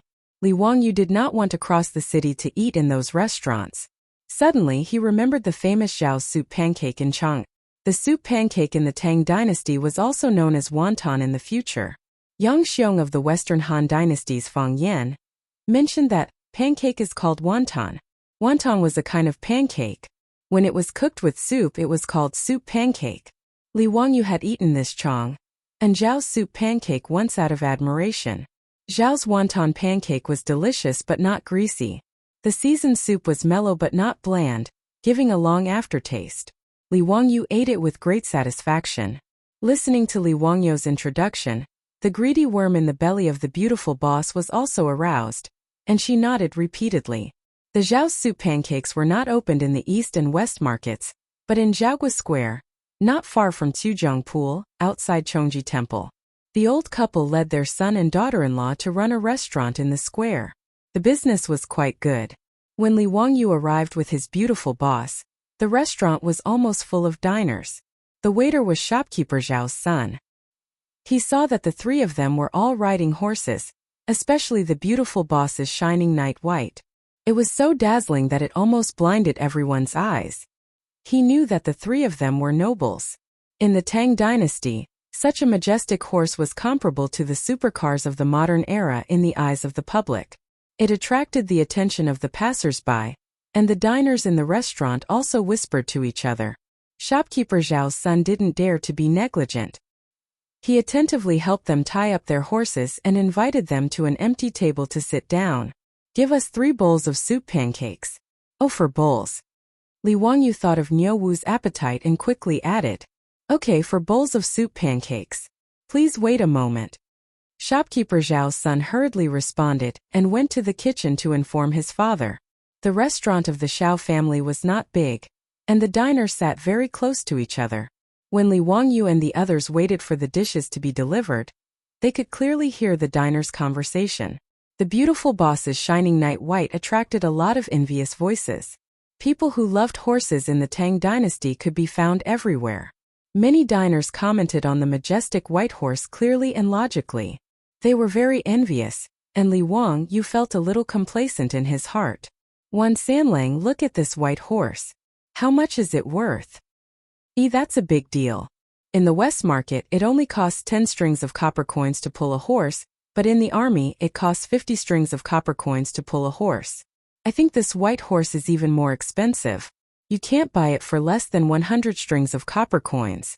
The diner called Wan Sanlang's voice was not low, and all the diners in the restaurant could not help but gasp. "His so expensive? Wan Sanlang, are you trying to fool us?" "Hey, what's there to fool you? I've been working in the cattle and horse market in the West Market for so many years. How can I not know this?" Wan Sanlang's words made the diners look at Li Wangyu and the others differently. At this time, Li Wangyu and the others' wontons had been delivered. They just pretended not to hear and buried themselves in the food. Everyone's discussion soon shifted from the precious shining yabai to the rumor of 20,000 taels of gold for the construction of a polo field in Chang'an. Li Wangyu could not help but frown when he heard that. Actually, compared to the famous founder of Hu County, what does this horse count for? I'm afraid you don't know. I have an elder brother who works in that county's residence. TSK, I'm not afraid to scare you to death if I tell you this, but in the residence of this county's founder, even the chestnut used for the toilet is made of gold and inlaid with all kinds of gems. Just those gems, any one of them can be exchanged for several horses like this. The man's words caused everyone in the restaurant to gasp again. Li Wangyu, on the other hand, almost choked to death because of his words. Bragging really doesn't pay tax. Also, your elder brother works in my house. This bragging really makes it seem as if it's true. Li Wangyu felt that if he was not talking about himself, he might have believed it. Damn, so what Yang Quan said was true. This rumor is getting more and more exaggerated. If it continues to spread, Li Wangyu will probably become the god of wealth who can turn stone into gold. The beautiful boss naturally heard this and couldn't help but cover her mouth and laugh. This made Li Wangyu so angry that he glared at her. Niu Wu's mouth was wide open. He thought that he was hallucinating. He was about to stand up and refute, but Li Wangyu pulled him back and shook his head, indicating that he should not speak. The atmosphere in the restaurant became livelier because of the bragging man's words. That's why that county spent so much money to build a baseball field for him to play in. It was a small matter. It's just a pity that the people of Zhaoxing and Da'an were chased out of their houses in the middle of the night in order to make room for that county. A perfectly good home was gone just like that. I heard about this matter. That county had countless gold in his house, but he was still so stingy. Not only did he not give them the money to buy the land, but he also let the people in his house kidnap women. TSK, the people of those two houses are in trouble. Their homes are gone, and even their slightly beautiful daughters were taken to the county's founder's house to be ravaged day and night. Isn't that right? Fortunately, my house is in Anlu House, which is just across Anhuayman Street from that Dun house. These days, the cries of the people of Dun House can be heard through the walls of the house. It's too pitiful. That county really doesn't know shame and acts like a beast. He's so extravagant and lascivious. I thought that someone who could write such a strange book as The Three Kingdoms must be a great scholar. I didn't expect him to be so unbearable. When Li Wangyu heard this, he could no longer hold it in. He slammed the table and stood up. The beautiful boss's face also turned cold. Her mischievous expression was gone. Niu Wuzi clenched his fists. The veins on his neck bulged in anger. It's fine to say that I'm rich and heartless, but to even talk about raping women and ravaging them day and night? This is simply forcing me to feed *T into my mouth. Damn it. Chapter 351. The sound of Li Wangyu slamming the table was so loud that it attracted everyone's attention. Li Wangyu angrily asked, "Everyone, aren't you afraid of being punished by the authorities for making up such rumors?" However, his words only caused the restaurant to be silent for a few seconds before being mocked by everyone. "Bah, why can't we talk about what that county magistrate did? Only county magistrates are allowed to set fires, but commoners aren't allowed to light lamps? This Lord Xiaolang must be from a wealthy family. That's why he's so protective of that county magistrate, right? Humph, they're all jackals of the same tribe. So what if he's rich? Just because he's riding a good horse he dares to shout and shout? If it were any other day, these diners wouldn't have dared to curse at someone riding a horse like Yebai. However, today, everyone in the restaurant was condemning that county magistrate. It was as if they were of one mind and the law couldn't punish the majority. Thus, even though they knew that Li Wangyu's group of three had extraordinary identities, they still attacked them. The beautiful woman's face was frosty as she coldly said, "Everyone, why are you insulting my innocence without any evidence? When has that county magistrate ever kidnapped a woman or occupied someone's land?" It would have been better if she hadn't said anything. Her words caused everyone in the restaurant to laugh. "Haha, young lady, why aren't you properly taking care of your husband and children in your residence? Why are you spouting nonsense? We all saw what that county magistrate did with our own eyes. How is he insulting your innocence? His appearance isn't bad, but I didn't expect him to have the heart of a poisonous scorpion. How much gold did that county magistrate give you for you to protect such a beast like him? I'm afraid this young lady isn't this young man's mistress, is she? Or perhaps she's a girl from Peace Square." Li Wangyu had already been enraged by these rumors in the marketplace. At this time, when he heard them humiliating his beautiful superior, he couldn't bear it any longer. He directly picked up the bowl of hot soup on the table and threw it at the person who said that his beautiful superior was the miss from Peace Square. The Zhao soup pancakes used the best chicken soup as the base.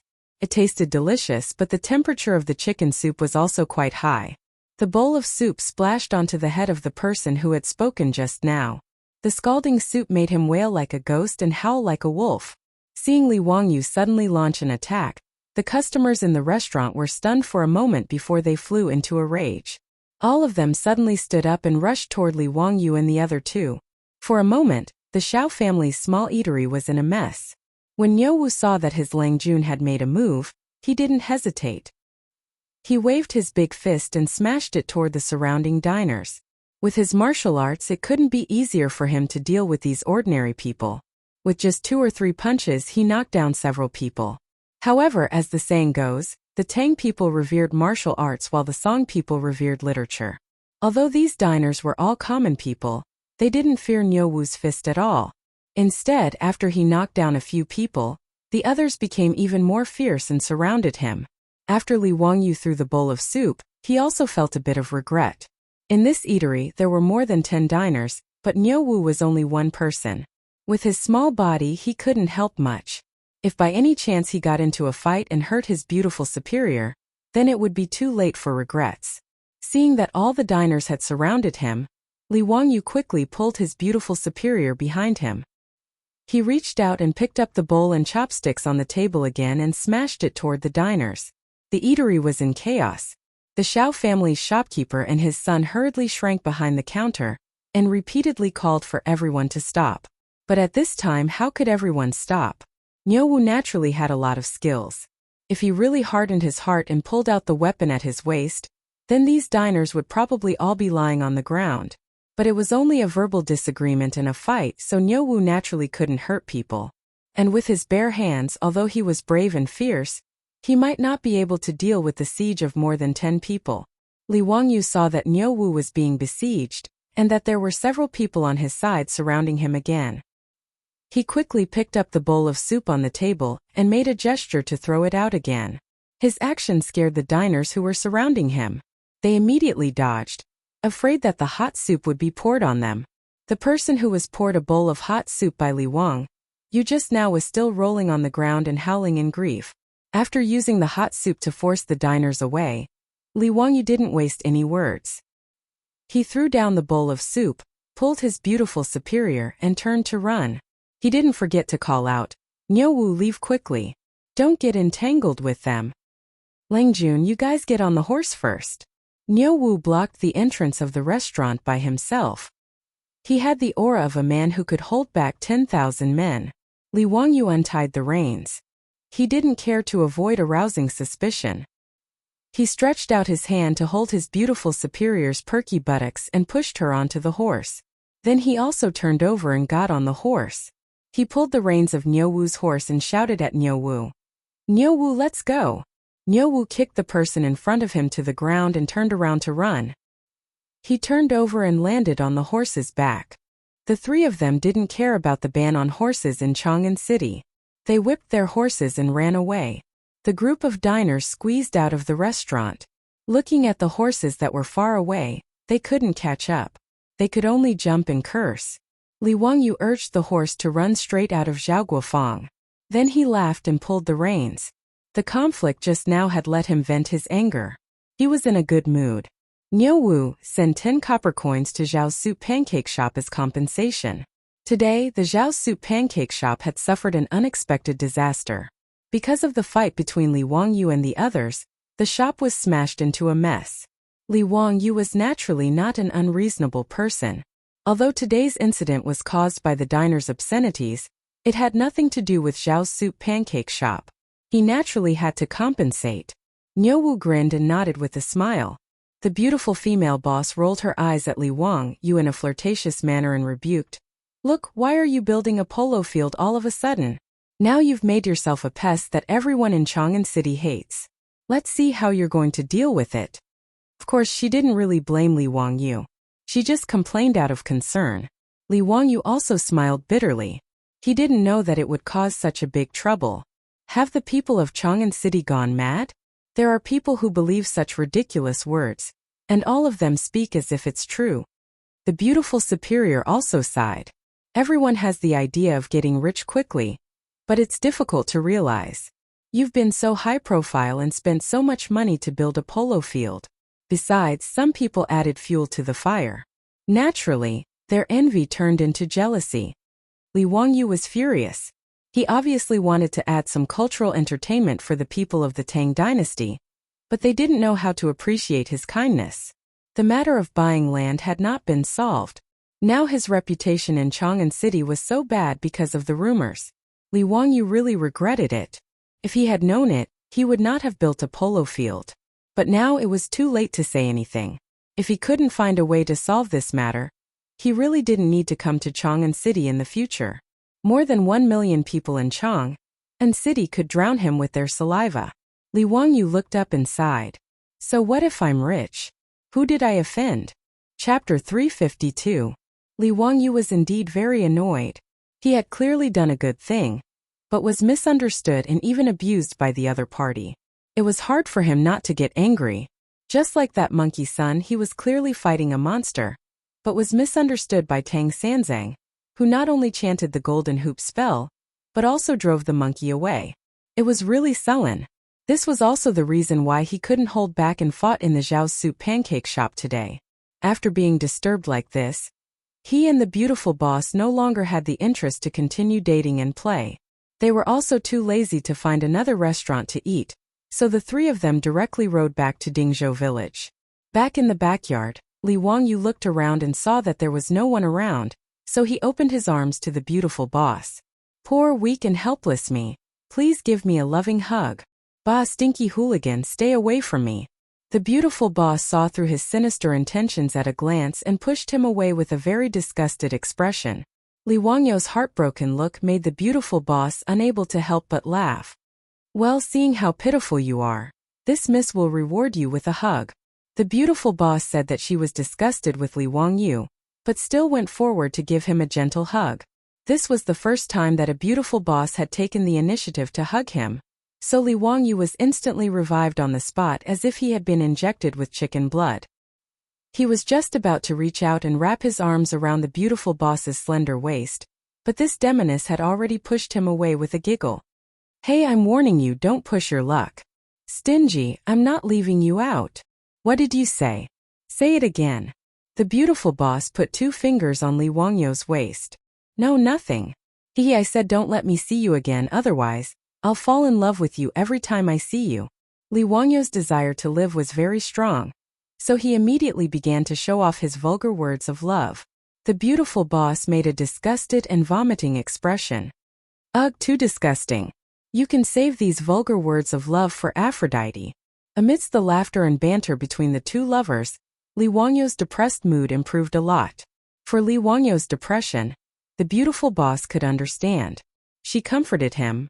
Wangyu, don't worry. There was no way to explain this kind of thing. The more he tried to explain, the worse it would get. It was better to just let it be. Anyway, people are forgetful. After a while, everyone will forget about this matter.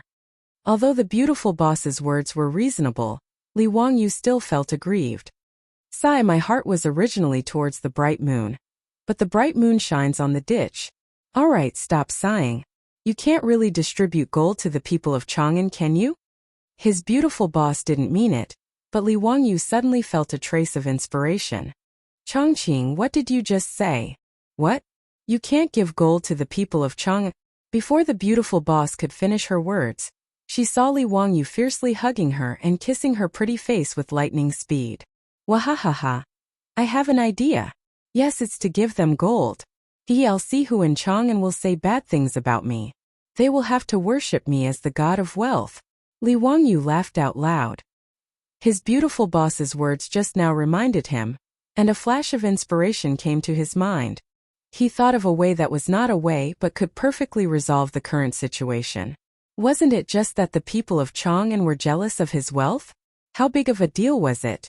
If he gave them a chance to become rich, would he still be afraid of the people talking bad about him? He was laughing, but he didn't notice that the beautiful boss's cheeks had turned red, and her eyes were about to kill someone.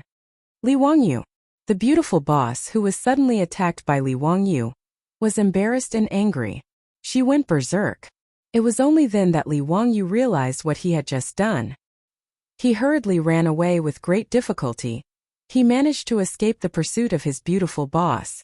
Li Wangyu giggled as he touched his lips. The feeling was quite good. After smirking for a while, he began to seriously think about the idea he had just come up with, which was to issue lottery tickets. Li Wangyu bought lottery tickets a lot in the future. However, it was obvious that he didn't have much luck. On the day he transmigrated, the highest winning amount was only 5 yuan. However, there was a reason why this thing could be popular all over the world. Lottery tickets with gambling properties could satisfy people's curiosity and adventurous mentality. Although the winning rate was very low, under the temptation of a huge prize and a small investment, it still stimulated people to buy it tirelessly. As a veteran lottery fan, Li Wangyu knew a lot about lottery tickets.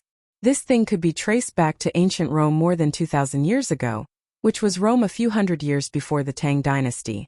The earliest modern lottery tickets were issued in Florence in the 15th century. Therefore, even in the Tang dynasty 1,300 years ago, if Li Wangyu wanted to issue lottery tickets, there wouldn't be any problems. At least there wouldn't be any technical problems.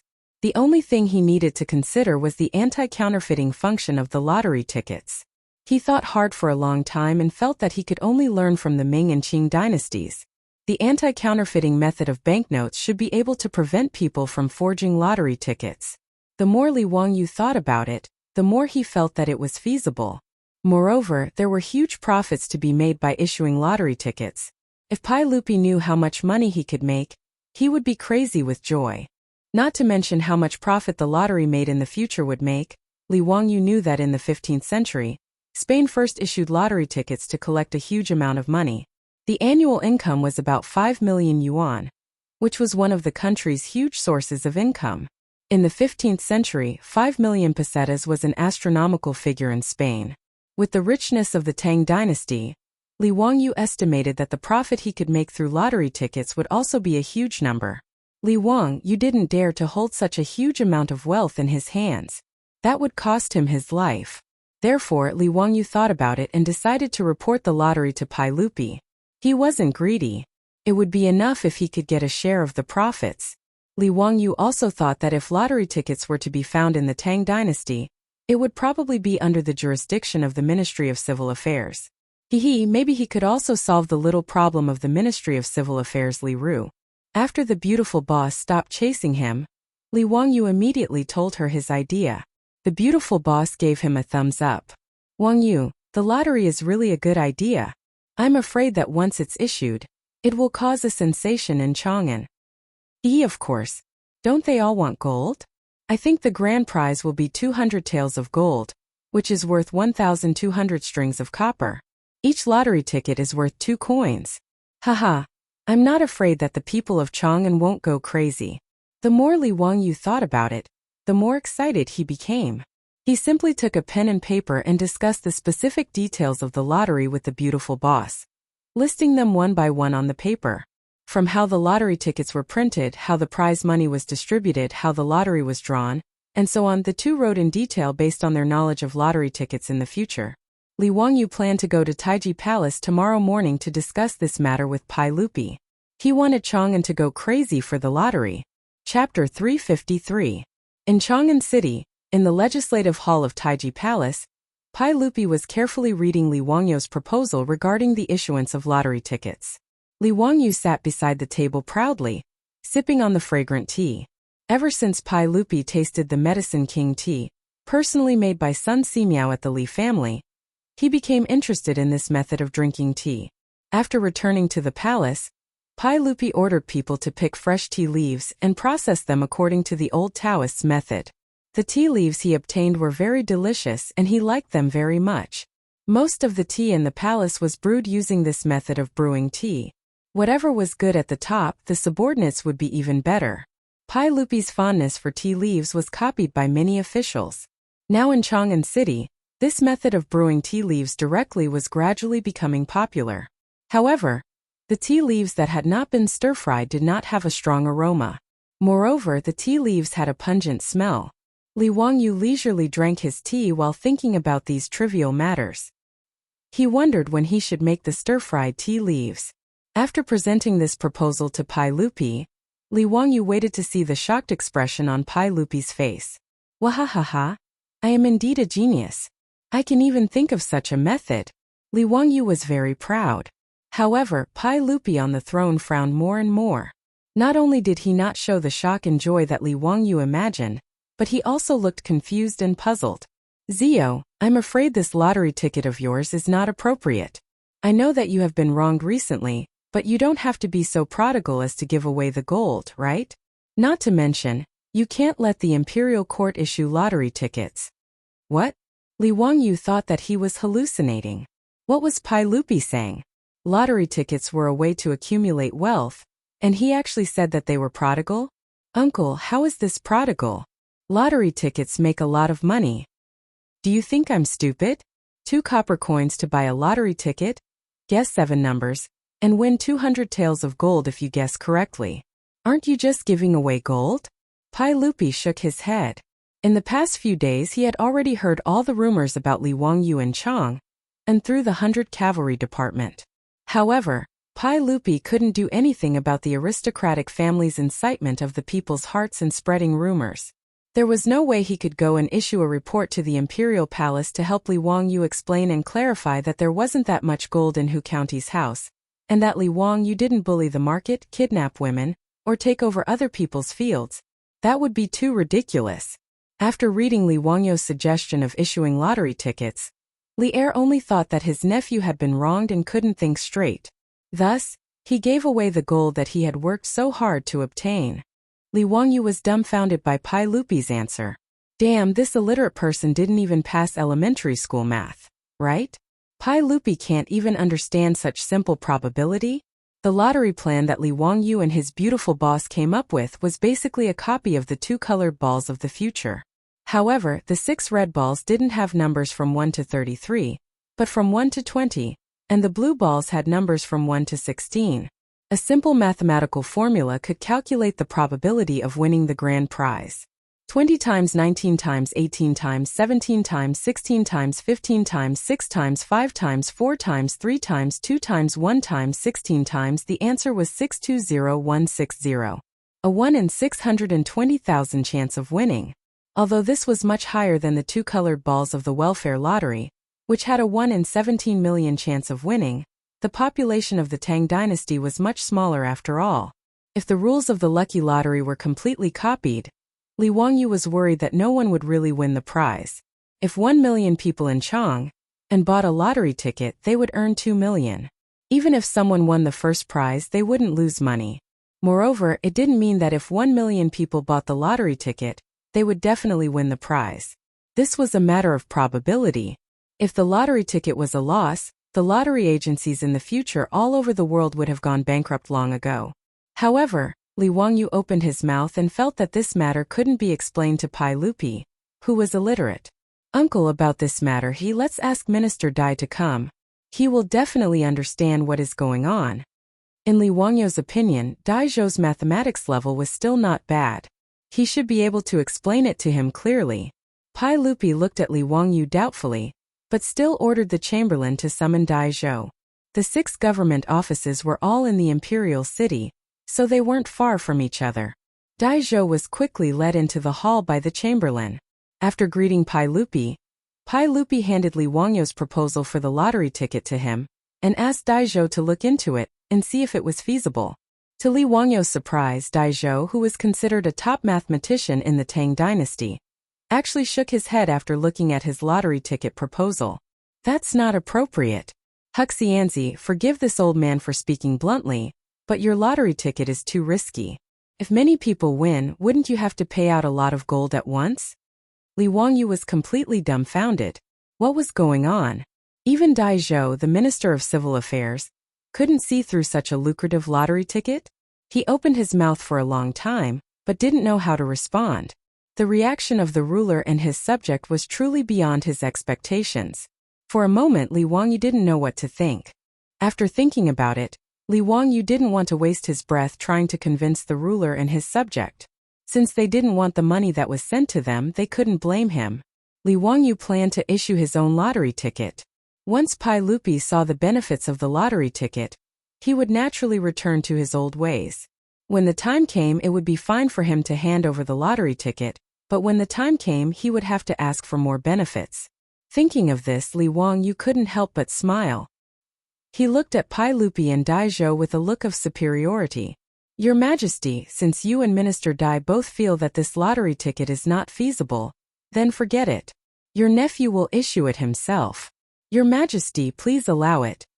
Li Wangyu bowed to Pai Lupi, but his smile was like that of a fox that was about to steal an old hen.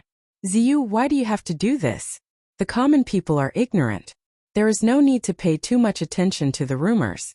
Your family's adults are no longer alive. As your uncle, I can't watch you act recklessly and be a hedonistic prodigal son. This matter cannot be allowed. I won't allow it. Pai Lupi still believed that Li Wangyu had become muddle-headed from anger. That was why he thought of issuing a lottery ticket. Winning 200 taels of gold for 2 copper coins was, in his opinion, giving away money. Li Wangyu saw that Pai Lupi didn't allow it and couldn't help but become anxious. This was a good opportunity to make a fortune and wash his reputation clean. How could he let Pai Lupi ruin it like this? Uncle, it's not what you think. This matter really has a lot of potential. Just believe in your nephew. When have you ever seen your nephew do a losing business? Ziyu, there's no need to say more. I won't allow it. Pai Lupi's resolute attitude almost caused Li Wangyu's nose to become crooked from anger.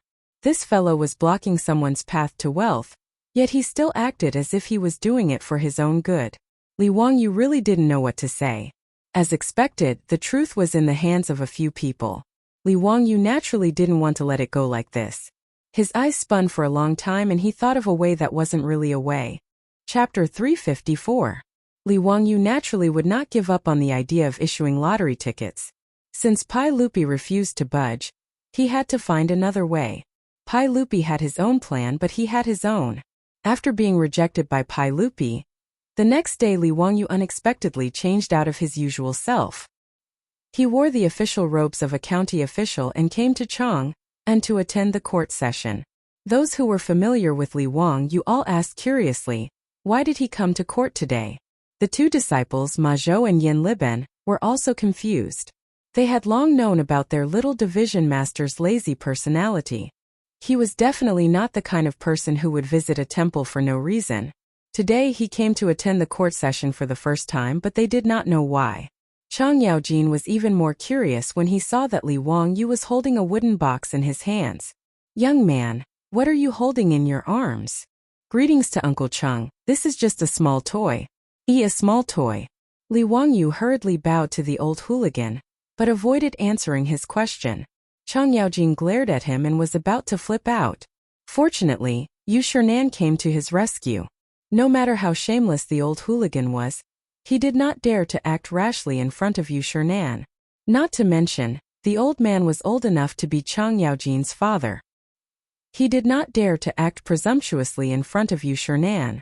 Chang Yaojin could only glare at Li Wangyu and go to chat with Qin Qiong. Yu Shernan did not care about why Li Wangyu came to court today. He was more concerned about whether Li Wangyu was troubled by the recent rumors. He pulled Li Wangyu aside and consoled him for a while. This made Li Wangyu feel very touched. This old man was really too cute. He was very much like his grandfather who had passed away in his previous life. The imperial censor called for everyone to meet the emperor. After they received their sword, which was purely for decoration, Li Wangyu insisted on bringing the wooden box into the great hall. Seeing Li Wangyu's insistence, the censor had no choice but to allow him to open the box and inspect it. After confirming that there were no sharp blades, he allowed him to bring it into the main hall. However, the censor was also confused about what was in Li Wangyu's wooden box. He had no idea what this county magistrate was trying to do. All the officials were seated in the main hall. Li Er sat on the throne, but when he saw Li Wangyu in the crowd, he couldn't help but be stunned. Why did this brat come to court today? Could it be because of the lottery he mentioned yesterday? Pai Lupi was dissatisfied. He made up his mind that no matter what Li Wangyu said today, he would not agree to the lottery. This was simply nonsense, a wastrel. Li Wangyu, on the other hand, acted as if nothing had happened. It was as if he had nothing better to do today, and was here to listen to the court affairs. For more than 2 hours, Chang Chao didn't utter a single word. He sat obediently in his seat, as if he was listening with great interest. This made Pai Lupi suspicious, but since Li Wangyu wasn't causing any trouble, he couldn't be bothered to pay him any mind. Seeing that the morning's court discussion was over, the eunuch was about to announce the end of court when Li Wangyu stood up. Your Majesty, this subject sees that Your Majesty and all the other officials are having a hard time discussing state affairs. This brat has a game here that would like to amuse Your Majesty and all the other officials. I hope that Your Majesty will agree. The officials in the hall were stunned, and they all looked curiously at Li Wangyu. They couldn't understand what this county magistrate was up to. Pai Lupi subconsciously wanted to refuse, but when he saw the wooden box in Li Wangyu's hands, he couldn't help but feel curious. Pai Lupi thought to himself, I'll see what this brat wants to do. In any case, no matter what he says, that lottery ticket won't be able to get me to agree. Zio, let's hear it. Yes, Your Majesty. Everyone, I have 20 red balls with the numbers 1 to 20 written on them, and 16 basketballs with the numbers 1 to 16 written on them. As Li Wangyu spoke, he opened the wooden box in his hands and showed it to Pai Lupi and the other officials. 2 colored balls. This was the game that Li Wangyu was going to play with Pai Lupi and the other officials. These ping-pong-sized wooden balls were all made yesterday after he was rejected by Pai Lupi. When he returned to Dingzhou village, he found Carpenter Lu and asked him to make them for him. The craftsmen of the Tang dynasty were truly amazing. Although there weren't any modern machines, there were already handmade spindle beds, which worked on the same principle as the beads made by modern machines. Carpenter Lu easily used the spindle bed to help Li Wangyu process 36 ping-pong-sized wooden beads. Then he painted the red and blue balls with wood paint, and wrote the numbers on them. The Tang dynasty version of the 2 colored balls was ready. Li Wangyu's idea was very simple.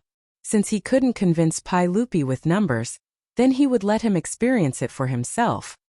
He would let him know that he wasn't crazy and didn't want to use his family's gold to squander. After showing everyone the 2 colored balls in the wooden box, he took out a stack of small pieces of paper that he had prepared and asked the chamberlain to distribute them to the officials in the hall. Your Majesty, everyone. Is there anyone who is willing to play with me? As long as you give me 2 copper coins, you can write a set of numbers on these pieces of paper. 6 red balls with the numbers 1 to 20, and 1 blue ball with the numbers 1 to 20. Li Wangyu then handed the wooden box to the chamberlain. Later, I will ask your Majesty to randomly pick 6 red balls and 1 blue ball from the wooden box. If you correctly guess all the numbers of the 7 balls that your Majesty picks, I will pay you 1,000 taels of gold. I don't know if anyone is interested in playing with me? As soon as he finished speaking, the officials in the hall couldn't help but be in an uproar. Giving Hu Xianzi 2 copper coins and correctly guessing 7 numbers would be exchanged for 1,000 taels of gold. This was very interesting. There were about 400 to 500 people who could enter the Taiji Palace and participate in the daily court meetings. They were all officials of Chang'an City who were 5th rank and above, as well as those low-rank imperial censors.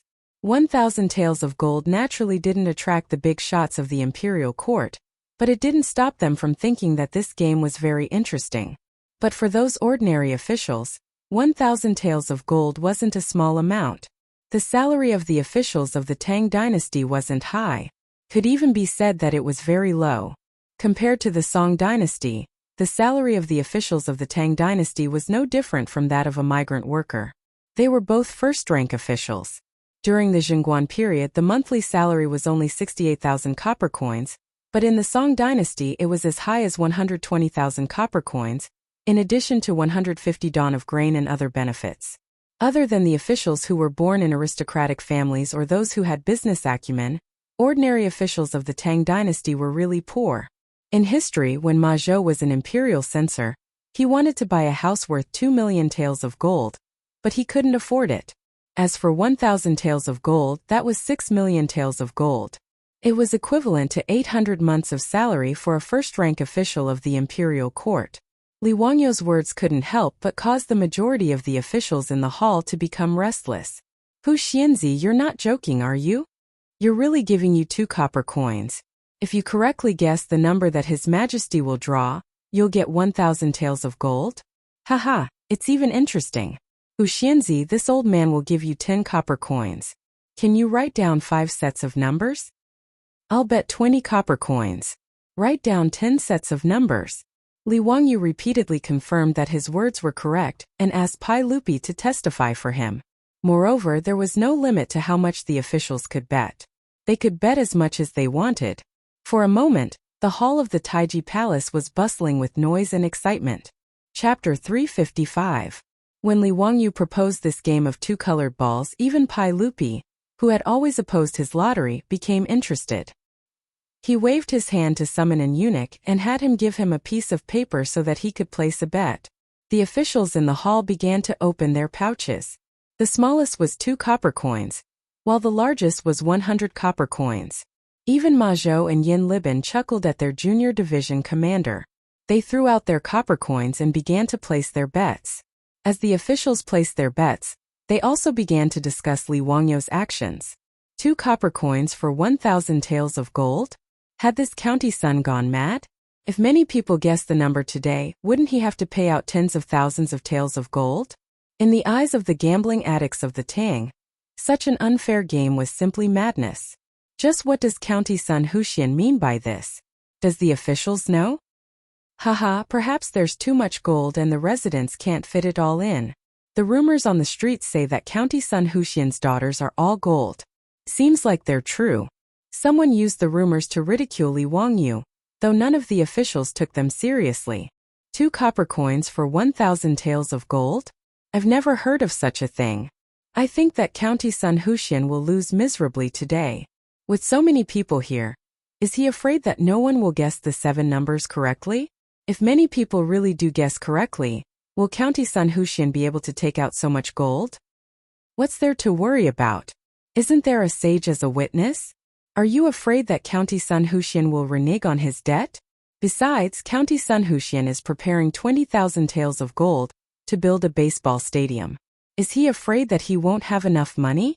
Haha, I'm afraid that after today, all the gold that County Son Huxian is preparing to use to build a baseball stadium will change owners. This old man still can't see through this County Son's intentions. It's truly strange. Cui Gong, why do you care what he's planning? In any case, it's fine as long as he has the gold. Perhaps County Son Huxian has gone mad, haha. Some of the officials ridiculed and some made fun of him, but this did not stop them from placing their bets. Even the eunuchs in the hall who were distributing paper and collecting copper coins couldn't help but ask Li Wangyu if they could also place their bets. Regarding this, Li Wangyu naturally smiled and nodded in agreement. He laughed as he watched the officials place their bets. He was in a good mood. He didn't believe that in this hall, there would only be 400 to 500 people who would be able to win the prize. If there was really someone with heaven-defying luck who had a 1 in 620,000 chance of winning the prize, then he would accept it. Actually, if Li Wangyu had suggested this method of playing, he would definitely be at a disadvantage if he encountered the future lottery players. This was because the probability of winning was 1 in 620,000. In other words, if someone bought all the numbers, they would only need 620,000 bets. With this conversion, he would only need a little over 1.2 million copper coins to win the 1,000 taels of gold. One must know that 1,000 taels of gold was worth 6 million copper coins. Therefore, when Li Wangyu issued the lottery, the special prize was only 200 taels of gold, which was equivalent to 1,200,000 copper coins. If someone really did that, they would lose a lot of copper coins. Naturally, he was not afraid that someone would do that. Today, in order to attract the attention of the officials, Li Wangyu deliberately increased the prize by 1,000 taels of gold. He was betting that the mathematics students of the Tang dynasty would not be able to calculate the probability of winning the prize. It didn't take long for the eunuch to help Li Wangyu collect all the copper coins that the officials had placed their bets on. These officials more or less had some copper coins scattered on them. After counting, there were actually more than 30,000 copper coins, which made up 30 strings of copper coins. Li Wangyu smiled and asked the eunuch to help him put away the copper coins. He held the box of 2 colored balls and walked to the front of the imperial stairs, asking Pai Lupi to personally open the prize. Pai Lupi did not refuse. Under the eager gazes of the officials, he reached into the wooden box and casually pulled out the first red wooden ball. Li Wangyu reached out and took it. He glanced at the number on it and shouted, "Number 17. After shouting twice, he handed the wooden ball to the eunuch and asked him to show it to the officials to show it to them to show fairness. After the number was read out, the officials were busy looking at the small pieces of paper in their hands. Some people found that the number they had bet on was 17. They were so excited that their eyebrows danced. They were very happy, as if the 1,000 taels of gold already belonged to them.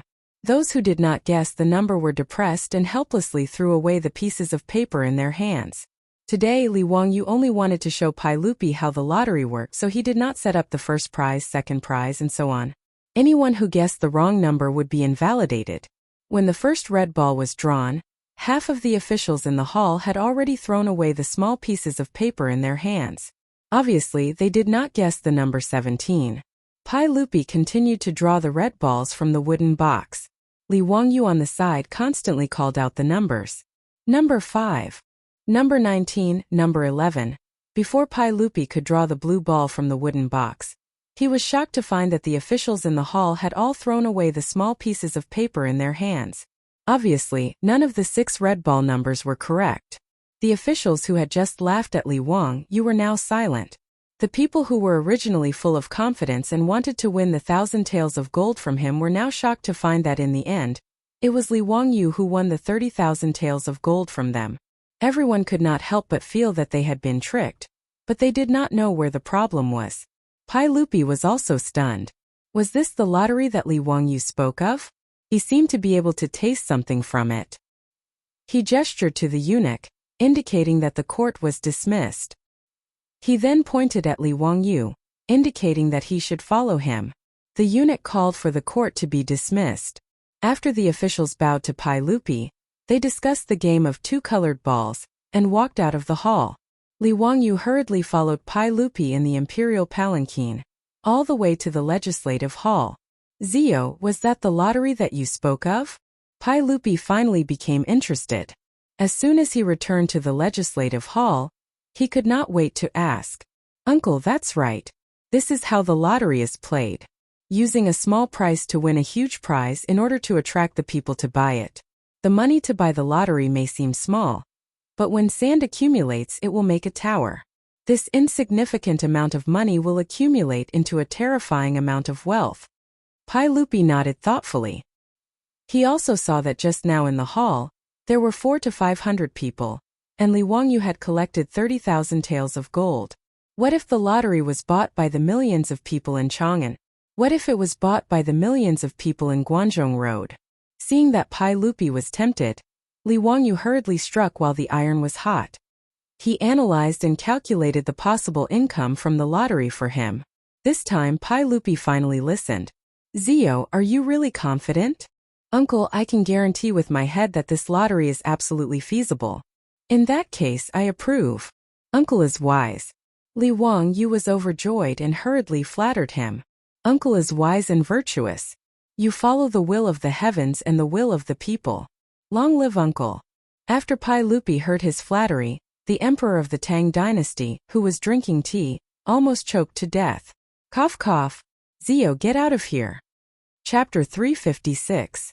10 days later, the rumors about Li Wangyu, the founder of Huxian County, in Chang'an City decreased significantly. No matter how bored the people of the Tang dynasty were, they wouldn't gossip about one person for so long. But when it came to Li Wangyu, most of them looked at him with disdain. But on this day, Li Wangyu became the hot topic of discussion among the people of Chang'an City. The morning drum sounded in Chang'an City, and the doors of the 108 workshops opened. The people of Chang'an City, who were busy making a living, were preparing to go out to work, but they were surprised to find that a notice had been posted on the doors of the workshops. Some people immediately thought of the erotic notice from not long ago and thought that there would be something interesting to watch, so they all gathered around. When the literate people read the notice out loud and found that it wasn't what they were looking for, they couldn't help but feel disappointed. But when they heard the news written on the notice, the commoners were in an uproar again. Brother one, are you sure you didn't read it wrong? What kind of double-colored lottery is this? You can really win 200 taels of gold by spending 2 copper coins? Which Huxian son did this? TSK, does he really have so much gold at home that he doesn't know where to spend it? If you really win, you'll get 200 taels of gold? That's more than 1,000,000 taels of gold. How much money is this? Delong, quickly take a look at the notice and see if it's true. What's with the double-colored lottery? Langjun, please explain it to everyone. If you guess 7 numbers correctly, you can get 200 taels of gold? This isn't a joke, right? This notice is stamped with the official seal.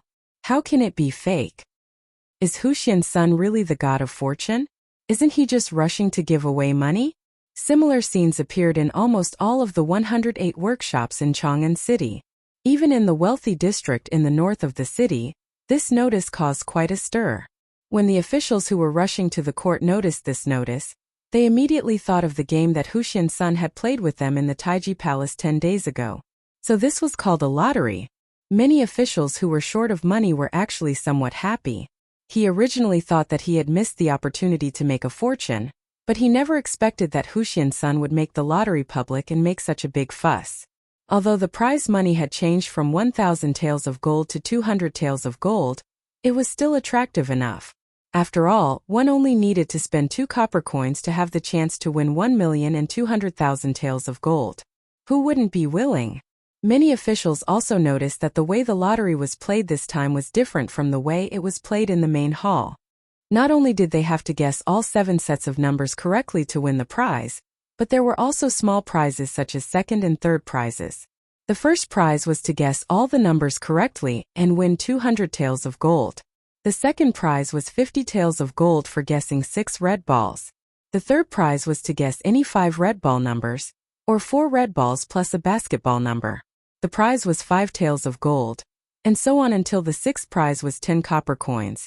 Li Wangyu had almost completely copied the rules of the Huaxia double-colored welfare lottery. However, this simple and easy-to-understand lottery rules caused an uproar in Chang'an City. In order to promote the double-colored lottery, he didn't just put up notices in front of the gates. The four-wheeled carriage company's carriage once again played the role of a promotional vehicle. It drove all over Chang'an City and threw out a large number of advertisements. Now that there was engraving printing, it was simple to print these advertisements. The most exaggerated thing was that after Li Wangyu convinced Pai Lupi, especially after he made some calculations, Pai Lupi finally understood the huge benefits contained in the lottery. The monarch of the Tang dynasty could no longer sit still. With Pai Lupi's tacit approval, large advertising banners were hung above several important city gates in Chang'an City for the first time. Make a fortune. The double-colored lottery will help you. Buy the lottery and win the big prize. Gain both fame and fortune. Winning 1,000,000 taels of gold is not a dream. Luck is in 2 copper coins. 1 lottery ticket, 1 chance, 1 big prize, 1 lifetime of benefits. Buy more, buy less, buy as much as you want. Early, early, late, late, and early you must win. These advertising slogans that Li Wangyu directly plagiarized from the lucky lottery advertisements of the later generations stimulated the people of the Tang dynasty, as if they had been injected with chicken blood. They were all looking forward to the unfamiliar lottery ticket.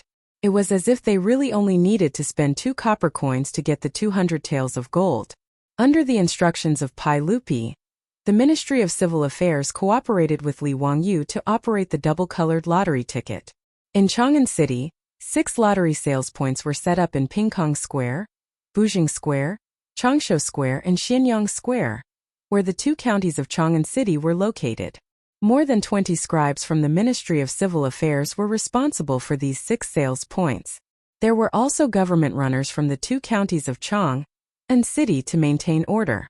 Both Chang'an County Magistrate Cui Zhua and Wanyan County Magistrate Lu Dehang had some understanding of the lottery. During the daily court session, these 2 mayors of the capital of the Tang dynasty were also in the court. They also used their wallets to buy a few numbers. Although they did not win, they were quite interested in the lottery.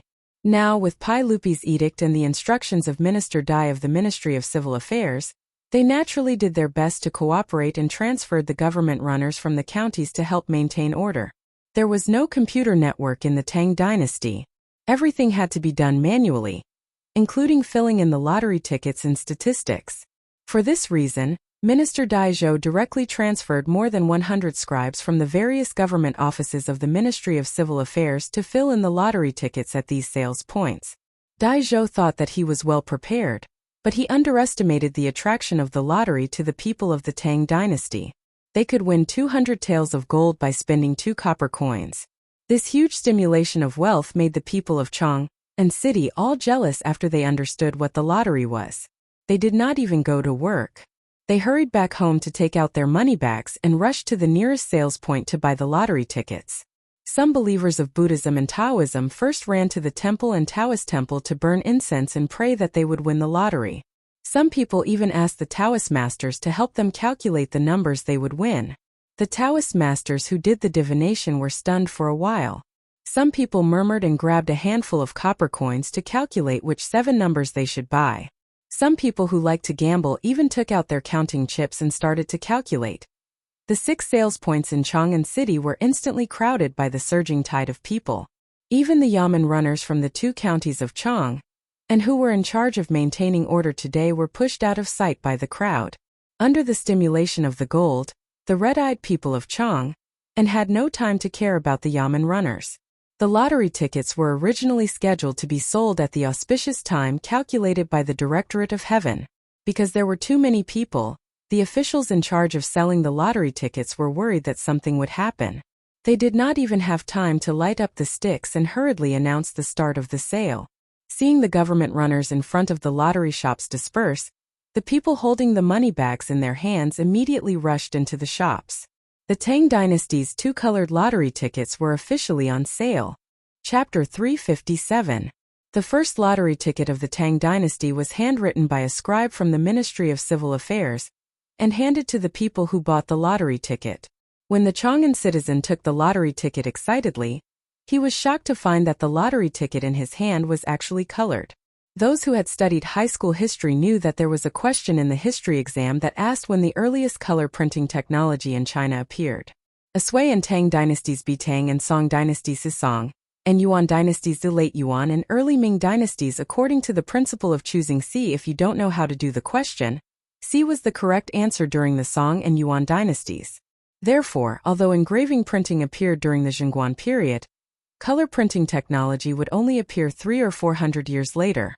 The three paintings of the Buddha Sutra from the Song and Liao dynasties were found in the Sakya Pagoda of the Buddhist Palace Temple in Shaanxi County. Historians also recognize them as the earliest color printing in China. There was no doubt that the color printing technology of the lottery ticket was invented by Li Wangyu. In fact, the principle of color printing was not complicated. Like engraving printing, the window paper would break with a poke. According to the needs, red, blue and black engraving plates would be engraved. A piece of paper would be engraved 3 times, and the colors would be engraved on a piece of paper. The reason why Li Wangyu wanted to create this color overprint technology was to prevent counterfeiting. Because the lottery ticket needed to be printed in large quantities, Li Wangyu even invented copper plate printing. This was not difficult. He just had to change the wood used for the engraving plates into copper coins. The advantage of using copper plate printing was that the copper plate had a long lifespan, and the patterns that needed to be printed could be carved very carefully.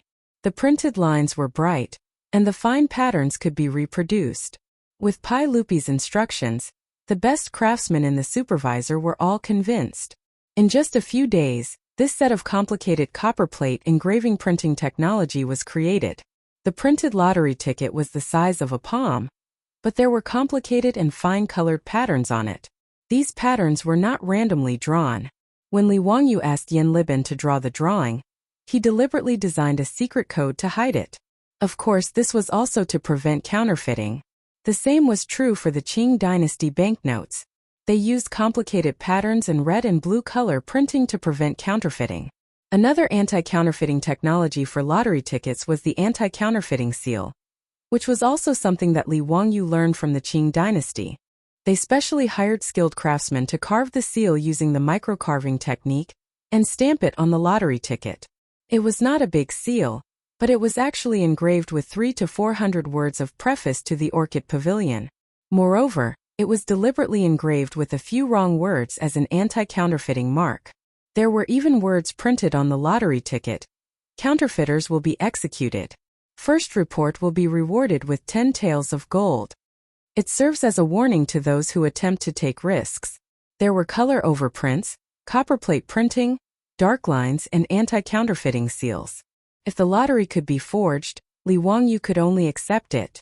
These lottery tickets were filled in by the scribes of the Ministry of Civil Affairs, using tiny Chinese characters. A lottery ticket could contain up to 10 sets of numbers. As for the income from the lottery tickets, the Ministry of Civil Affairs would record it and record it. The imperial censorate would send an imperial censor to supervise it. In order to prevent the officials of the Ministry of Civil Affairs from cheating, Pai Lupi even sent people from the 100 Cavalry Department. The 6 lottery sales points in Chang'an City were all supervised by people from the 100 Cavalry Department. Every blank lottery ticket was strictly recorded. The Ministry of Civil Affairs even had special personnel to record the lottery numbers sold so that people could check it after they won the first prize. It could be said that with the experience of Li Wangyu and his beautiful boss in the future, The Tang dynasty's unprecedented lottery was not chaotic at all. Everything was in order. The only thing that needed to be criticized was the need to manually fill in the lottery numbers.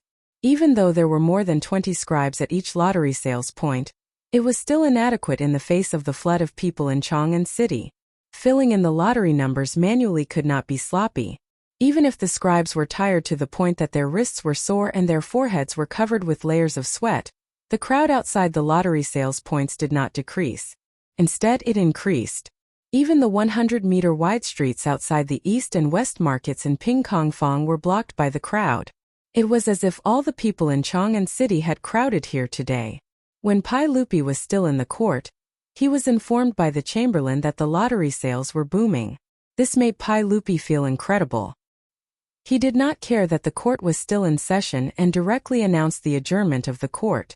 After that, he changed into casual clothes and went out of the palace with a few guards. Pai Lupi was still worried if he did not see the lottery sales with his own eyes. Li Wangyu naturally came to Chang'an City early today. He led Niu Wu to inspect the 6 lottery sales points and was ready to make up for the loopholes. Behind him, Chang Chumo and a group of foppish people were still complaining that Li Wangyu did not ask them to join in such a fun thing. It was not good enough. Fang Yai also shamelessly asked Li Wangyu what the winning numbers were. He also wanted to buy a lottery ticket. Regarding Fang Yai's shameless words, the foppish people actually followed suit and clamored for Li Wangyu to give them the winning numbers of the first prize. In this regard, Li Wangyu could only silently roll his eyes and give them the middle finger. This group of bastards was really infuriating. Li Wangyu was too lazy to pay attention to the foppish people who were bored. After looking at the 6 lottery sales points, he was also a little anxious. He did not expect that the people of Chang'an City would be so enthusiastic about the lottery. The more than 100 scribes prepared by the Ministry of Civil Affairs were just a drop in the bucket. The attraction of 200 taels of gold was not small. Li Wangyu wondered if the people of Chang'an City had all come to buy lottery tickets after seeing the notices and advertisements. Li Wangyu hurriedly rode his horse to the imperial city. He was going to the Ministry of Civil Affairs to discuss with Daizhou and see if he could transfer more scribes to the 6 lottery sales points to help. The group had just arrived at the Vermilion Bird Gate when they coincidentally met Pai Lupi, who was out on patrol. Everyone hurriedly greeted him. "Zio, you came at the right time. I was just about to go to the 6 markets to take a look. How is the situation now?" "Uncle, there are too many people." Li Wangyu wiped the sweat from his forehead. Little nephew and Minister Dai both underestimated the enthusiasm of the people to buy lottery tickets. Now the 6 markets are packed with people who want to buy lottery tickets. The scribes of the Ministry of Civil Affairs are simply too busy. Little nephew is going to find Minister Dai to see if he can transfer more people to help. Are there really that many people buying lottery tickets? It is indeed so. Little nephew estimates that there are already no less than 70 to 80,000 people gathered in the 6 markets, waiting to buy lottery tickets. When Pai Lupi heard that there were so many people gathered, he was also a little nervous. He waved his hand to summon the eunuch beside him and gave him an order. Order the Imperial Guards to immediately send Imperial Guards to the 6 markets to maintain order. Then have Minister Dai mobilize scribes to the 6 markets to help sell lottery tickets. "Zio, come with me to take a look." The last sentence was directed to Li Wangyu. The uncle and nephew pair led Chang Chumo and his group of foppish people to the nearest peace square.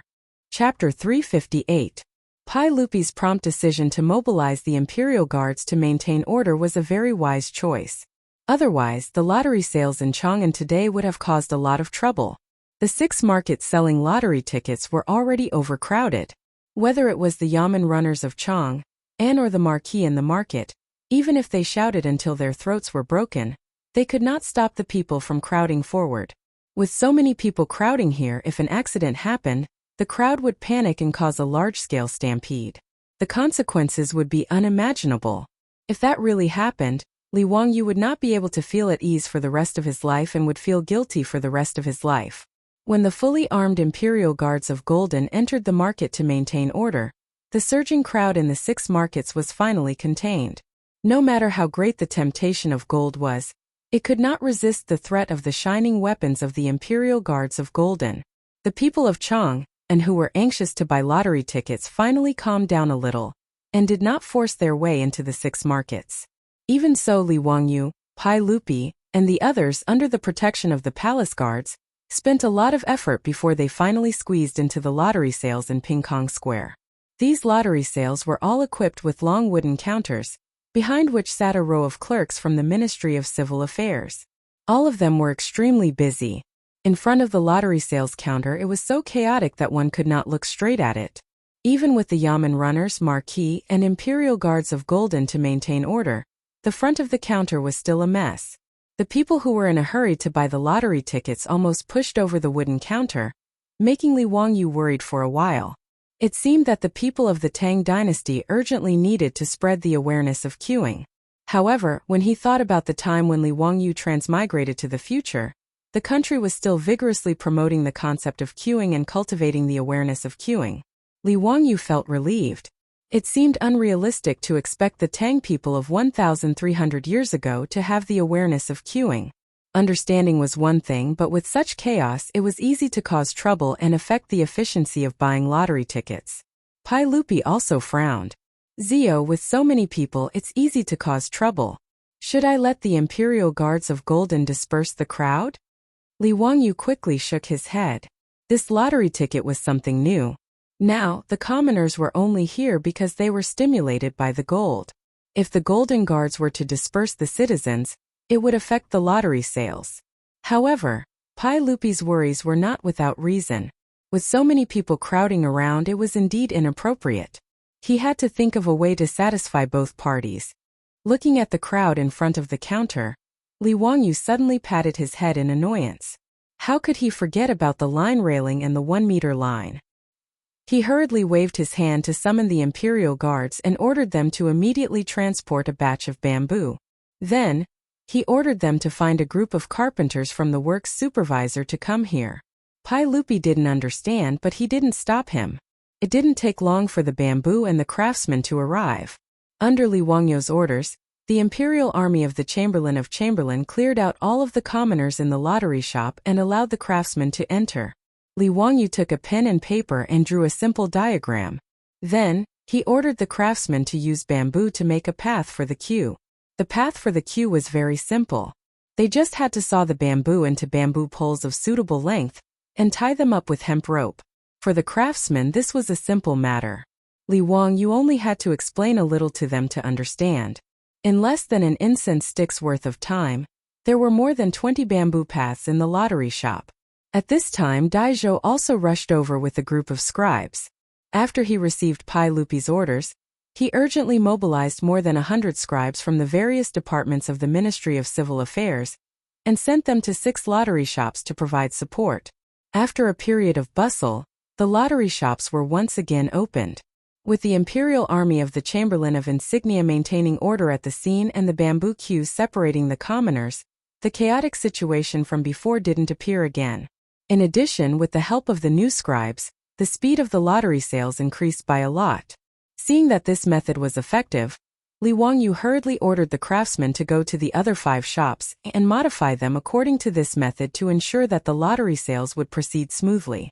Seeing the commoners excitedly holding up the lottery tickets they just bought and squeezing out of the crowd, Pai Lupi couldn't help but feel a little emotional. Zio, is this the right thing to do? I'm a little uncertain. Look at them, each and every one of them is holding on to hope. The probability of winning is 1 in 10,000. Isn't this cheating them? However, Li Wangyu didn't see it this way. He shook his head and said, Uncle, as long as this lottery is done properly, it should be a good thing for the country and the people. 2 copper coins isn't a burden to the commoners. However, little drops make a mickle. When this money is gathered together, it can fill the national treasury. It can also allow the imperial court to have more than enough power to protect the commoners. This is a great merit. The protection he was talking about was the measures to protect the commoners and allow them to reproduce. In other words, it was the welfare system of the Tang dynasty. The rights of Zhou recorded, to protect the commoners in 6 ways. The first is to be kind to the young, the second is to provide for the elderly, the third is to shake up the poor, the fourth is to compensate the poor, the fifth is to relieve the sick, and the 6th is to live in peace and prosperity. This was the 6 policies of protection. Kind to the young was to raise children, old age was to support the elderly, shake up the poor, and relieve the poor were to help the poor, relieve the sick, was to protect public health, and live in peace and prosperity, was to stabilize the rich. What Li Wangyu said was not wrong. Just like the welfare lottery of the later generations, in his advice to Pai Lupi, he also divided the sales of the lottery into several parts. 40% would be the lottery's bonus, 30% would be collected into the national treasury, 20% would be used to protect the commoners, and the remaining 10% would be split 60-40 between the palace and the Li family. Although Li Wangyu had been busy for half a day, and it seemed that he had only obtained 4% of the shares, this was still a lottery ticket. In the future, if the results of the pilot test in Chang'an were good, it would be pushed to Guangzhong Road and even the entire Tang dynasty. Under the rough calculations of Li Wangyu and his beautiful boss, even 4% of the lottery's earnings was still a suffocatingly large number. Li Wangyu's words made Pai Lupi ponder for a while before nodding his head. Zio, what you said is very true. You are experienced in scheming for the country. If this matter is really successful, I will definitely give you a reward and increase your nobility. Ah, increase my nobility again? If Pai Lupi said this to anyone else, they would probably go crazy with joy. However, Li Wangyu was shocked and hurriedly declined. Uncle, this is what I should do. Please don't mention the matter of increasing my nobility again. I am already very satisfied as a founding viscount. I am still young, and I am afraid that the court officials will criticize me if I am given a nobility title. Please don't mention this matter again. Li Wangyu's words made Pai Lupi snort coldly. Humph, Zio, you have contributed greatly to the country. What can others say? If anyone has an opinion, let them come and speak to me. Pai Lupi's domineering words made Li Wangyu smile bitterly. He wasn't being pretentious, but it was really too troublesome to increase his nobility title. For the nobles of the Tang dynasty, being able to be increased by Pai Lupi was not only equal to glory and wealth, but also a kind of honor. As for Li Wangyu and his beautiful boss, they still didn't really consider themselves as Tangs. It had been 3 months since they transmigrated, and for them, the prosperous Tang dynasty was still like a dream or a game. It was so unreal. In Li Wangyu's view, whether it was founding viscount or founding viscount, they were just protective talismans. Now, based on his closeness with Pai Lupi, these nobility titles didn't have much meaning. However, since Pai Lupi said so, Li Wangyu couldn't embarrass him. He could only vaguely say, this nephew thanks uncle. How many lottery tickets will be sold today? Chapter 359. Li Wangyu's words were just to change the topic, but it also aroused Pai Lupi's interest. He roughly estimated the number of people who came to Ping Kong Fong to buy the lottery today and said with uncertainty, I estimate that there will be at least 80,000 to 90,000 people buying the lottery today. After today, I'm afraid there will be more than 1,000,000 yuan. Li Wangyu, however, chuckled. Uncle, I think there might be 1.5 million. Oh, Ziyu, you have such confidence. I have confidence in Uncle. It was Uncle's literary and martial arts skills that built the prosperous Tang dynasty.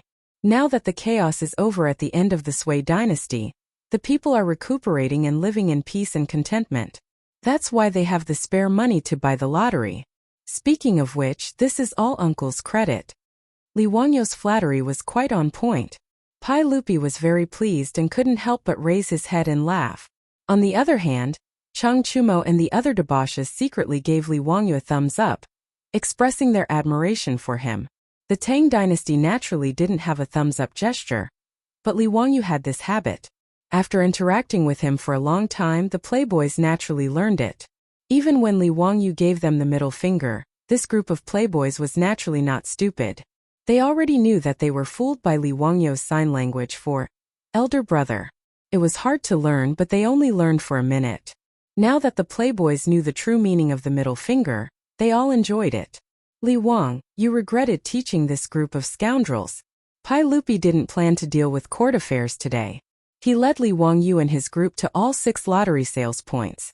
He even took out 20 copper coins and personally queued up to buy 10 lottery tickets. On that day, after the drums were beaten and the people dispersed, Li Er even pulled Li Wangyu and asked him to wait with him for the Ministry of Civil Affairs to calculate the sales amount. When the final lottery sales amount was released, Li Er could not help but suck in a breath of cold air. 2,400,000. Not only was Pai Lupi surprised by this number, Li Wangyu also did not expect it. Dai Zhou's face was also wrinkled like a chrysanthemum. Congratulations, Your Majesty. Master Huxian wasn't lying. This lottery ticket is truly amazing. That's 2,400,000 coins in a day. I can't imagine how much you can sell in 10 days. If the lottery is successful, I congratulate Your Majesty. The reason why Dai Zhou said it would take 10 days was because Li Wangyu's lottery drawing plan was to draw the lottery 3 times a month, once every 10 days. If he could reach today's sales in 10 days, that would be 24 million yuan. According to the lottery money distribution plan, the Ministry of Civil Affairs could take 30% of the lottery money from the treasury, which was 2 million yuan, 200,000 strings of cash a year. And this was only the initial stage. As the lottery was pushed to Guangzhong Road, there would be tens of millions of people, and its ability to amass wealth would be even more astonishing. Even 200,000 strings of cash was a shocking number. During the most prosperous period of the Tang dynasty, the central government's revenue was only about 34 million strings of cash. Of this, the revenue from corn was 25 million stones, cloth was 25 million bolts, and money was only 2 million strings of cash. In other words, even during the peak of the Tang dynasty, the country's revenue was only 2 million strings of cash. And this money had almost no surplus. The 1.4 million strings of cash was the monthly salary of the court officials and the prefectures, as well as the expenses for materials and horses. The 600,000 strings of cash needed to be added to the military and military rations. When there was a lack of copper coins, the Great Tang would often use silk as currency. This was a common problem throughout the dynasties, and it was also one of the reasons why the Song dynasty gave birth to paper money. During the early years of Chang'an, the annual income of the Tang dynasty was only about 1 million strings of cash. If they could really earn 200,000 strings of cash through the lottery, it would be truly shocking.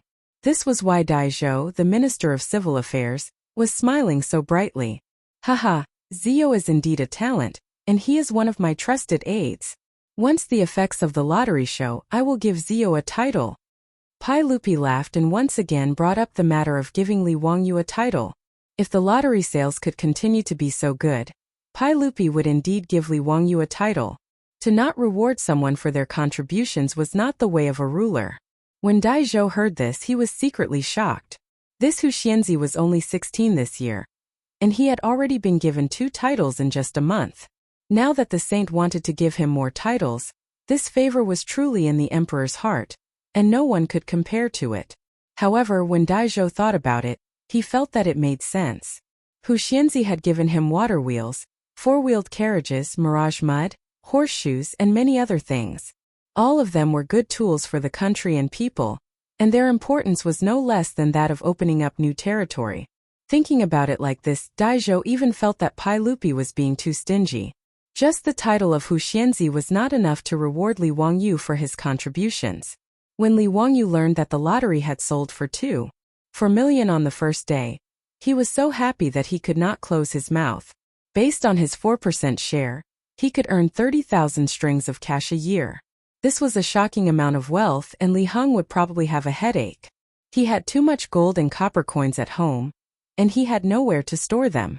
It seemed that he really needed to urge the Ministry of Works to take out some more copper coins to reward the craftsmen, and see if he could speed up the construction of his manor. Not to mention how excited Pai Lupi and the others were. As the lottery went on sale, the first thing that people in Chang'an would say when they saw each other was, "Have you bought it?" If anyone had not bought a lottery ticket, their neighbors would immediately enthusiastically explain to them what the lottery was, how to play it, how to choose the numbers, and when to draw the prizes. Even the illiterate commoners could almost memorize everything about the lottery, including how to play it, how to draw the prizes, and when to draw them. Those who didn't care about the lottery were treated like heretics and were treated with disdain. The attraction of gold was so great that it made the commoners of Chang'an feel as if they had been possessed. No one mentioned the rumors about Li Wangyu in the past. The government's notice clearly stated that the lottery ticket had been created by Hu Xianzi. The fickle commoners of Chang'an and no longer said that the founder of Huxianzi was heartless and took advantage of the commoners. Instead, they saw him as the god of wealth. Some people even secretly worshipped Li Wangyu as the god of wealth in their homes. They burned incense and kowtowed to Li Wangyu every day, hoping that Li Wangyu would bless them with the lottery and give them 200 taels of gold. Every day, the lottery sales in the 6 markets were filled with people. As the clerks of the Ministry of Civil Affairs became more familiar with the lottery sales process, more and more tickets were sold every day. Even the officials in the imperial court sent their families and servants to line up at the lottery sales to buy tickets. This palm-sized lottery ticket had suddenly become the most expensive paper in Luoyang, and everyone was scrambling for it. 10 days passed in the blink of an eye, and it was time for the first lottery of the Tang dynasty to be drawn. For a moment, the streets of Chang'an were empty. Everyone ran to Vermilion Bird Avenue and waited for the lottery to be drawn. Chapter 360. In order to make the people of Chang'an feel at ease, Li Wangyu decided to place the lottery on Vermilion Bird Avenue above the Vermilion Bird City Gate after obtaining Pai Lupi's approval. In order to allow everyone to directly witness the lottery, Li Wangyu had already ordered the craftsmen to build a giant lottery machine and placed it on top of the Vermilion Bird City's gate tower. It looked like the roller used by hamsters in the future, except that this roller was very large, about 3 meters in diameter. Standing on the city gate, the people on Vermilion Bird Avenue could see it at a glance. The roller used for the lottery was made of thick iron wire and hollow, so the situation inside could be seen clearly. As for the balls used for the lottery, Li Wangyu asked the craftsmen to replace them with kuju balls and paint them with numbers. In the Tang dynasty, kuju balls were filled with air using animal bladders and wrapped in 8 pieces of leather. The balls were light and round. Li Wangyu asked the craftsmen to prepare 30 red balls and 16 blue balls for today's lottery. The time of the lottery was already announced to the public, and it was even held at the palace gate for the first time. On this day, the people of Chang'an all walked out of their houses and went to Vermilion Bird Avenue to see the lottery. Notice Vermilion Bird Avenue was full of people, and there were still people coming from all over Chang'an. A rough estimate showed that there were no less than 100,000 people here to see the lottery today. The 150-meter-wide Vermilion Bird Avenue stretched from the Golden Light Gate Avenue south of the Vermilion Bird Gate to 4 to 5 streets, 7 to 8 miles long, and it was packed with people. In fact, in an era without live television, no matter how big the lottery machine on the Vermilion Bird City Gate was, people 2 miles away would not be able to see it clearly. Even so, the people of Chang'an enjoyed it. Even if they could not see the scene on the Vermilion Bird City Gate, they were still whispering to each other, enthusiastically discussing whether they could win the lottery. Such a turbulent crowd made the Imperial Guards in charge of the safety of the Vermilion Bird Avenue clench their weapons and be on full alert, afraid that an accident would happen. At 9 in the morning, after the court session ended, Pai Lupi also went up the Vermilion Bird City Gate Tower. Today was the day of the lottery, and he was going to personally draw the lottery. When they saw the yellow-robed Pai Lupi appear, the hundreds of officials who had been waiting at the city gate all bowed in greeting. And the more than 100,000 people of Chang'an on the Vermilion Bird Avenue also knew that His Majesty had appeared. They all knelt down and shouted "Long live" 3 times. Pai Lupi had a bright smile on his face. He waved his hand, indicating that he was ready to draw a prize. Indeed, he could not help but feel happy. Within 10 days, the lottery in Chang'an City had sold nearly 30 million yuan. Pai Lupi couldn't wait to give the order to promote the lottery to the entire Guangzhong Road. In the end, it was Li Wangyu and Dai Zhou who managed to persuade the emperor, who had been blinded by the copious amount of copper coins. After all, the lottery was a new thing. It would be better for it to operate in Chang'an for a few more days before making further plans. Fortunately, Pai Lupi was an emperor who was willing to listen to advice. After a moment of impulse, he didn't mention this matter again.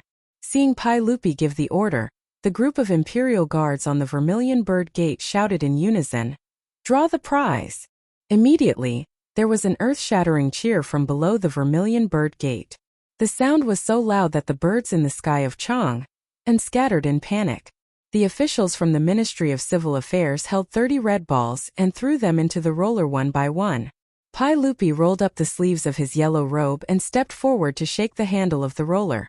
This roller was 3 meters in diameter and made of thick iron wire. Naturally, it was very heavy. Originally, Li Wangyu wanted to let the imperial guards with strong bodies shake it.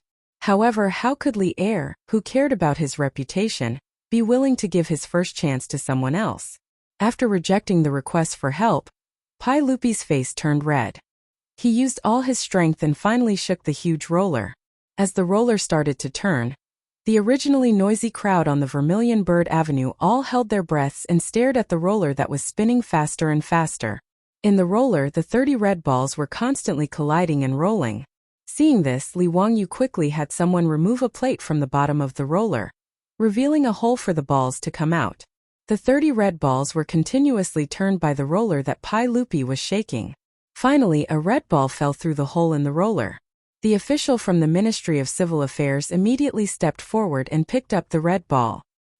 He raised it with both hands and showed it to the crowd below.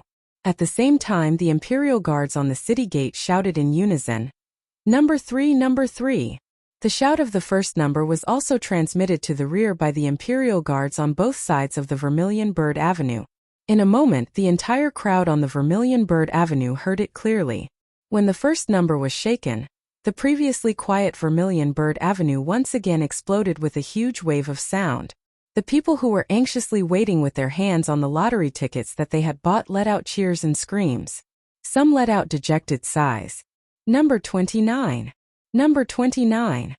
The numbers of the lottery tickets were shaken continuously.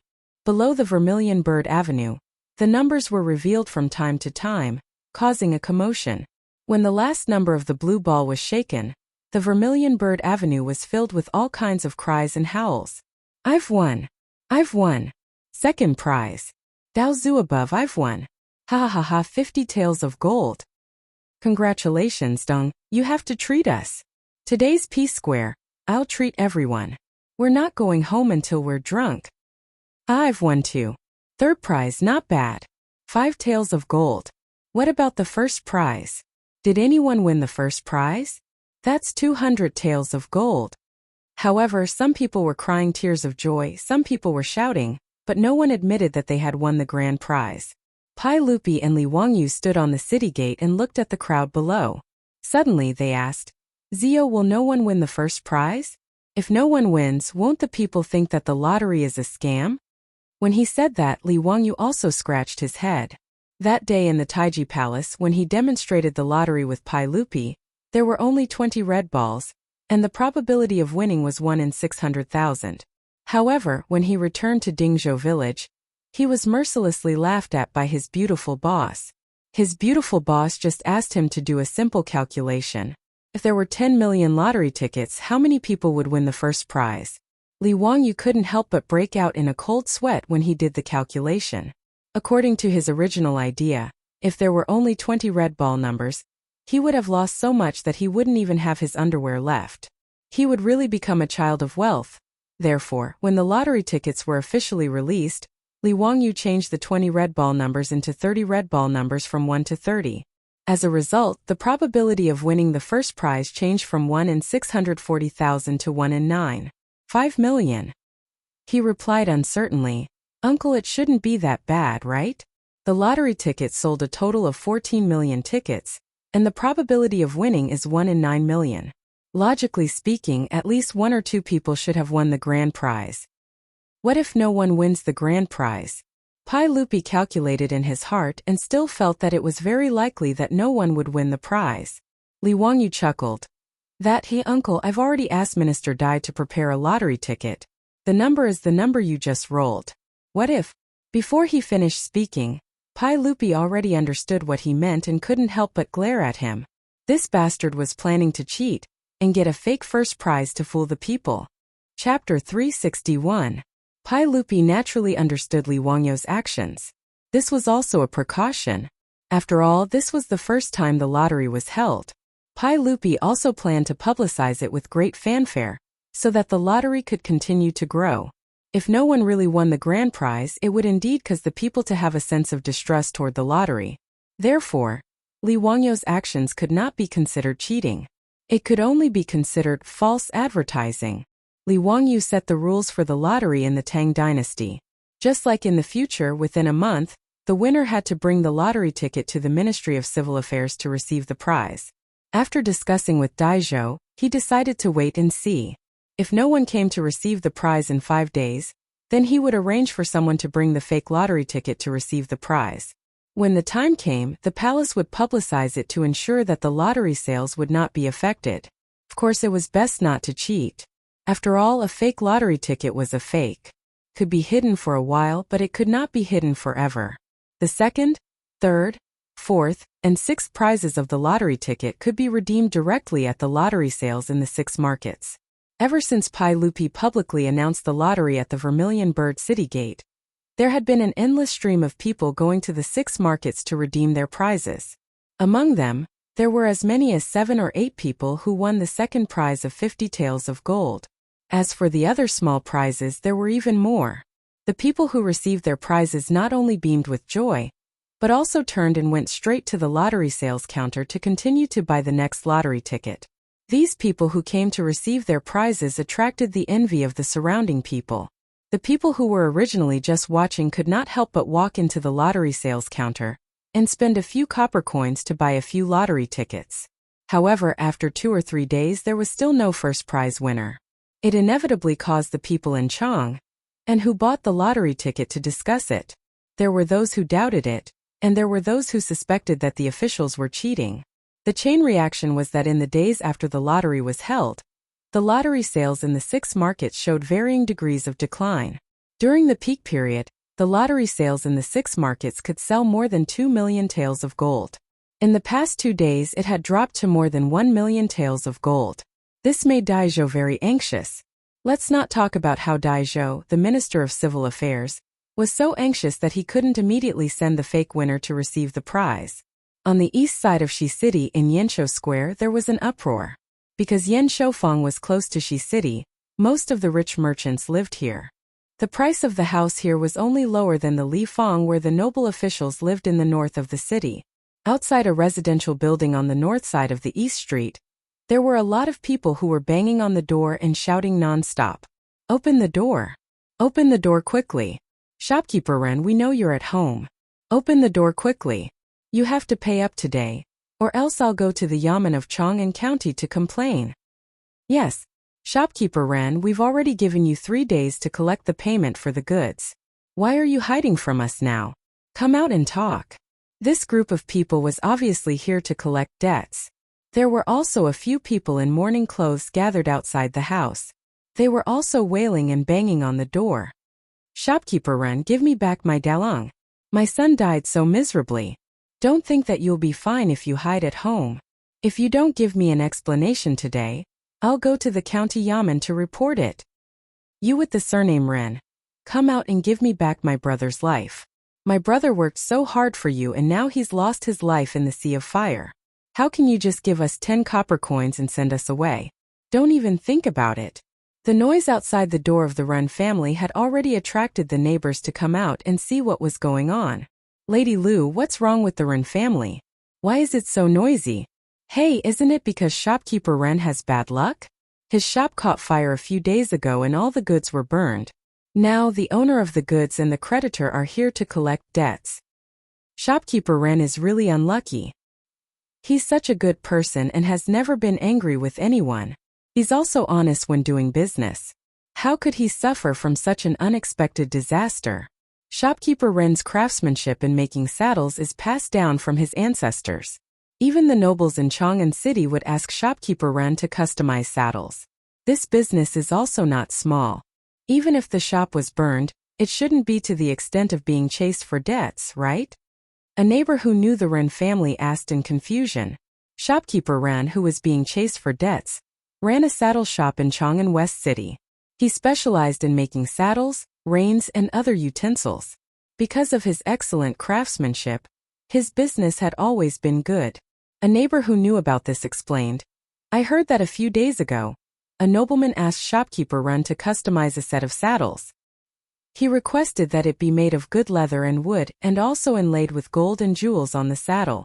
After Shopkeeper Ren received the deposit, he spent a lot of capital to buy a batch of precious wood and leather. He also bought a lot of gold and jewels on credit. In the end, it was all burned. Now, the saddle can't be delivered and the gold and jewels on credit are also being chased by others. The neighbors shook their heads and sighed. They felt that shopkeeper Ren was really unlucky. Someone asked in confusion, "Who are those wearing mourning clothes?" "It's the family of the shop assistant." They felt that the money given by shopkeeper Ren was too little and came to make a fuss. Shopkeeper Ren was really wronged. The Marquis of West City said that the shop assistant who was on night duty accidentally knocked over the oil lamp. This caused the fire and the shop assistant was burned to death.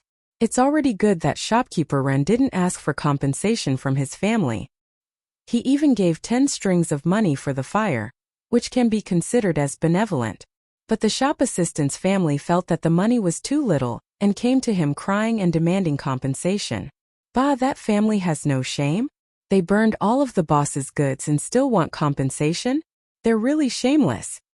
That's right, Sai, public morals are really degenerating day by day. Buddha above. I hope that shopkeeper Ren's family can safely survive this disaster. When the neighbors were discussing and banging on the door, the Ren residence was also closed with a gloomy atmosphere. Wife, bring Xiaolang back to stay with your family for a few days. I have my own ways to deal with the family matters. Husband, what other ways do you have now? The family owes almost 500 strings of copper.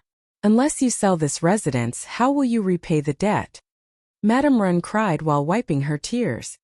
No, I can't sell this residence. This is my ancestral property, how can I sell it? How can I be an unfilial descendant and shame my ancestors? Then what other ways do you have? Those people outside are making a fuss every day. Even the shop assistant's family asked for 50 strings of copper. They're really shameless. Alright, stop talking. The dead can't be brought back to life. Forget it. With my ancestral skills of making saddles and reins, how can I starve to death? Sai, if there's no other way, I'll ask the master of Ximing Temple to borrow money for the kitchen. Shopkeeper Ren's words made his wife suddenly stand up and grab his robe tightly. Husband, you can't borrow money for the kitchen. Those monks eat people without spitting out the bones. Wife, what can I do if I don't borrow money for the kitchen? I've asked the county government of Chang'an County.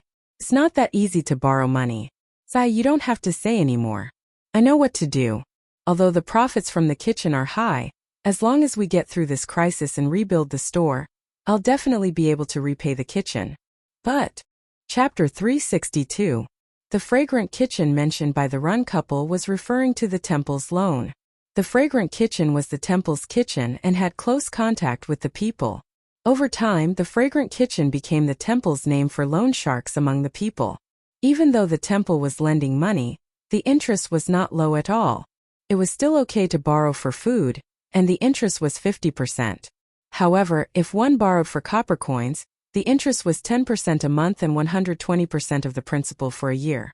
In other words, if one borrowed 100 strings of cash from the temple, they would have to return 10 strings of cash each month as interest, and return 100 strings of cash a year later. The 120% annual interest rate of the fragrant kitchen made many borrowers unable to repay and went bankrupt.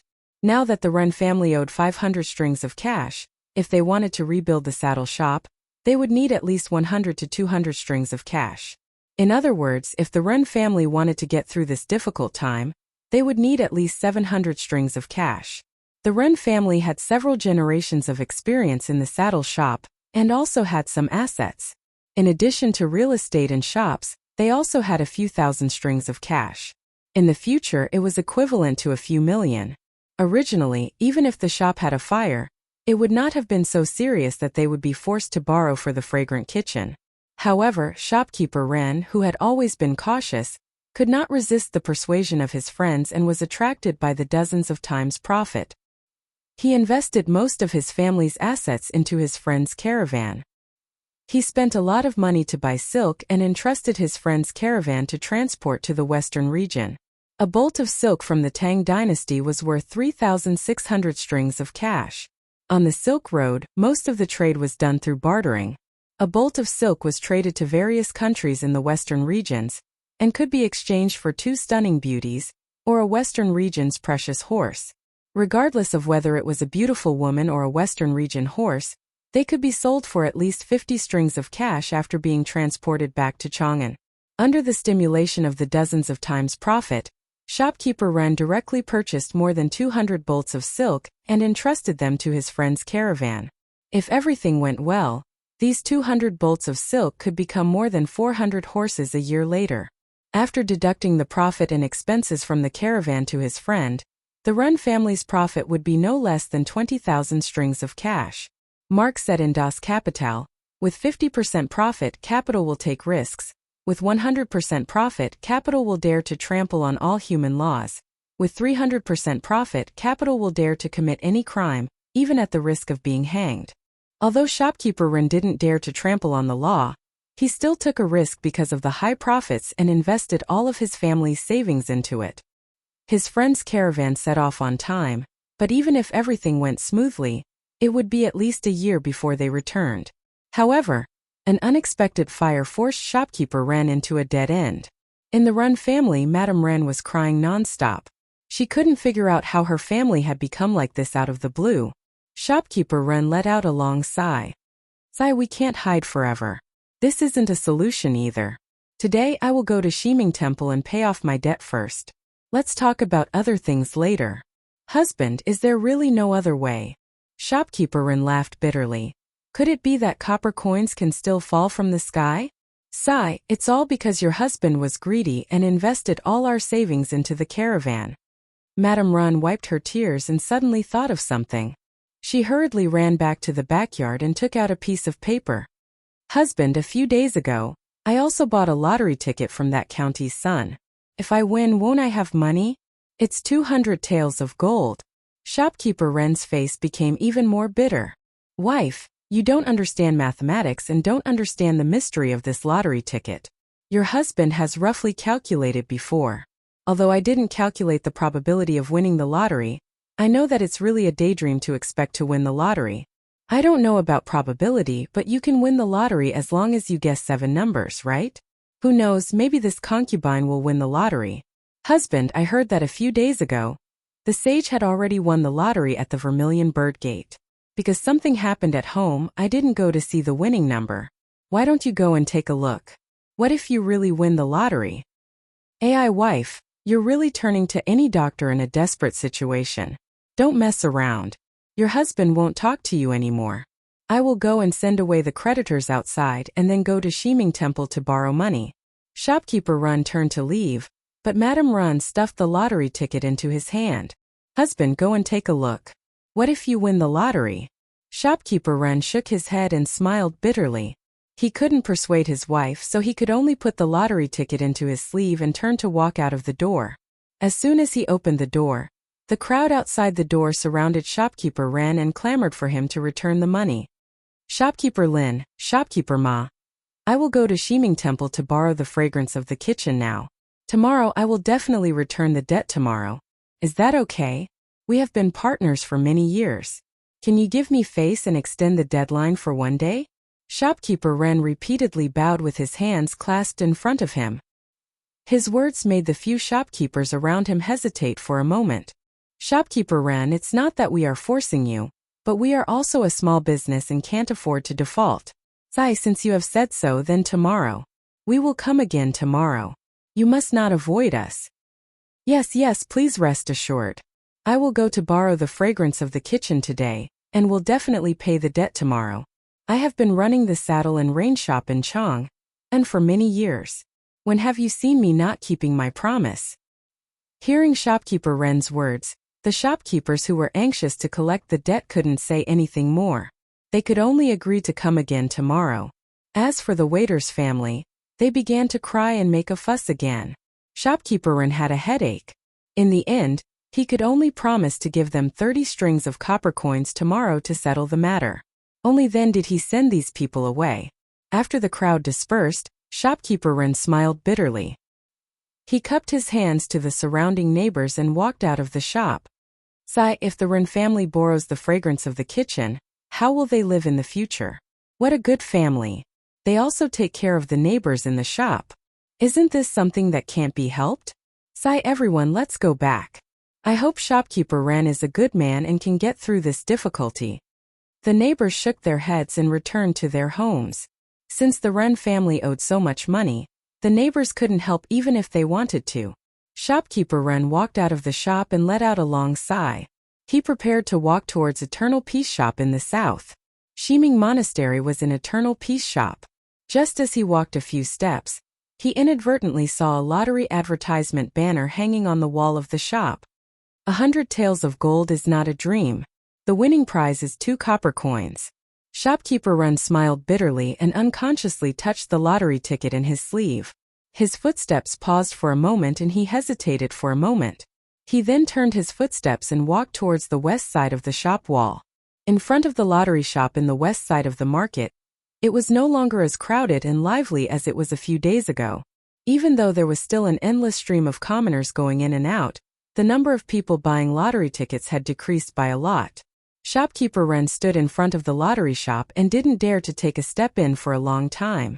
As the saying goes, the greater the hope, the greater the disappointment. He didn't dare to look at the winning number of the lottery ticket. Just as he was hesitating, he heard the 2 people beside him talking softly.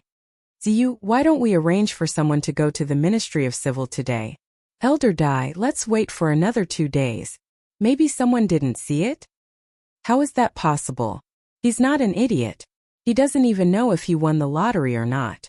Ziyu, don't lie to yourself. Is there anyone in Chang'an who doesn't know the winning number of the lottery ticket? Is there anyone who doesn't know? The people who spoke were Daizhou and Li Wangyu. Today the lottery ticket sales kept dropping and Daizhou was anxious. He pulled Li Wangyu to the lottery shop in the west side of the market to discuss with him if they should arrange for someone to receive the prize as soon as possible. Li Wangyu shrugged his shoulders. Just as he was about to answer, he heard a voice beside him. 2 Langjuns, may I trouble you to ask what the winning number of the lottery ticket is? Chapter 363. Li Wangyu and Daizhou couldn't help but turn their heads in astonishment. Just now, Daizhou was talking about the lottery numbers that everyone in Chang'an knew. Now someone immediately asked about it. This made Daizhou a little angry. He wondered if this person was deliberately making him lose face as the minister of the Ministry of Civil Affairs. When they saw that the person who asked the question was a middle-aged man dressed like a merchant, they couldn't help but be stunned. My 2 Langjuns, may I ask what the lottery numbers are? It was Shopkeeper Ren who asked the question. He didn't dare to step into the lottery sales place. He happened to see a young man and an old man in front of him talking about the lottery numbers, so he couldn't help but ask. Daizhou saw that he didn't know the middle-aged merchant in front of him, and knew that he had wronged him. The angry expression on his face eased. My Langjun, do you really not know the lottery numbers? Daizhou asked curiously. Shopkeeper Ren cupped his hands and replied, Yes. Something happened at home a few days ago, so I didn't have time to check. This lottery ticket was bought by my wife. I want to see if I've won. Haha, the lottery numbers were shaken out by the sage at the Vermilion Bird Gate 3 days ago. I remember very clearly that they are 3, 7, 11, 17, 20. Daizhou smiled and stroked his beard. He naturally didn't think that the middle-aged man in front of him could win the lottery. However, as the minister of the Ministry of Civil Affairs, he felt very close to the people who bought the lottery tickets. Naturally, he didn't refuse and reported the lottery numbers. Shopkeeper Ren didn't care at first, but when he heard the 3 sets of numbers, his heart couldn't help but beat faster. His wife was the one who bought the lottery ticket. She even used the birthday of his wife, and his eldest son. His birthday was on the 17th day of the 3rd lunar month. His wife's birthday was on the 20th day of the 7th lunar month. His son's birthday was on the 29th day of the 11th lunar month. For the last blue ball, his wife bought 3, which meant a family of 3. Therefore, his wife only spent 2 coins on the lottery ticket in his sleeve. The numbers were 3, 7, 11, 17, 20, 29, and 3. Daizhou continued to report the winning numbers. 2029 and the last blue ball was 3. How was it? Did you win a prize, Langjun? His words were like spring thunder, exploding in Shopkeeper Ren's ears. Langjun, you didn't lie to me, did you? Is this really a winning number? Shopkeeper Ren couldn't even speak clearly as he was tongue-tied. Of course. This old man has nothing better to do, so why would I lie to you? If you don't believe me, the lottery sales store will post the winning numbers. You'll know when you take a look. Daizhou snorted with some dissatisfaction. Shopkeeper Ren didn't care about etiquette anymore. He lifted his robe and rushed into the lottery shop. Because he was running too fast, he even bumped into a commoner who had just bought a lottery ticket and was coming out. He almost tripped. He didn't care if he bumped into someone. Like a headless fly, he stumbled into the lottery sales shop. Li Wangyu and Dai Zhou looked at each other. Suddenly, both of them had a guess. Grandpa Dai, this person. Zio, did he win the lottery? Both of them were stunned after they finished speaking. It couldn't be that coincidental, right? Were the two of them so coincidental that they met the person who had won the lottery today? Let's go in and take a look. Dai Zhou was anxious. He grabbed Li Wangyu's arm and ran toward the lottery sales store. At this time in the lottery sales store, there was a piece of paper pasted on the wall. The winning numbers were written in large characters. Shopkeeper Ren ran to the bottom of the winning numbers and looked up at the numbers one by one. The more he looked, the faster his heart beat.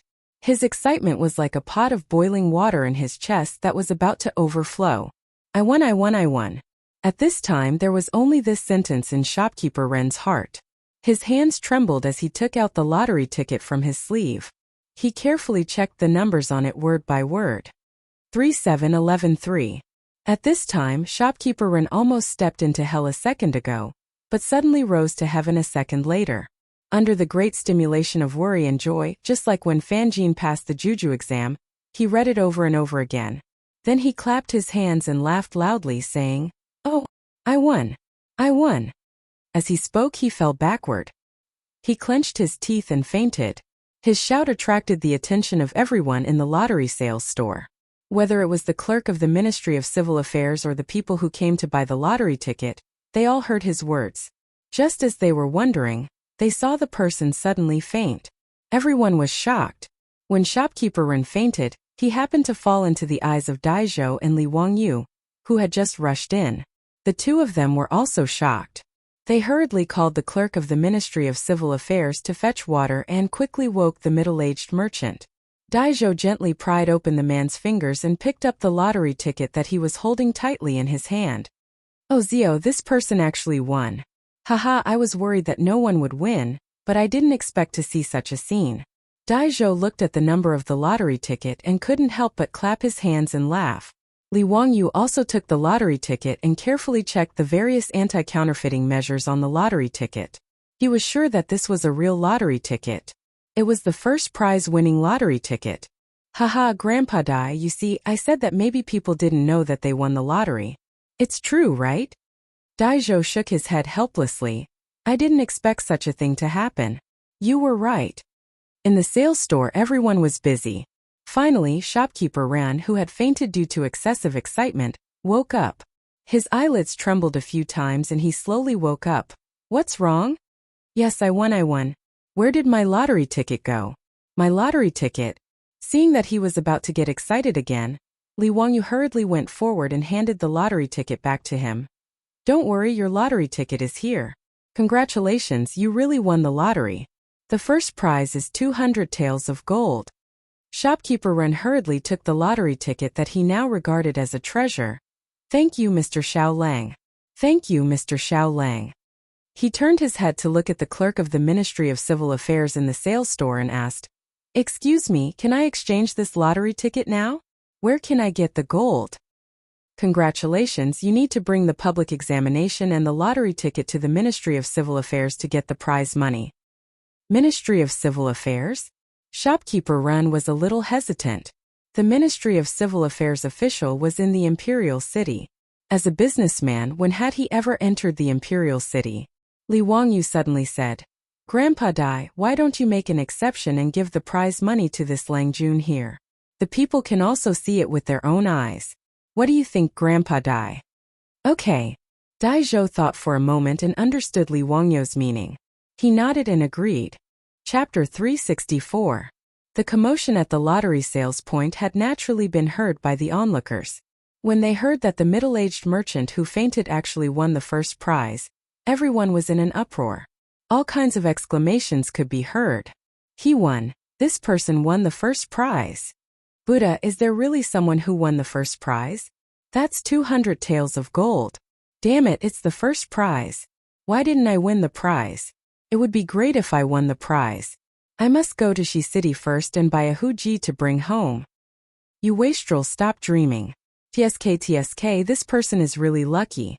More and more people heard that someone had won the grand prize and gathered around. This made shopkeeper Ren very nervous. He held his lottery ticket tightly in his hand, afraid that it would be snatched away. When Li Wangyu saw this, he hurriedly called the Imperial Army of the Golden Guards who were guarding the lottery shop to separate the crowd. Only then did shopkeeper Ren feel slightly relieved. There were even more people who had bought their lottery tickets and were about to leave. However, they turned back to the counter and took out copper coins from their money bags to buy their lottery tickets again. Obviously, they were stimulated by shopkeeper Ren winning the prize. Lang Jun, did you bring your lottery ticket for the public examination? When the official from the Ministry of Civil Affairs saw that Dai Zhou nodded and agreed to immediately redeem the prize, he went forward and asked. Yes, I did bring it. Shopkeeper Ren nodded repeatedly and reached out to take out his ticket for the public examination. He was originally prepared to go to Shiming Temple to borrow the fragrance accumulation kitchen. Naturally, he had to bring his identification. The official from the Ministry of Civil Affairs checked his ticket and asked someone to double-check his lottery ticket. Only then did he take out a brush, ink, paper and inkstone and let shopkeeper Ren register and receive his prize. Duke Ren, do you want gold or copper coins? 200 taels of gold and 1,200 strings of copper coins. Can I have half gold and half copper coins? Shopkeeper Ren thought that it was inconvenient for him to have more than 500 strings of copper coins to pay for the compensation. The official from the Ministry of Civil Affairs smiled and nodded. No problem, Duke Ren, don't be impatient. I will immediately arrange for the treasury to send the gold and copper coins. Shopkeeper Ren gratefully bowed again and again. At this time he remembered that he had not thanked Li Wangyu and Dai Zhou. He hurriedly walked in front of the two and bowed. I would like to thank both of you for your help just now. Please forgive me for offending you just now. Dai Zhou twirled his beard and said with a smile, It's all right. It's understandable that you're overjoyed when you hit the jackpot. But don't be so agitated in the future. It's not worth it to hurt your body. Shopkeeper Ren replied. Yes, you're right. I was too agitated just now. The main reason was that something had happened to his family, and he really needed this bonus. I won't hide it from the two of you. Just now I was prepared to go to Shiming Temple to cook. Fortunately, when I was leaving the workshop I saw the cover of the lottery. That's why I came to Shi City to see if I could win the lottery. Oh. Judging from your attire, you must be a merchant, right? How did you end up in such a predicament? Li Wangyu asked curiously. Shopkeeper Ren let out a long sigh and recounted his experience. At the end of his story, shopkeeper Ren couldn't help but shed tears. Fortunately, the son of Huxian created this lottery. Fortunately, my wife bought this lottery. Otherwise, I really wouldn't know what to do. When Dai Zhou heard this, he couldn't help but laugh at Li Wangyu. Zio, I didn't expect that your lottery would allow Eunuch Ren's family to be saved from a hopeless situation. It's really a good story. Li Wangyu also didn't expect such a coincidence. Seemed like this really was fate. Dai Zhou's words stunned shopkeeper Ren. He looked at Li Wangyu in disbelief. Lang Jun, are you the son of Huxian? Li Wangyu smiled and nodded at him. I am the son of Huxian, Li Wangyu. He had just finished speaking when shopkeeper Ren knelt down in front of him and kowtowed a few times. Li Wangyu was shocked. Eunuch Ren, what are you doing? Quickly get up and speak. Son of Huxian, I thank you on behalf of my entire family. Thank you for creating this lottery ticket and saving me from disaster. Everyone in Chang'an City is now saying that you are the reincarnation of the god of fortune. It's true. Shopkeeper Ren's words stunned Li Wangyu. He didn't create this lottery ticket to become some god of fortune. His initial idea was very simple. He just wanted to divert the attention of the people by relying on the huge attraction of the lottery since he was at the cusp of the gossip in Chang'an. It was a very selfish idea, but shopkeeper Ren was thanking him so profusely. This made him feel a little embarrassed. Shopkeeper Ren's shout was heard clearly by the surrounding commoners.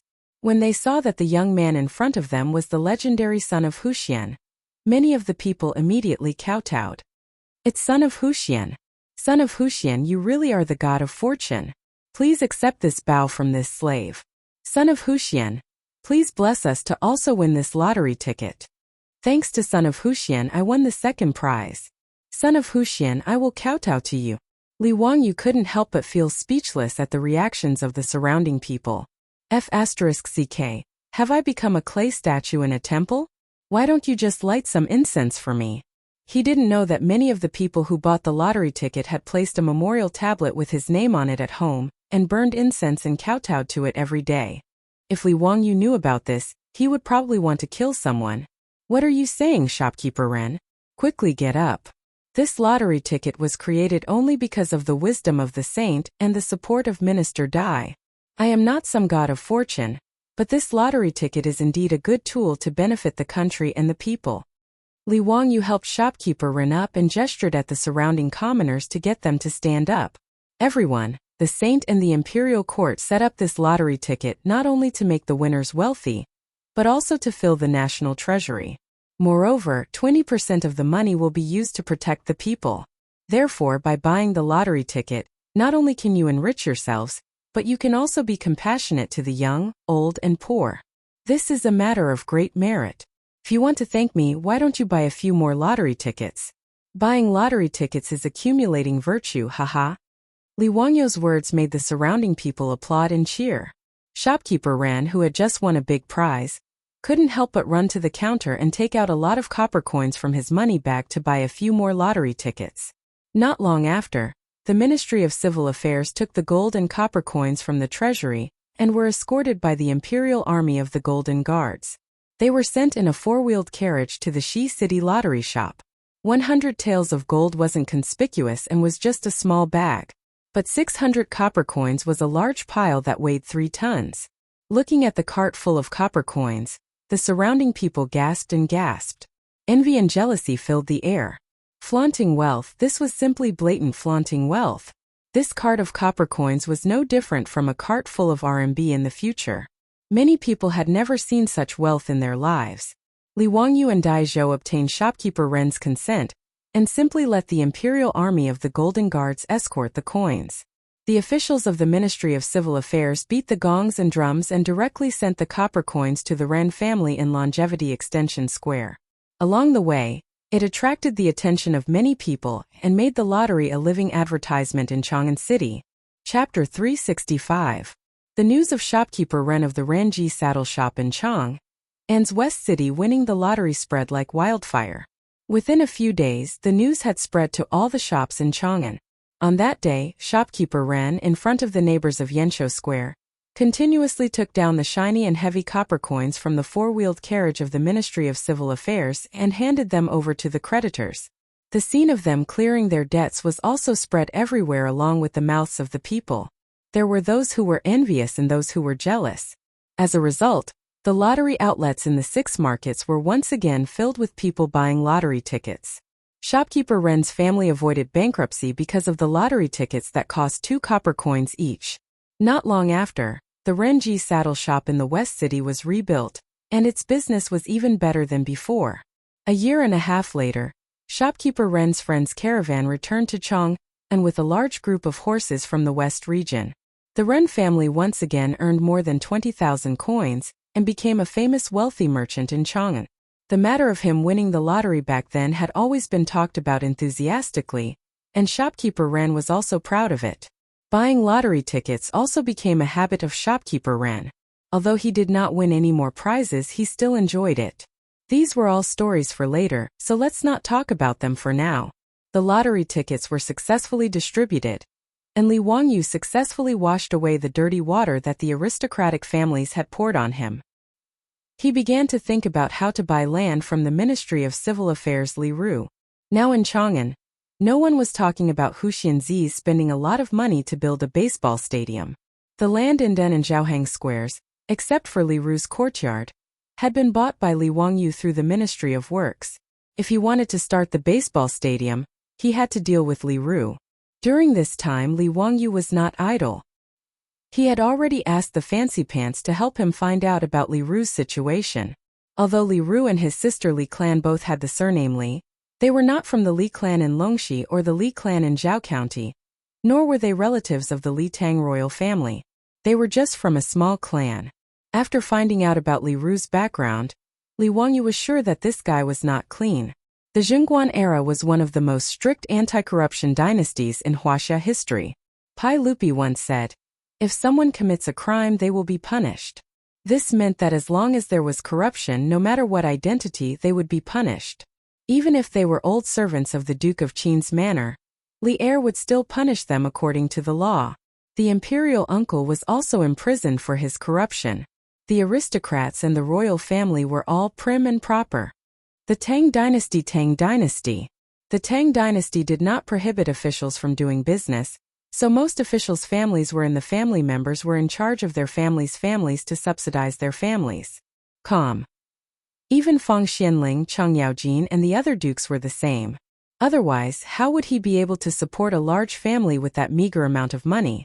However, through Li Wangyu's various connections, he discovered that although physician Li's family also ran a shop, the business was bleak and there was no income. In fact, they would even lose a lot of money. But just by looking at the fact that Li Ru was able to set up a side courtyard in Den Lane, it could be seen that his status was not low. The villa in Den Square covered a large area. When Li Ru bought it, he spent 2 million. Li Ru was a minister of the Ministry of Civil Affairs, but he was only at the 5th rank. His monthly salary was 3,600 copper coins. Even if he added the 160 dawn of grain and the income from the farmland, his monthly income would not exceed 10 strings of copper coins. Li Ruli's family was naturally a big family. The 10 copper coins were enough for him to live comfortably, but he did not have much left. Under such circumstances, he could still take out 2 million to buy a villa. It would be strange if there was nothing fishy about it.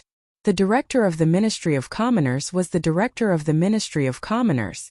This was the office in charge of the Tang Dynasty's money. Just a little of it could let Li Ru, the Minister of Civilian Affairs, eat a lot. Li Wangyu thought that instead of finding a way to make Li Ru sell his land, he might as well help Pai Lupi build a clean government. He did not believe that Li Ru did not have any tricks up his sleeve in the Ministry of Civilian Affairs. Since Li Ru was determined to go against him for the Li clan, then he could not blame Li Wangyu for being ruthless. However, it was not easy to find a corrupt official like Li Ru. Without any evidence, he could not accuse him just because he bought a villa, right? That was not realistic. As for the accounts of the Ministry of Civilian Affairs, even if he was trusted by Pai Lupi and had a good relationship with Dai Zhou, it was impossible for him, a founding county official, to run to the Ministry of Civilian Affairs to check the accounts for no reason. Li Wangyu thought about it for a long time, but he came up with a way to save the country. Today, Li Wangyu put on his brand new founding county official robes and went out early in the morning to Chang'an City to attend the court meeting. When the officials saw that Li Wangyu rarely appeared, those who were familiar with him all came up to tease him. "Zio, why are you attending court today? What did you come up with this time? Little nephew of the Li family, did you come up with something fun? Quickly take it out for me to see, wahaha. Zio, this should be the 5th time you've attended court, right? You really are a rare guest, haha. Teacher, what is the matter today? Why don't you tell me first? I can cooperate with you later." Li Wangyu was speechless. He could only cup his hands and bow to the crowd, indicating that he had nothing to do. He was just bored at home and had come to listen to the court meeting. However, no one believed his words. They all smiled, waiting to see what this guy was up to. Not only did the officials think this way, even Pai Lupi thought the same after he sat on the throne. "County official, what is the matter today?" Pai Lupi asked first, causing the officials to look at him. Li Wangyu felt like 10,000 mud horses were galloping through his heart. Why did everyone think that he was attending court to cause trouble? Although he did have something to do today, Li Wang, you couldn't help but blush with shame after being exposed by Pai Lupi. "Your Majesty, this subject has nothing to do." Pai Lupi looked at him suspiciously, but his face said, "We don't believe you." The number of times that Li Wangyu attended the imperial court could be counted on one hand. The first time he attended the imperial court, he made the Tao ancestor show his divinity, which made the aristocratic families who forced Li heir to issue an imperial edict of guilt speechless. The second and third time, he had been impeached by the imperial censors. In the end, Li Wangyu had refuted them in court, causing the imperial censors to lose face. The last time he had attended court, It had been for the lottery. In the Taiji Palace, he had taken 30,000 taels of silver from the officials. He had even gotten Pai Lupi to agree to the lottery. Today this guy had come to court again. What was he up to this time? Seeing Li Wangyu insist that he had nothing to do, Pai Lupi could only suppress his suspicions and begin to discuss court affairs with the officials. Halfway through the discussion, Minister of Civil Affairs Dai Zhou stood up and reported to Pai Lupi about the lottery sales. Li Wangyu also stood up. Your Majesty, this subject has something to report. Pai Lupi and the officials all had the same thought. This guy was here again. Chapter 366. Li Wangyu's shout attracted the attention of all the officials in the hall. Even Dai Zhou stopped talking and looked at Li Wangyu with a smile. Pai Lupi raised his arm at him speechlessly, indicating that he should speak quickly. Being stared at like this, Li Wangyu blushed with shame. He could only clear his throat and raise his hands apologetically to Dai Zhou before continuing. Your Majesty, I just heard Minister Dai say that the Ministry of Civil Affairs was calculating the amount of lottery sales and suddenly remembered something. The Ministry of Civil Affairs of the Tang Dynasty is in charge of land, money, and grain. However, the officials in the Ministry of Civil Affairs are not good at mathematics and their calculation efficiency is too low. Before he could finish, Dai Zhou couldn't help but interrupt him. As the Minister of Civil Affairs, although Dai Zhou had a good relationship with Li Wangyu, he couldn't help but frown. County Magistrate who, all the officials in the Ministry of Civil Affairs are proficient in mathematics. Although there may not be anyone as knowledgeable as you, I dare say that there is no one in the world who is better than you in mathematics. Dai Zhou was also a bit angry and his tone was unavoidably tough. As the head of the Ministry of Civil Affairs, he naturally couldn't bear to hear Li Wangyu criticize the Ministry of Civil Affairs for its poor calculation ability. Li Wangyu saw that the old man was angry and quickly bowed deeply. Minister Dai, if what I said is wrong, please don't blame me. However, the Ministry of Civil Affairs calculation method is indeed backward. I am only thinking for the Ministry of Civil Affairs, which is why I brought this up. In truth, if Li Wangyu had communicated with Dai Zhou privately, Dai Zhou definitely wouldn't feel any disgust. Instead, he would be grateful to Li Wangyu. However, to say that the Ministry of Civil Affairs calculation ability was bad in front of all the officials, wasn't this slapping Dai Zhou's face? It was no wonder that the old man was angry. However, Li Wangyu had other intentions, so he couldn't care less about offending Dai Zhou. In any case, he believed that as long as what he said was true, Dai Zhou would be grateful to him. Today this old man would like to ask for advice. Let's see how brilliant County Magistrate's arithmetic is. Dai Zhou flung his robe angrily, no longer giving Li Wangyu any face. Li Wangyu had been waiting for him to say this. He quickly climbed up the pole and said, Your Majesty, since Minister Dai doesn't believe me, I would like to have a competition in this hall today to prove that what I said is true. Is that okay? Pai Lupi rubbed his temples and thought to himself, this guy is really here to cause trouble. However, he could not remain indifferent to Li Wangyu's words. After all, if what he said was true, it would be a good thing for the Ministry of Civil Affairs to increase their efficiency. Huxianzi, how do you want to compete? Pai Lupi asked. It's simple. Minister Dai, please find 10 officials from the Ministry of Civil Affairs who are proficient in calculation. Let them compete with my 2 disciples in calculation speed in this hall, and see if what I said is false. As soon as Li Wangyu finished speaking, the officials all looked at Ma Zhou and Yen Libin in the hall. The 2 of them were also confused. They stood up in disbelief, looked at Li Wangyu, and then pointed at themselves. Are you sure, teacher? Although the 2 of them had studied with Li Wangyu, they had very little contact with mathematics. Wasn't it a joke to have them compete with officials from the Ministry of Civil Affairs in calculation? Li Wangyu hurriedly waved his hand and said, King Bin Libin, I'm not talking about you. He then cupped his hands towards Pai Lupi and said, Your Majesty, I'm talking about His Highness the Crown Prince and His Highness the King of you. As soon as Li Wangyu said this, Dai Zhou's face darkened. The officials from the Ministry of Civil Affairs who were qualified to attend court also had ugly expressions. The officials were in an uproar. They all looked as if they had seen a ghost. Some even rubbed their ears, wondering if they were hearing things. The Crown Prince and His Highness the King of you? Li Chang'an was only 9 years old and Li Tai was only 8 years old. Although the two of them had noble statuses, they were still just two young children. Did County Master Huxian just say that he wanted these two young children to compete with 10 officials from the Ministry of Civil Affairs who were proficient in calculation? This was truly the greatest joke in the world. Pai Lupi was also speechless. Although Li Chang'an and Li Tai were his precious sons, Li Wangyu shouldn't be messing around like this. Wasn't this just blatantly humiliating Dai Zhou and the others? If one were to say that Li Wangyu's calculation ability was better than the officials from the Ministry of Civil Affairs, both Pai Lupi and Dai Zhou believed this.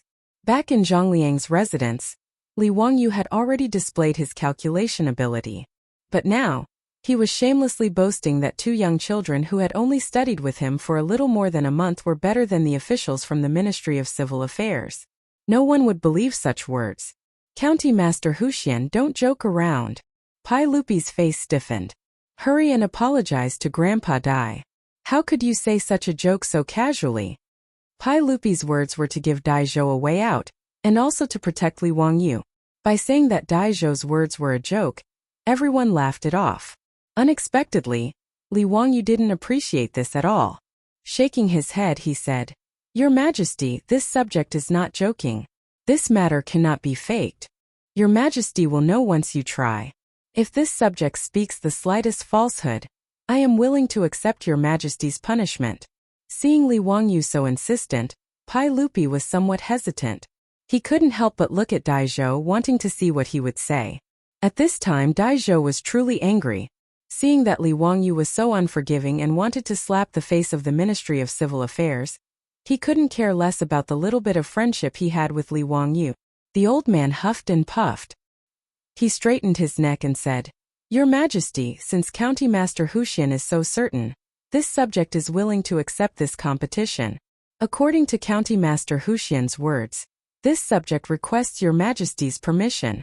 If this subject loses, this subject will give up my position as Minister of the Ministry of Civil Affairs." Dai Zhou's words gave Li Wangyu a fright. He didn't want to offend Dai Zhou to the point of death. Li Wangyu hurriedly bowed to Dai Zhou. "Minister Dai, why do you say such a thing? If my words just now have offended you, I ask Minister Dai to forgive me. I had good intentions. Seeing that the Ministry of Civil Affairs calculation method is indeed a bit behind, I anxiously brought up this matter. I truly didn't mean to humiliate the Ministry of Civil Affairs. I ask Minister Dai to investigate this matter thoroughly." Only after hearing these words did Dai Zhou's expression become slightly better. However, since both sides had already spoken to this point, Pai Lupi couldn't pretend that he hadn't heard anything. After thinking for a moment, he nodded in agreement.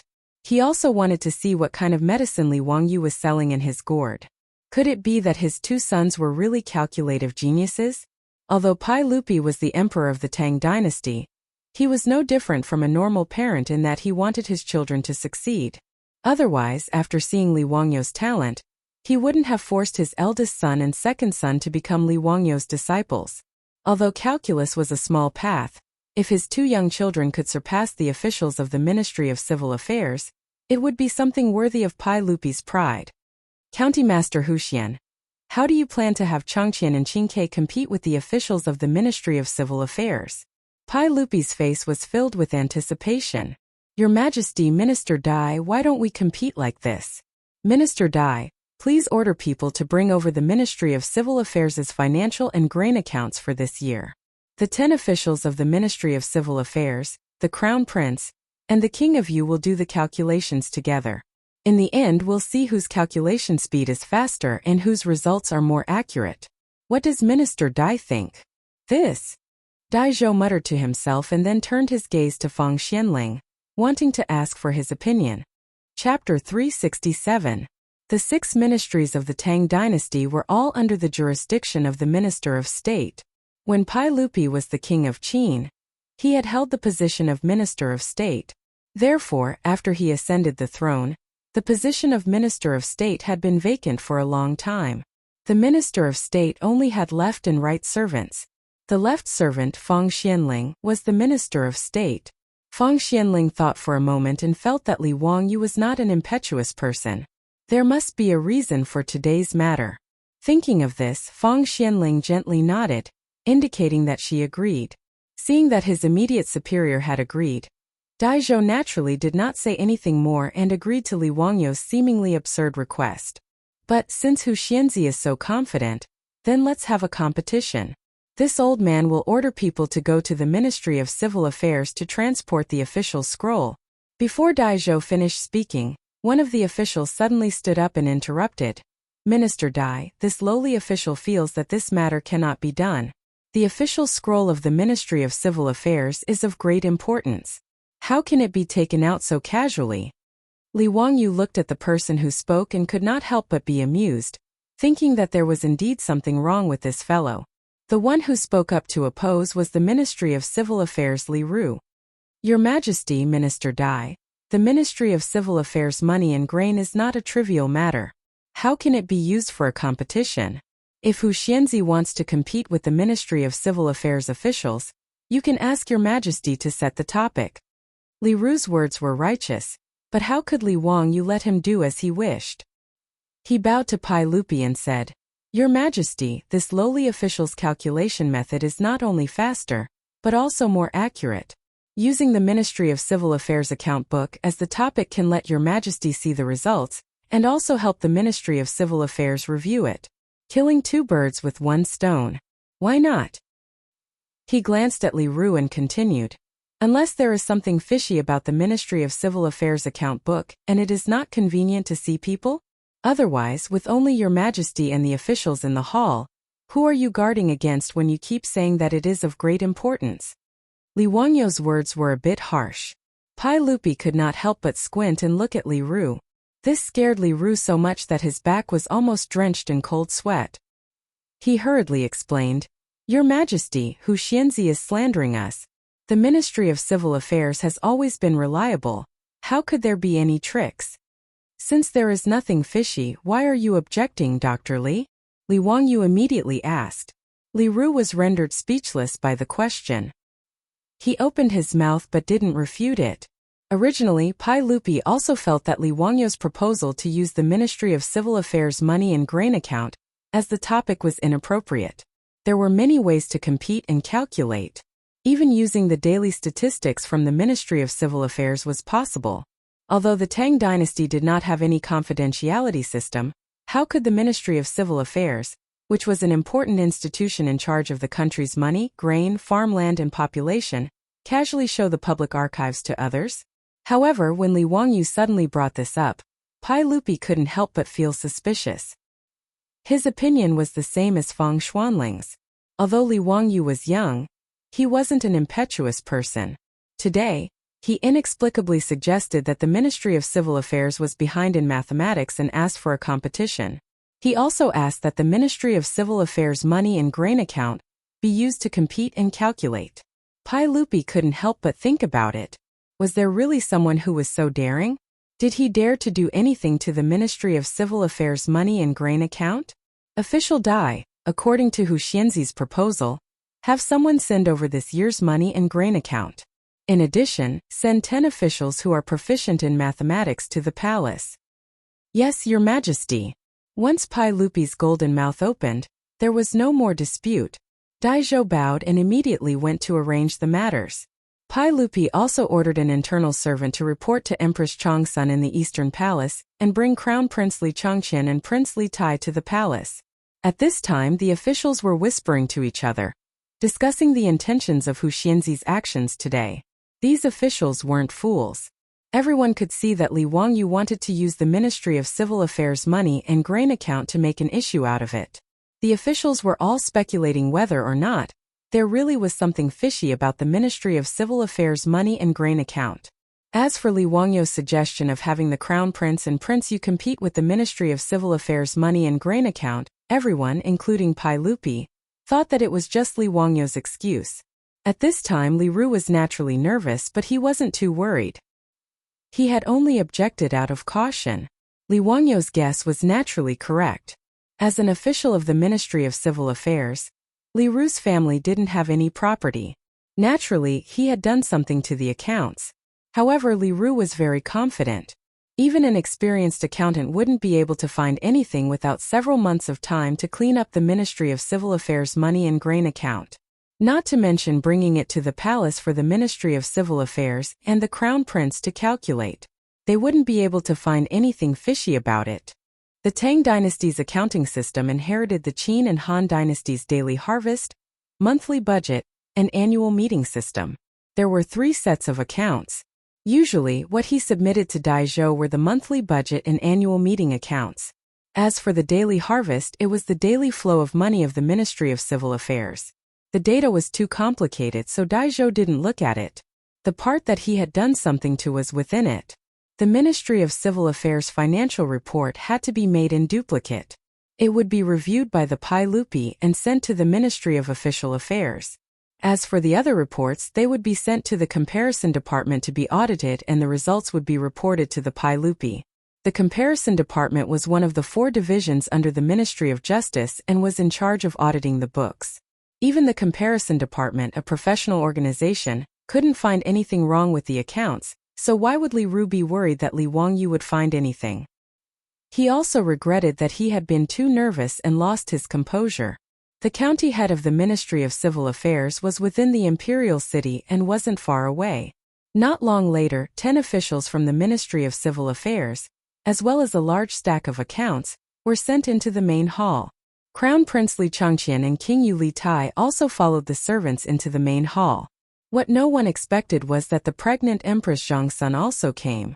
Your Majesty, I heard that the county head wants Chang'an and Qingke to compete with the Ministry of Civil Affairs officials in mathematics. I was also curious and came to the main hall. Please allow me to watch from the side.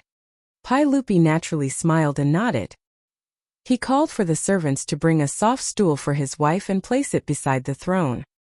He naturally knew why Empress Zhongsun came, so there was no reason to refuse. Although this couple was the emperor and empress of the Tang dynasty, they were the 2 people with the most respected statuses in the world. However, they were no different from the parents of the future. They were filled with anticipation and attention towards any competition that their sons participated in. The officials all stood up and greeted Empress Zhongsun and the Crown Prince. After a series of greetings, Pai Lupi waved his hands at his 2 sons. Chang'an, Qingke, your teacher wants the 2 of you to compete with the Ministry of Civil Affairs officials in mathematics. Are you willing? Father, I am willing. Li Chang'an immediately replied. Teacher said that no one in the world can calculate faster than us with the method he taught us. Father, I will definitely calculate faster than elder brother. Teacher often praises me. Li Tai also didn't want to fall behind.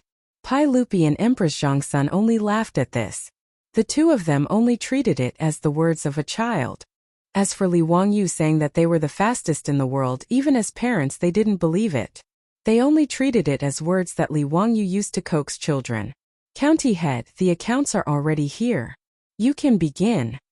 Pai Lupi looked at Li Wangyu, ready to see how he planned to compete. Chapter 368. Actually, Li Er did not believe that his 2 sons would be able to compete with the officials of the Ministry of Civil Affairs in terms of calculating speed. This was too ridiculous. Even if Li Wangyu's calculation skills were outstanding, his 2 sons, one 8 and one 9, had only studied with Li Wangyu for 2 months. According to the reports of Crown Prince Li Chang'an and Li Tai's guards, Hu Xianzi usually only played games with the 2 children and didn't have much time to study. Under these circumstances, even if Li Wangyu really was a literary star, he couldn't turn 2 young children into prodigies overnight, right? Pai Lupi thought that Li Wangyu must have accidentally discovered that someone from the Ministry of Civil Affairs was messing with the accounts. That was why he used some competition as an excuse to have Daizhou bring the accounts so that he could expose the tricks in front of the officials. Thus he didn't stop him. He wanted to see who was so daring as to mess with the Ministry of Civil Affairs accounts. Pai Lupi's guess wasn't wrong. Li Wangyu was thinking this way, but it wasn't just that. He really wanted Li Chang'an and Li Tai to show off their skills in front of Pai Lupi and the officials. This was also a demonstration of their learning. The more powerful Li Chang'an and Li Tai were, wouldn't it show that Li Wangyu was a good teacher? This was killing 2 birds with 1 stone. That was why Li Wangyu put so much effort into it. He didn't even hesitate to offend Daizhou and the officials from the Ministry of Civil Affairs. After Pai Lupi spoke, Li Wangyu ordered people to bring in a screen and place it in the middle of the hall. He arranged for the 10 officials from the Ministry of Civil Affairs and Li Chang'an and Li Tai to sit on either side of the screen. Your Majesty, the accounts sent by the Ministry of Civil Affairs are the accounts for copper coins and the accounts for corn. I believe that these accounts must be accurate. Otherwise, even if the Ministry of Civil Affairs remembered incorrectly, the Ministry of Civil Affairs audit would be able to find out. Li Wangyu's words made Dai Zhou's expression soften quite a bit. What he said was the truth. From the very beginning, Li Wangyu had never thought that the Ministry of Civil Affairs would have any miscalculations. Just as Li Ru had said, the Ministry of Civil Affairs account books would not only be reviewed internally by the Ministry of Civil Affairs, but also by the Ministry of Justice's comparison department. If he had faked the numbers, he would have been found out. Li Wangyu didn't know how much Li Ru had embezzled, and was distressed over it for several days. It wasn't until he chatted with his beautiful boss that he was enlightened by her answer. This was why he had come to Taiji Palace today and caused such a commotion. Dai Zhou's expression softened slightly, but Li Wangyu continued, however, even if the Ministry of Civil Affairs account book is accurate, it can still be checked again. It won't take much time. It was also a good opportunity for His Highness the Crown Prince and His Highness the King of Yu to compete with the officials of the Ministry of Civil Affairs.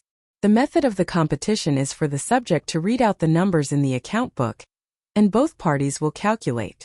In the end, the faster and more accurate side will win. What does Your Majesty think?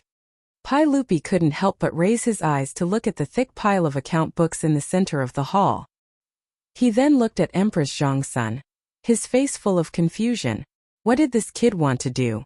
Was he really going to have his 2 sons compete with the officials of the Ministry of Civil Affairs? Before Pai Lupi could speak, Dai Zhou couldn't help but frown and speak. County Head Huxian, there are so many accounts books this year. How can it be finished in such a short time? With so many accounts books, even if the Ministry of Civil Affairs did their daily calculations, it would still take more than a month. How could it be finished in such a short time? Li Wangyu chuckled. Minister Dai, it won't take much time. 15 minutes is enough. His words caused an uproar among the officials. They felt that County Head Huxian was joking again. The accounts books of the Ministry of Civil Affairs had a thick pile of money. Even if it was just to look through them once, 15 minutes was far from enough. Before Dai Zhou could speak, Li Wangyu walked to the front of the account books and picked up one of them. He looked at the officials of the Ministry of Civil Affairs. Everyone, are you ready? When the officials of the Ministry of Civil Affairs heard that they were going to compete with 2 young children in mathematics, they all felt humiliated. Even if the 2 young children were the Crown Prince of the Tang Dynasty and His Highness King Yu, Li Wangyu's suggestion was still a form of humiliation to these officials who were skilled in mathematics. In the face of Li Wangyu's words, the 10 officials of the Ministry of Civil Affairs didn't say anything. Instead, they silently took out their calculating chips and placed them on the table. Li Wangyu awkwardly rubbed his nose and then looked at Li Chang'an and Li Tai. Ching, are you ready? Li Chang'an and Li Tai's faces were already filled with anticipation. Hearing this, the 2 of them took out something from their sleeves and placed it on the table in front of them. Teacher, don't worry. We will definitely win. After spending many days with the naughty children of Dingzhou village, Li Chang'an's personality had become much more cheerful. He finally returned to the appearance of a 9-year-old child and no longer had the Crown Prince's majesty that he had purposely put on before. Li Tai also didn't want to be outdone. The little fatty waved his fist. Teacher, I will definitely calculate the fastest today. The things that the 2 of them took out made Pai Lupi, Dai Zhou, and the others very curious. They all stretched out their necks to see what it was. It was a small wooden box with many wooden beads inside. If there were any of the officials in the hall who had traveled through time, they would definitely be able to recognize this item at a glance. An abacus. Li Wangyu taught the 2 children mathematics, but he didn't expect Li Chang'an and Li Tai to be so smart. They were even more familiar with the numerals than he was. After learning the Arabic numerals that Li Wangyu taught them, Li Wangyu couldn't compare to the 2 little fellows when it came to simple addition, subtraction, multiplication, and division. This made him feel that he had lost face. In order to save his face, Li Wangyu shamelessly copied the abacus that originated from the northern Song dynasty. As a result, the two little fellows Li Changqian and Li Tai, who only knew how to use numerals, were once again defeated by Li Wangyu. In reality, Li Wangyu wasn't proficient at using an abacus. After all, calculators were prevalent in the modern world. Aside from those old accountants, who would use an abacus? Li Wangyu only knew how to use an abacus because his grandfather had taught him when he was young. He only knew how to use it and was still very far from being proficient. However, no matter how rusty he was at using an abacus, his calculation speed far surpassed that of numerals. It must be known that the meritorious service of China's 2 bullets and 1 star relied on hand-operated calculators and an abacus to calculate a huge amount of data. The two little fellows were shocked by Li Wangyu's abacus. They worshipped their teacher even more. The two of them were indeed smart. They didn't need much time to use the abacus to become proficient. Especially the little fatty Li Tai. His little chubby hands were as fast as lightning when he used the abacus. This made Li Wangyu speechless. In the modern world, he had seen some videos of gaming gods. Those were simply inhuman people who used their hands to dance on the keyboard. They made him speechless. In Japan, there was a player called Takahashi who could press the button 16 times in a second on an old-fashioned game controller and fire 16 bullets. He was called 16 Brothers in a second. Needless to say, those professional gamers could effectively type 200 to 300 times on the keyboard in a minute, which made Li Wangyu, who was not very good with his hands, feel speechless. And the little fatty Li Tai was unexpectedly also a master of hand speed. Ever since he learned how to use an abacus, every time he used the abacus, Li Wangyu would unconsciously associate it with a scene in a manga. In short, ever since the two little fellows learned how to use an abacus, Li Wangyu never used the abacus in front of them again. He couldn't afford to lose face. Chapter 369. The abacuses in Li Changqian's and Li Tai's hands were also specially found by Li Wangyu. He had Carpenter Lu make them as a gift for the two little ones. When Carpenter Lu knew that he was making the abacuses for the Crown Prince and the King of Yu, he was very attentive. Even when her own son wanted to help, he was chased far away by Carpenter Lu. He used all of his skills to make 2 exquisite abacuses. Li Changqian and Li Tai loved these 2 exquisite abacuses so much that they couldn't put them down. Pai Lupi and Empress Zhongsun naturally didn't recognize the abacuses their sons took out. Empress Zhongsun couldn't hold back her curiosity and asked, Ching'an, what is this? Mother, this is an abacus. The teacher gave it to us. Li Changqian proudly shook his abacus, making a clattering sound. What is its use? Empress Zhongsun turned her gaze to Li Wangyu, hoping for an explanation. Li Wangyu quickly bowed. Your Highness, the abacus is used for calculation. It is the same as counting chips, but it is faster and more accurate. Empress Zhongsun nodded.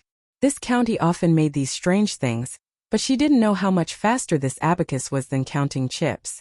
Could it really let her 2 sons win the competition? She didn't care about the problems with the Ministry of Civil Affairs accounts. That was something her husband needed to worry about. As a mother, Empress Zhongsun cared more about her son. Could it really be as Li Wangyu said, that he could calculate faster than 10 officials from the Ministry of Civil Affairs? Li Tai couldn't help but yell. Mother, the teacher said that in terms of calculating speed, my abacus is the best in the world. No one can be faster than me. His words made Empress Zhongsun cover her mouth and laugh. She felt that her silly son believed everything. This was most likely Li Wangyu teasing them. They actually took it seriously. Okay, mother knows. Qingke, work hard in a bit. Empress Zhongsun smiled. However, even Li Tai, this little brat, could hear her half-hearted tone. Seeing that his mother did not believe him, Li Wangyu was so anxious that his chubby face turned red. He reached out and tugged at Li Wangyu's sleeve. Commander, mother doesn't believe me. Li Wangyu smiled and comforted her. Qingke, then prove it to Empress Zhongsun. I believe that your calculation speed is the fastest in the world. No one can compare to you. Their voices were not soft, and their words were heard by all the officials in the hall. Many of them laughed. Most people thought that Li Wangyu was coaxing the child again, so they laughed kindly. However, there were quite a few people who burst into laughter. The mockery in their words was too strong. Previously, Li Ru felt that he was too nervous and had lost some face.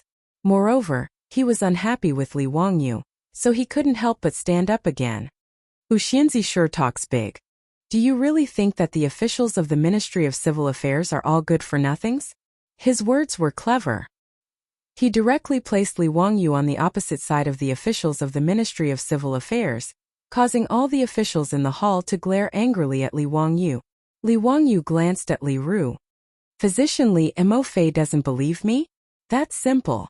If you think I'm talking nonsense, why don't we make a bet? Let's make a bet. What do you want to bet? Hee. Let's bet on your villa in Dun Lane.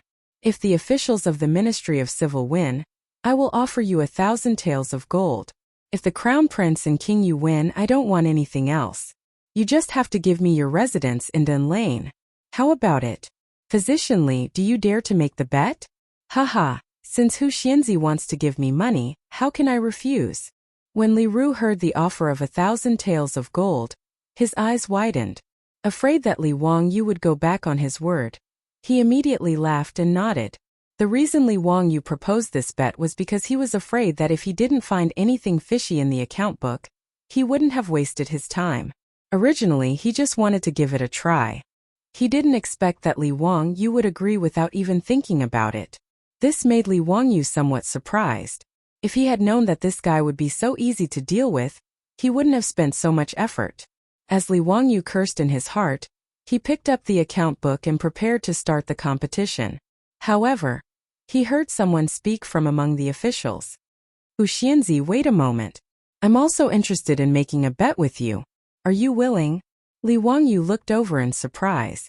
It was the Duke of Chongping, Zhang Liang. Oh, the Duke is also interested? What do you want to bet? I want to bet on Zhao Yebai. If the Crown Prince and King Yu win, I will give you 100 taels of gold. If not, Hu Xianzi will lose Zhao Yebai to me. How about it? Zhang Liang really couldn't bear to part with Zhao Yebai. Ever since he lost to Li Wangyu in front of the Hall of Martial Virtue and lost his mount, he had been brooding. Today, after seeing Li Wangyu shamelessly boast that 2 8- or 9-year-old children were faster than an official from the Ministry of Civil Affairs, and that it was 2 against 10, he felt that his opportunity had come. Thus, after Li Wangyu made a bet with his brother-in-law, Li Wangyu, he immediately stood up. He also wanted to make a bet with Li Wangyu and win back his beloved mount. Hearing this, Li Wangyu couldn't help but grin. He only had one precious horse. After it was mercilessly seized by his beautiful superior, he was still wondering where he could buy another one. He knew that Zhang Liang's mansion also had a precious horse similar to Zhao Yebai. It was called the Jade Flower Horse. Horse was a horse with a greenish-white coat. Zhao Yebai and the Jade Flower Horse were 2 precious horses that Zhang Liang had spent a lot of money to get from the western regions. He treasured them a lot, and it wouldn't be an exaggeration to say that they were worth 100 taels of gold. County Duke, we can make a bet, but I don't want gold. If the prefectural duke loses, just give me your Jade Flower Horse. What does the prefectural duke think? Li Wangyu's condition made Zhang Liang feel a toothache. Losing Zhao Yebai already made him lose his appetite. If he lost the Jade Flower Horse as well, it would be even worse than killing him. However, looking at the angry official from the Ministry of Civil Affairs and Li Changqian and Li Tai, who were still acting cute in front of Empress Zhangsun, Zhang Liang hesitated for a long time. In the end, he gritted his teeth and agreed. Fine, Hu Xianzi. I'll use the Jade Flower Horse to bet with you. Li Wangyu almost laughed out loud. There really was someone rushing to give him benefits. When luck came, it really couldn't be stopped. Whatever he wanted came, it really was a pleasant surprise. He hurried forward and struck Zhang Liang's hand to seal the bet. Just as he was about to announce the start of the competition, several people among the officials stood up. Hu Xianzi, this old man also wants to make a bet with you. Are you willing? Li Wangyu was taken aback. Before he could speak, he heard Cheng Yaojin slam the table and stand up. Surnamed Wang, what do you mean by this? Are you bullying this old man's nephew? How do you want to bet? This old man will bet with you. The people who stepped forward to make a bet with Li Wangyu were the head of the Wang clan in Taiyuan, Wang Ranyu, and Zheng Yuanshou of the Zheng clan in Xinjiang. The aristocratic families had targeted Li Wangyu many times, but they had all been defeated. The grievances between the two sides had long been irreconcilable. Wang Renyu, Zhang Yuanshou, and the others naturally didn't believe Li Wangyu's words today. Seeing Li Ru and Zhang Liang step forward to make a bet with Li Wangyu, they looked at each other and felt that this was a good opportunity to add insult to injury, so they also stepped forward. They hadn't expected Cheng Yaojin to interfere. Duke Lu, why do you say this? Could it be that Duke Chongping can make a bet but we can't? Bastard, you want to bet? Sure, this old man will bet with you. Cheng Yaojin's words moved Li Wangyu and angered him. Wasn't this old hooligan blocking his chance to get rich? Chapter 370. On the throne, Pai Lupi's face darkened.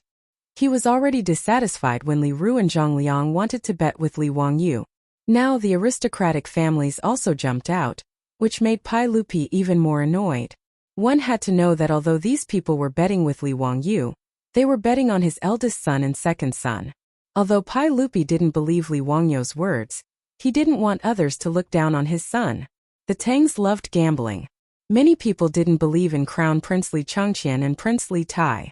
Seeing that Wang Renyu, Zhang Yuanshou, and others also wanted to participate in the bet, many of the officials in the hall became restless. But Pai Lupi's darkened face made them change their minds. No one present was stupid. They soon realized that something was wrong. The people who wanted to stand up all kept silent and watched the fun. Li Ru and Zhang Liang naturally saw Pai Lupi's darkened face. They couldn't help regretting it. But now that the bet had been set, it was too late to say anything. But Wang Renyu, Zhang Yuanshou, and others were not afraid of Pai Lupi's face. They, the aristocratic families, even dared to force Pai Lupi to confess. Now they were betting on Pai Lupi's two sons. What was the big deal? In the face of Cheng Yaojin's curses, Wang Renyu just nodded indifferently. If High Duke Lu wants to bet, you can. How about 10,000 taels of gold? High Duke Lu, are you willing? With the financial resources of aristocratic families, 10,000 taels of gold was nothing. It was only 60,000 strings of coins. During the Zhengguan period of the Tang dynasty, the central government's revenue of corn, silk and copper coins was about 20 million strings of coins. And the annual income of the aristocratic families led by the aristocratic families was not much less than this figure. The 1,000-year-old aristocratic families, the top aristocratic families of the Tang dynasty, were like huge icebergs. The huge ice hidden under the sea was terrifying. This was also the reason why Pai Lupi and other monarchs of the Tang dynasty had been working hard to weaken the aristocratic families. No matter who the emperor was, they wouldn't want to have such a powerful subject under their rule. As the saying goes, how can one allow others to snore beside one's bed? This was also the reason why the Li Tang dynasty and the aristocratic families supported each other from the end of the Sui dynasty until the establishment of the Tang dynasty. In the Tang dynasty, the imperial examinations were held to clean up the influence and control of the aristocratic families in the imperial court. But even at the end of the Tang dynasty, although the aristocratic families were under control, they still stubbornly restrained the imperial power. It wasn't until the Huangchao uprising at the end of the Tang dynasty that the Tang dynasty fell into the abyss. The aristocratic families also declined rapidly, following the decline and fall of the Tang dynasty, disappearing from the stage of history. The imperial power and aristocratic families of the Tang dynasty could be said to be a perfect example of a love-hate relationship. At this time, the main hall was a microcosm of the struggle between the imperial power and the aristocratic families in the history of the Tang dynasty. Hearing Wang Renyu's words, Cheng Yaojin didn't even frown and nodded in agreement. Wahahaha, Wang Renyu, although I'm not as rich as your Taiyuan Wang clan, I can still afford to bet 10,000 taels of gold. Since you want to bet, I'll naturally accompany you. Good, since High Duke Lu is so straightforward, then it's a deal. They were all top nobles of the Tang dynasty, so they didn't need to clap their hands to make an oath. Words spoken in front of hundreds of officials were like nails in a mouthful of saliva. No one would go back on their words. When Li Wangyu saw that both sides had made a bet, the corner of his mouth twitched unconsciously. Motherf asterisk cur. This old man is simply robbing me of my gold. If Cheng Yaojin didn't interfere, then wouldn't this bet of 10,000 taels of gold belong to me? Although Li Wangyu was very grateful to this old hooligan Cheng Yaojin for protecting him, He hated that he couldn't cover this old hooligan's mouth and take his place. Whether or not Li Chang'an and Li Tai would lose, Li Wangyu didn't even consider this kind of thing. Especially the little fatty Li Tai, the speed at which he calculated the abacus. Li Wangyu admitted that even if he was given a calculator, he wouldn't be able to calculate as fast as this little fatty. This little fatty was really heaven-defying. Not to mention the 10 officials of the Ministry of Civil Affairs. Even if all the officials of the Ministry of Civil Affairs attacked together, they still wouldn't be the little fatty Li Tai's opponent. Hanging and beating, Li Wangyu could only think of this word to describe the gap between the two sides. Therefore, when Chang Yaojin stepped forward to accept the bet with the aristocratic family, in Li Wangyu's eyes, he was robbing him of his gold. Now that Li Wangyu was very rich, who would complain about having too much gold? Forget it. Being able to get Li Ru's house and also get the jade flower horse from Zhang Liang was already very good. One must be content with what one has. Li Wangyu comforted himself for a while. Feeling slightly depressed, he squeezed out a smile at the old hooligan Chang Yaojin. He turned around and announced the start of the competition. He picked up the account book for the first month from the Ministry of Civil Affairs account book. He roughly flipped through it and quickly read it out. Ji cooked horse feed, 200 dan and 36 buckets. The price per bucket is 210 copper coins. Ji cooked horse feed, 517 buckets. The price per bucket is 213 copper coins. Ji cooked horse feed. Li Wangyu continuously flipped through the copper account book, but only selectively read out the words. Li Chang'an, Li Tai, and the 10 officials of the Ministry of Civil Affairs paid full attention and began to calculate with the abacus. Li Wangyu read through the thick account book very quickly. The 10 officials of the Ministry of Civil Affairs couldn't help but become somewhat flustered. Large beads of sweat appeared on their foreheads, but they didn't have the time to wipe it away. The more Li Wangyu read, the faster he became.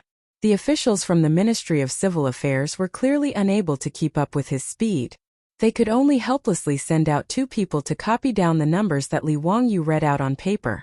The other 8 people were constantly calculating with their hands, and as they calculated, they also had to record with pen and ink. On the other hand, Li Chang'an and Li Tai, these 2 little fellows, were very much at ease. Every time Li Wangyu read out a number, their little hands would click on the abacus and finish the calculation. They even had the time to wink at their mother, Empress Zhongsun. The performance of the 2 sides naturally fell into the eyes of the officials, and they couldn't help but gasp. Could it be that the Crown Prince and King Yu were truly peerless talents? Could it be that what Hu Xianzi said was true? Zhang Liang was abnormally nervous. His eyes widened, and he almost stood up to cheer for the officials of the Ministry of Civil Affairs. He didn't believe that these 2 children could calculate so quickly.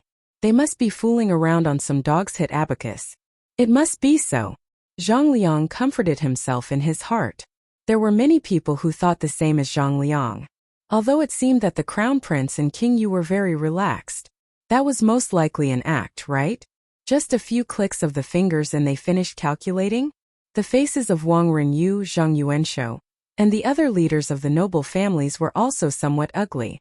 Although they didn't care about gold, they cared about face. They had lost to Li Wangyu in front of the officials. How could they accept this? The officials whispered to each other and discussed spiritedly. No one noticed that the doctor of the Ministry of Civil Affairs, Li Ru, had become pale and his body was trembling like a sieve.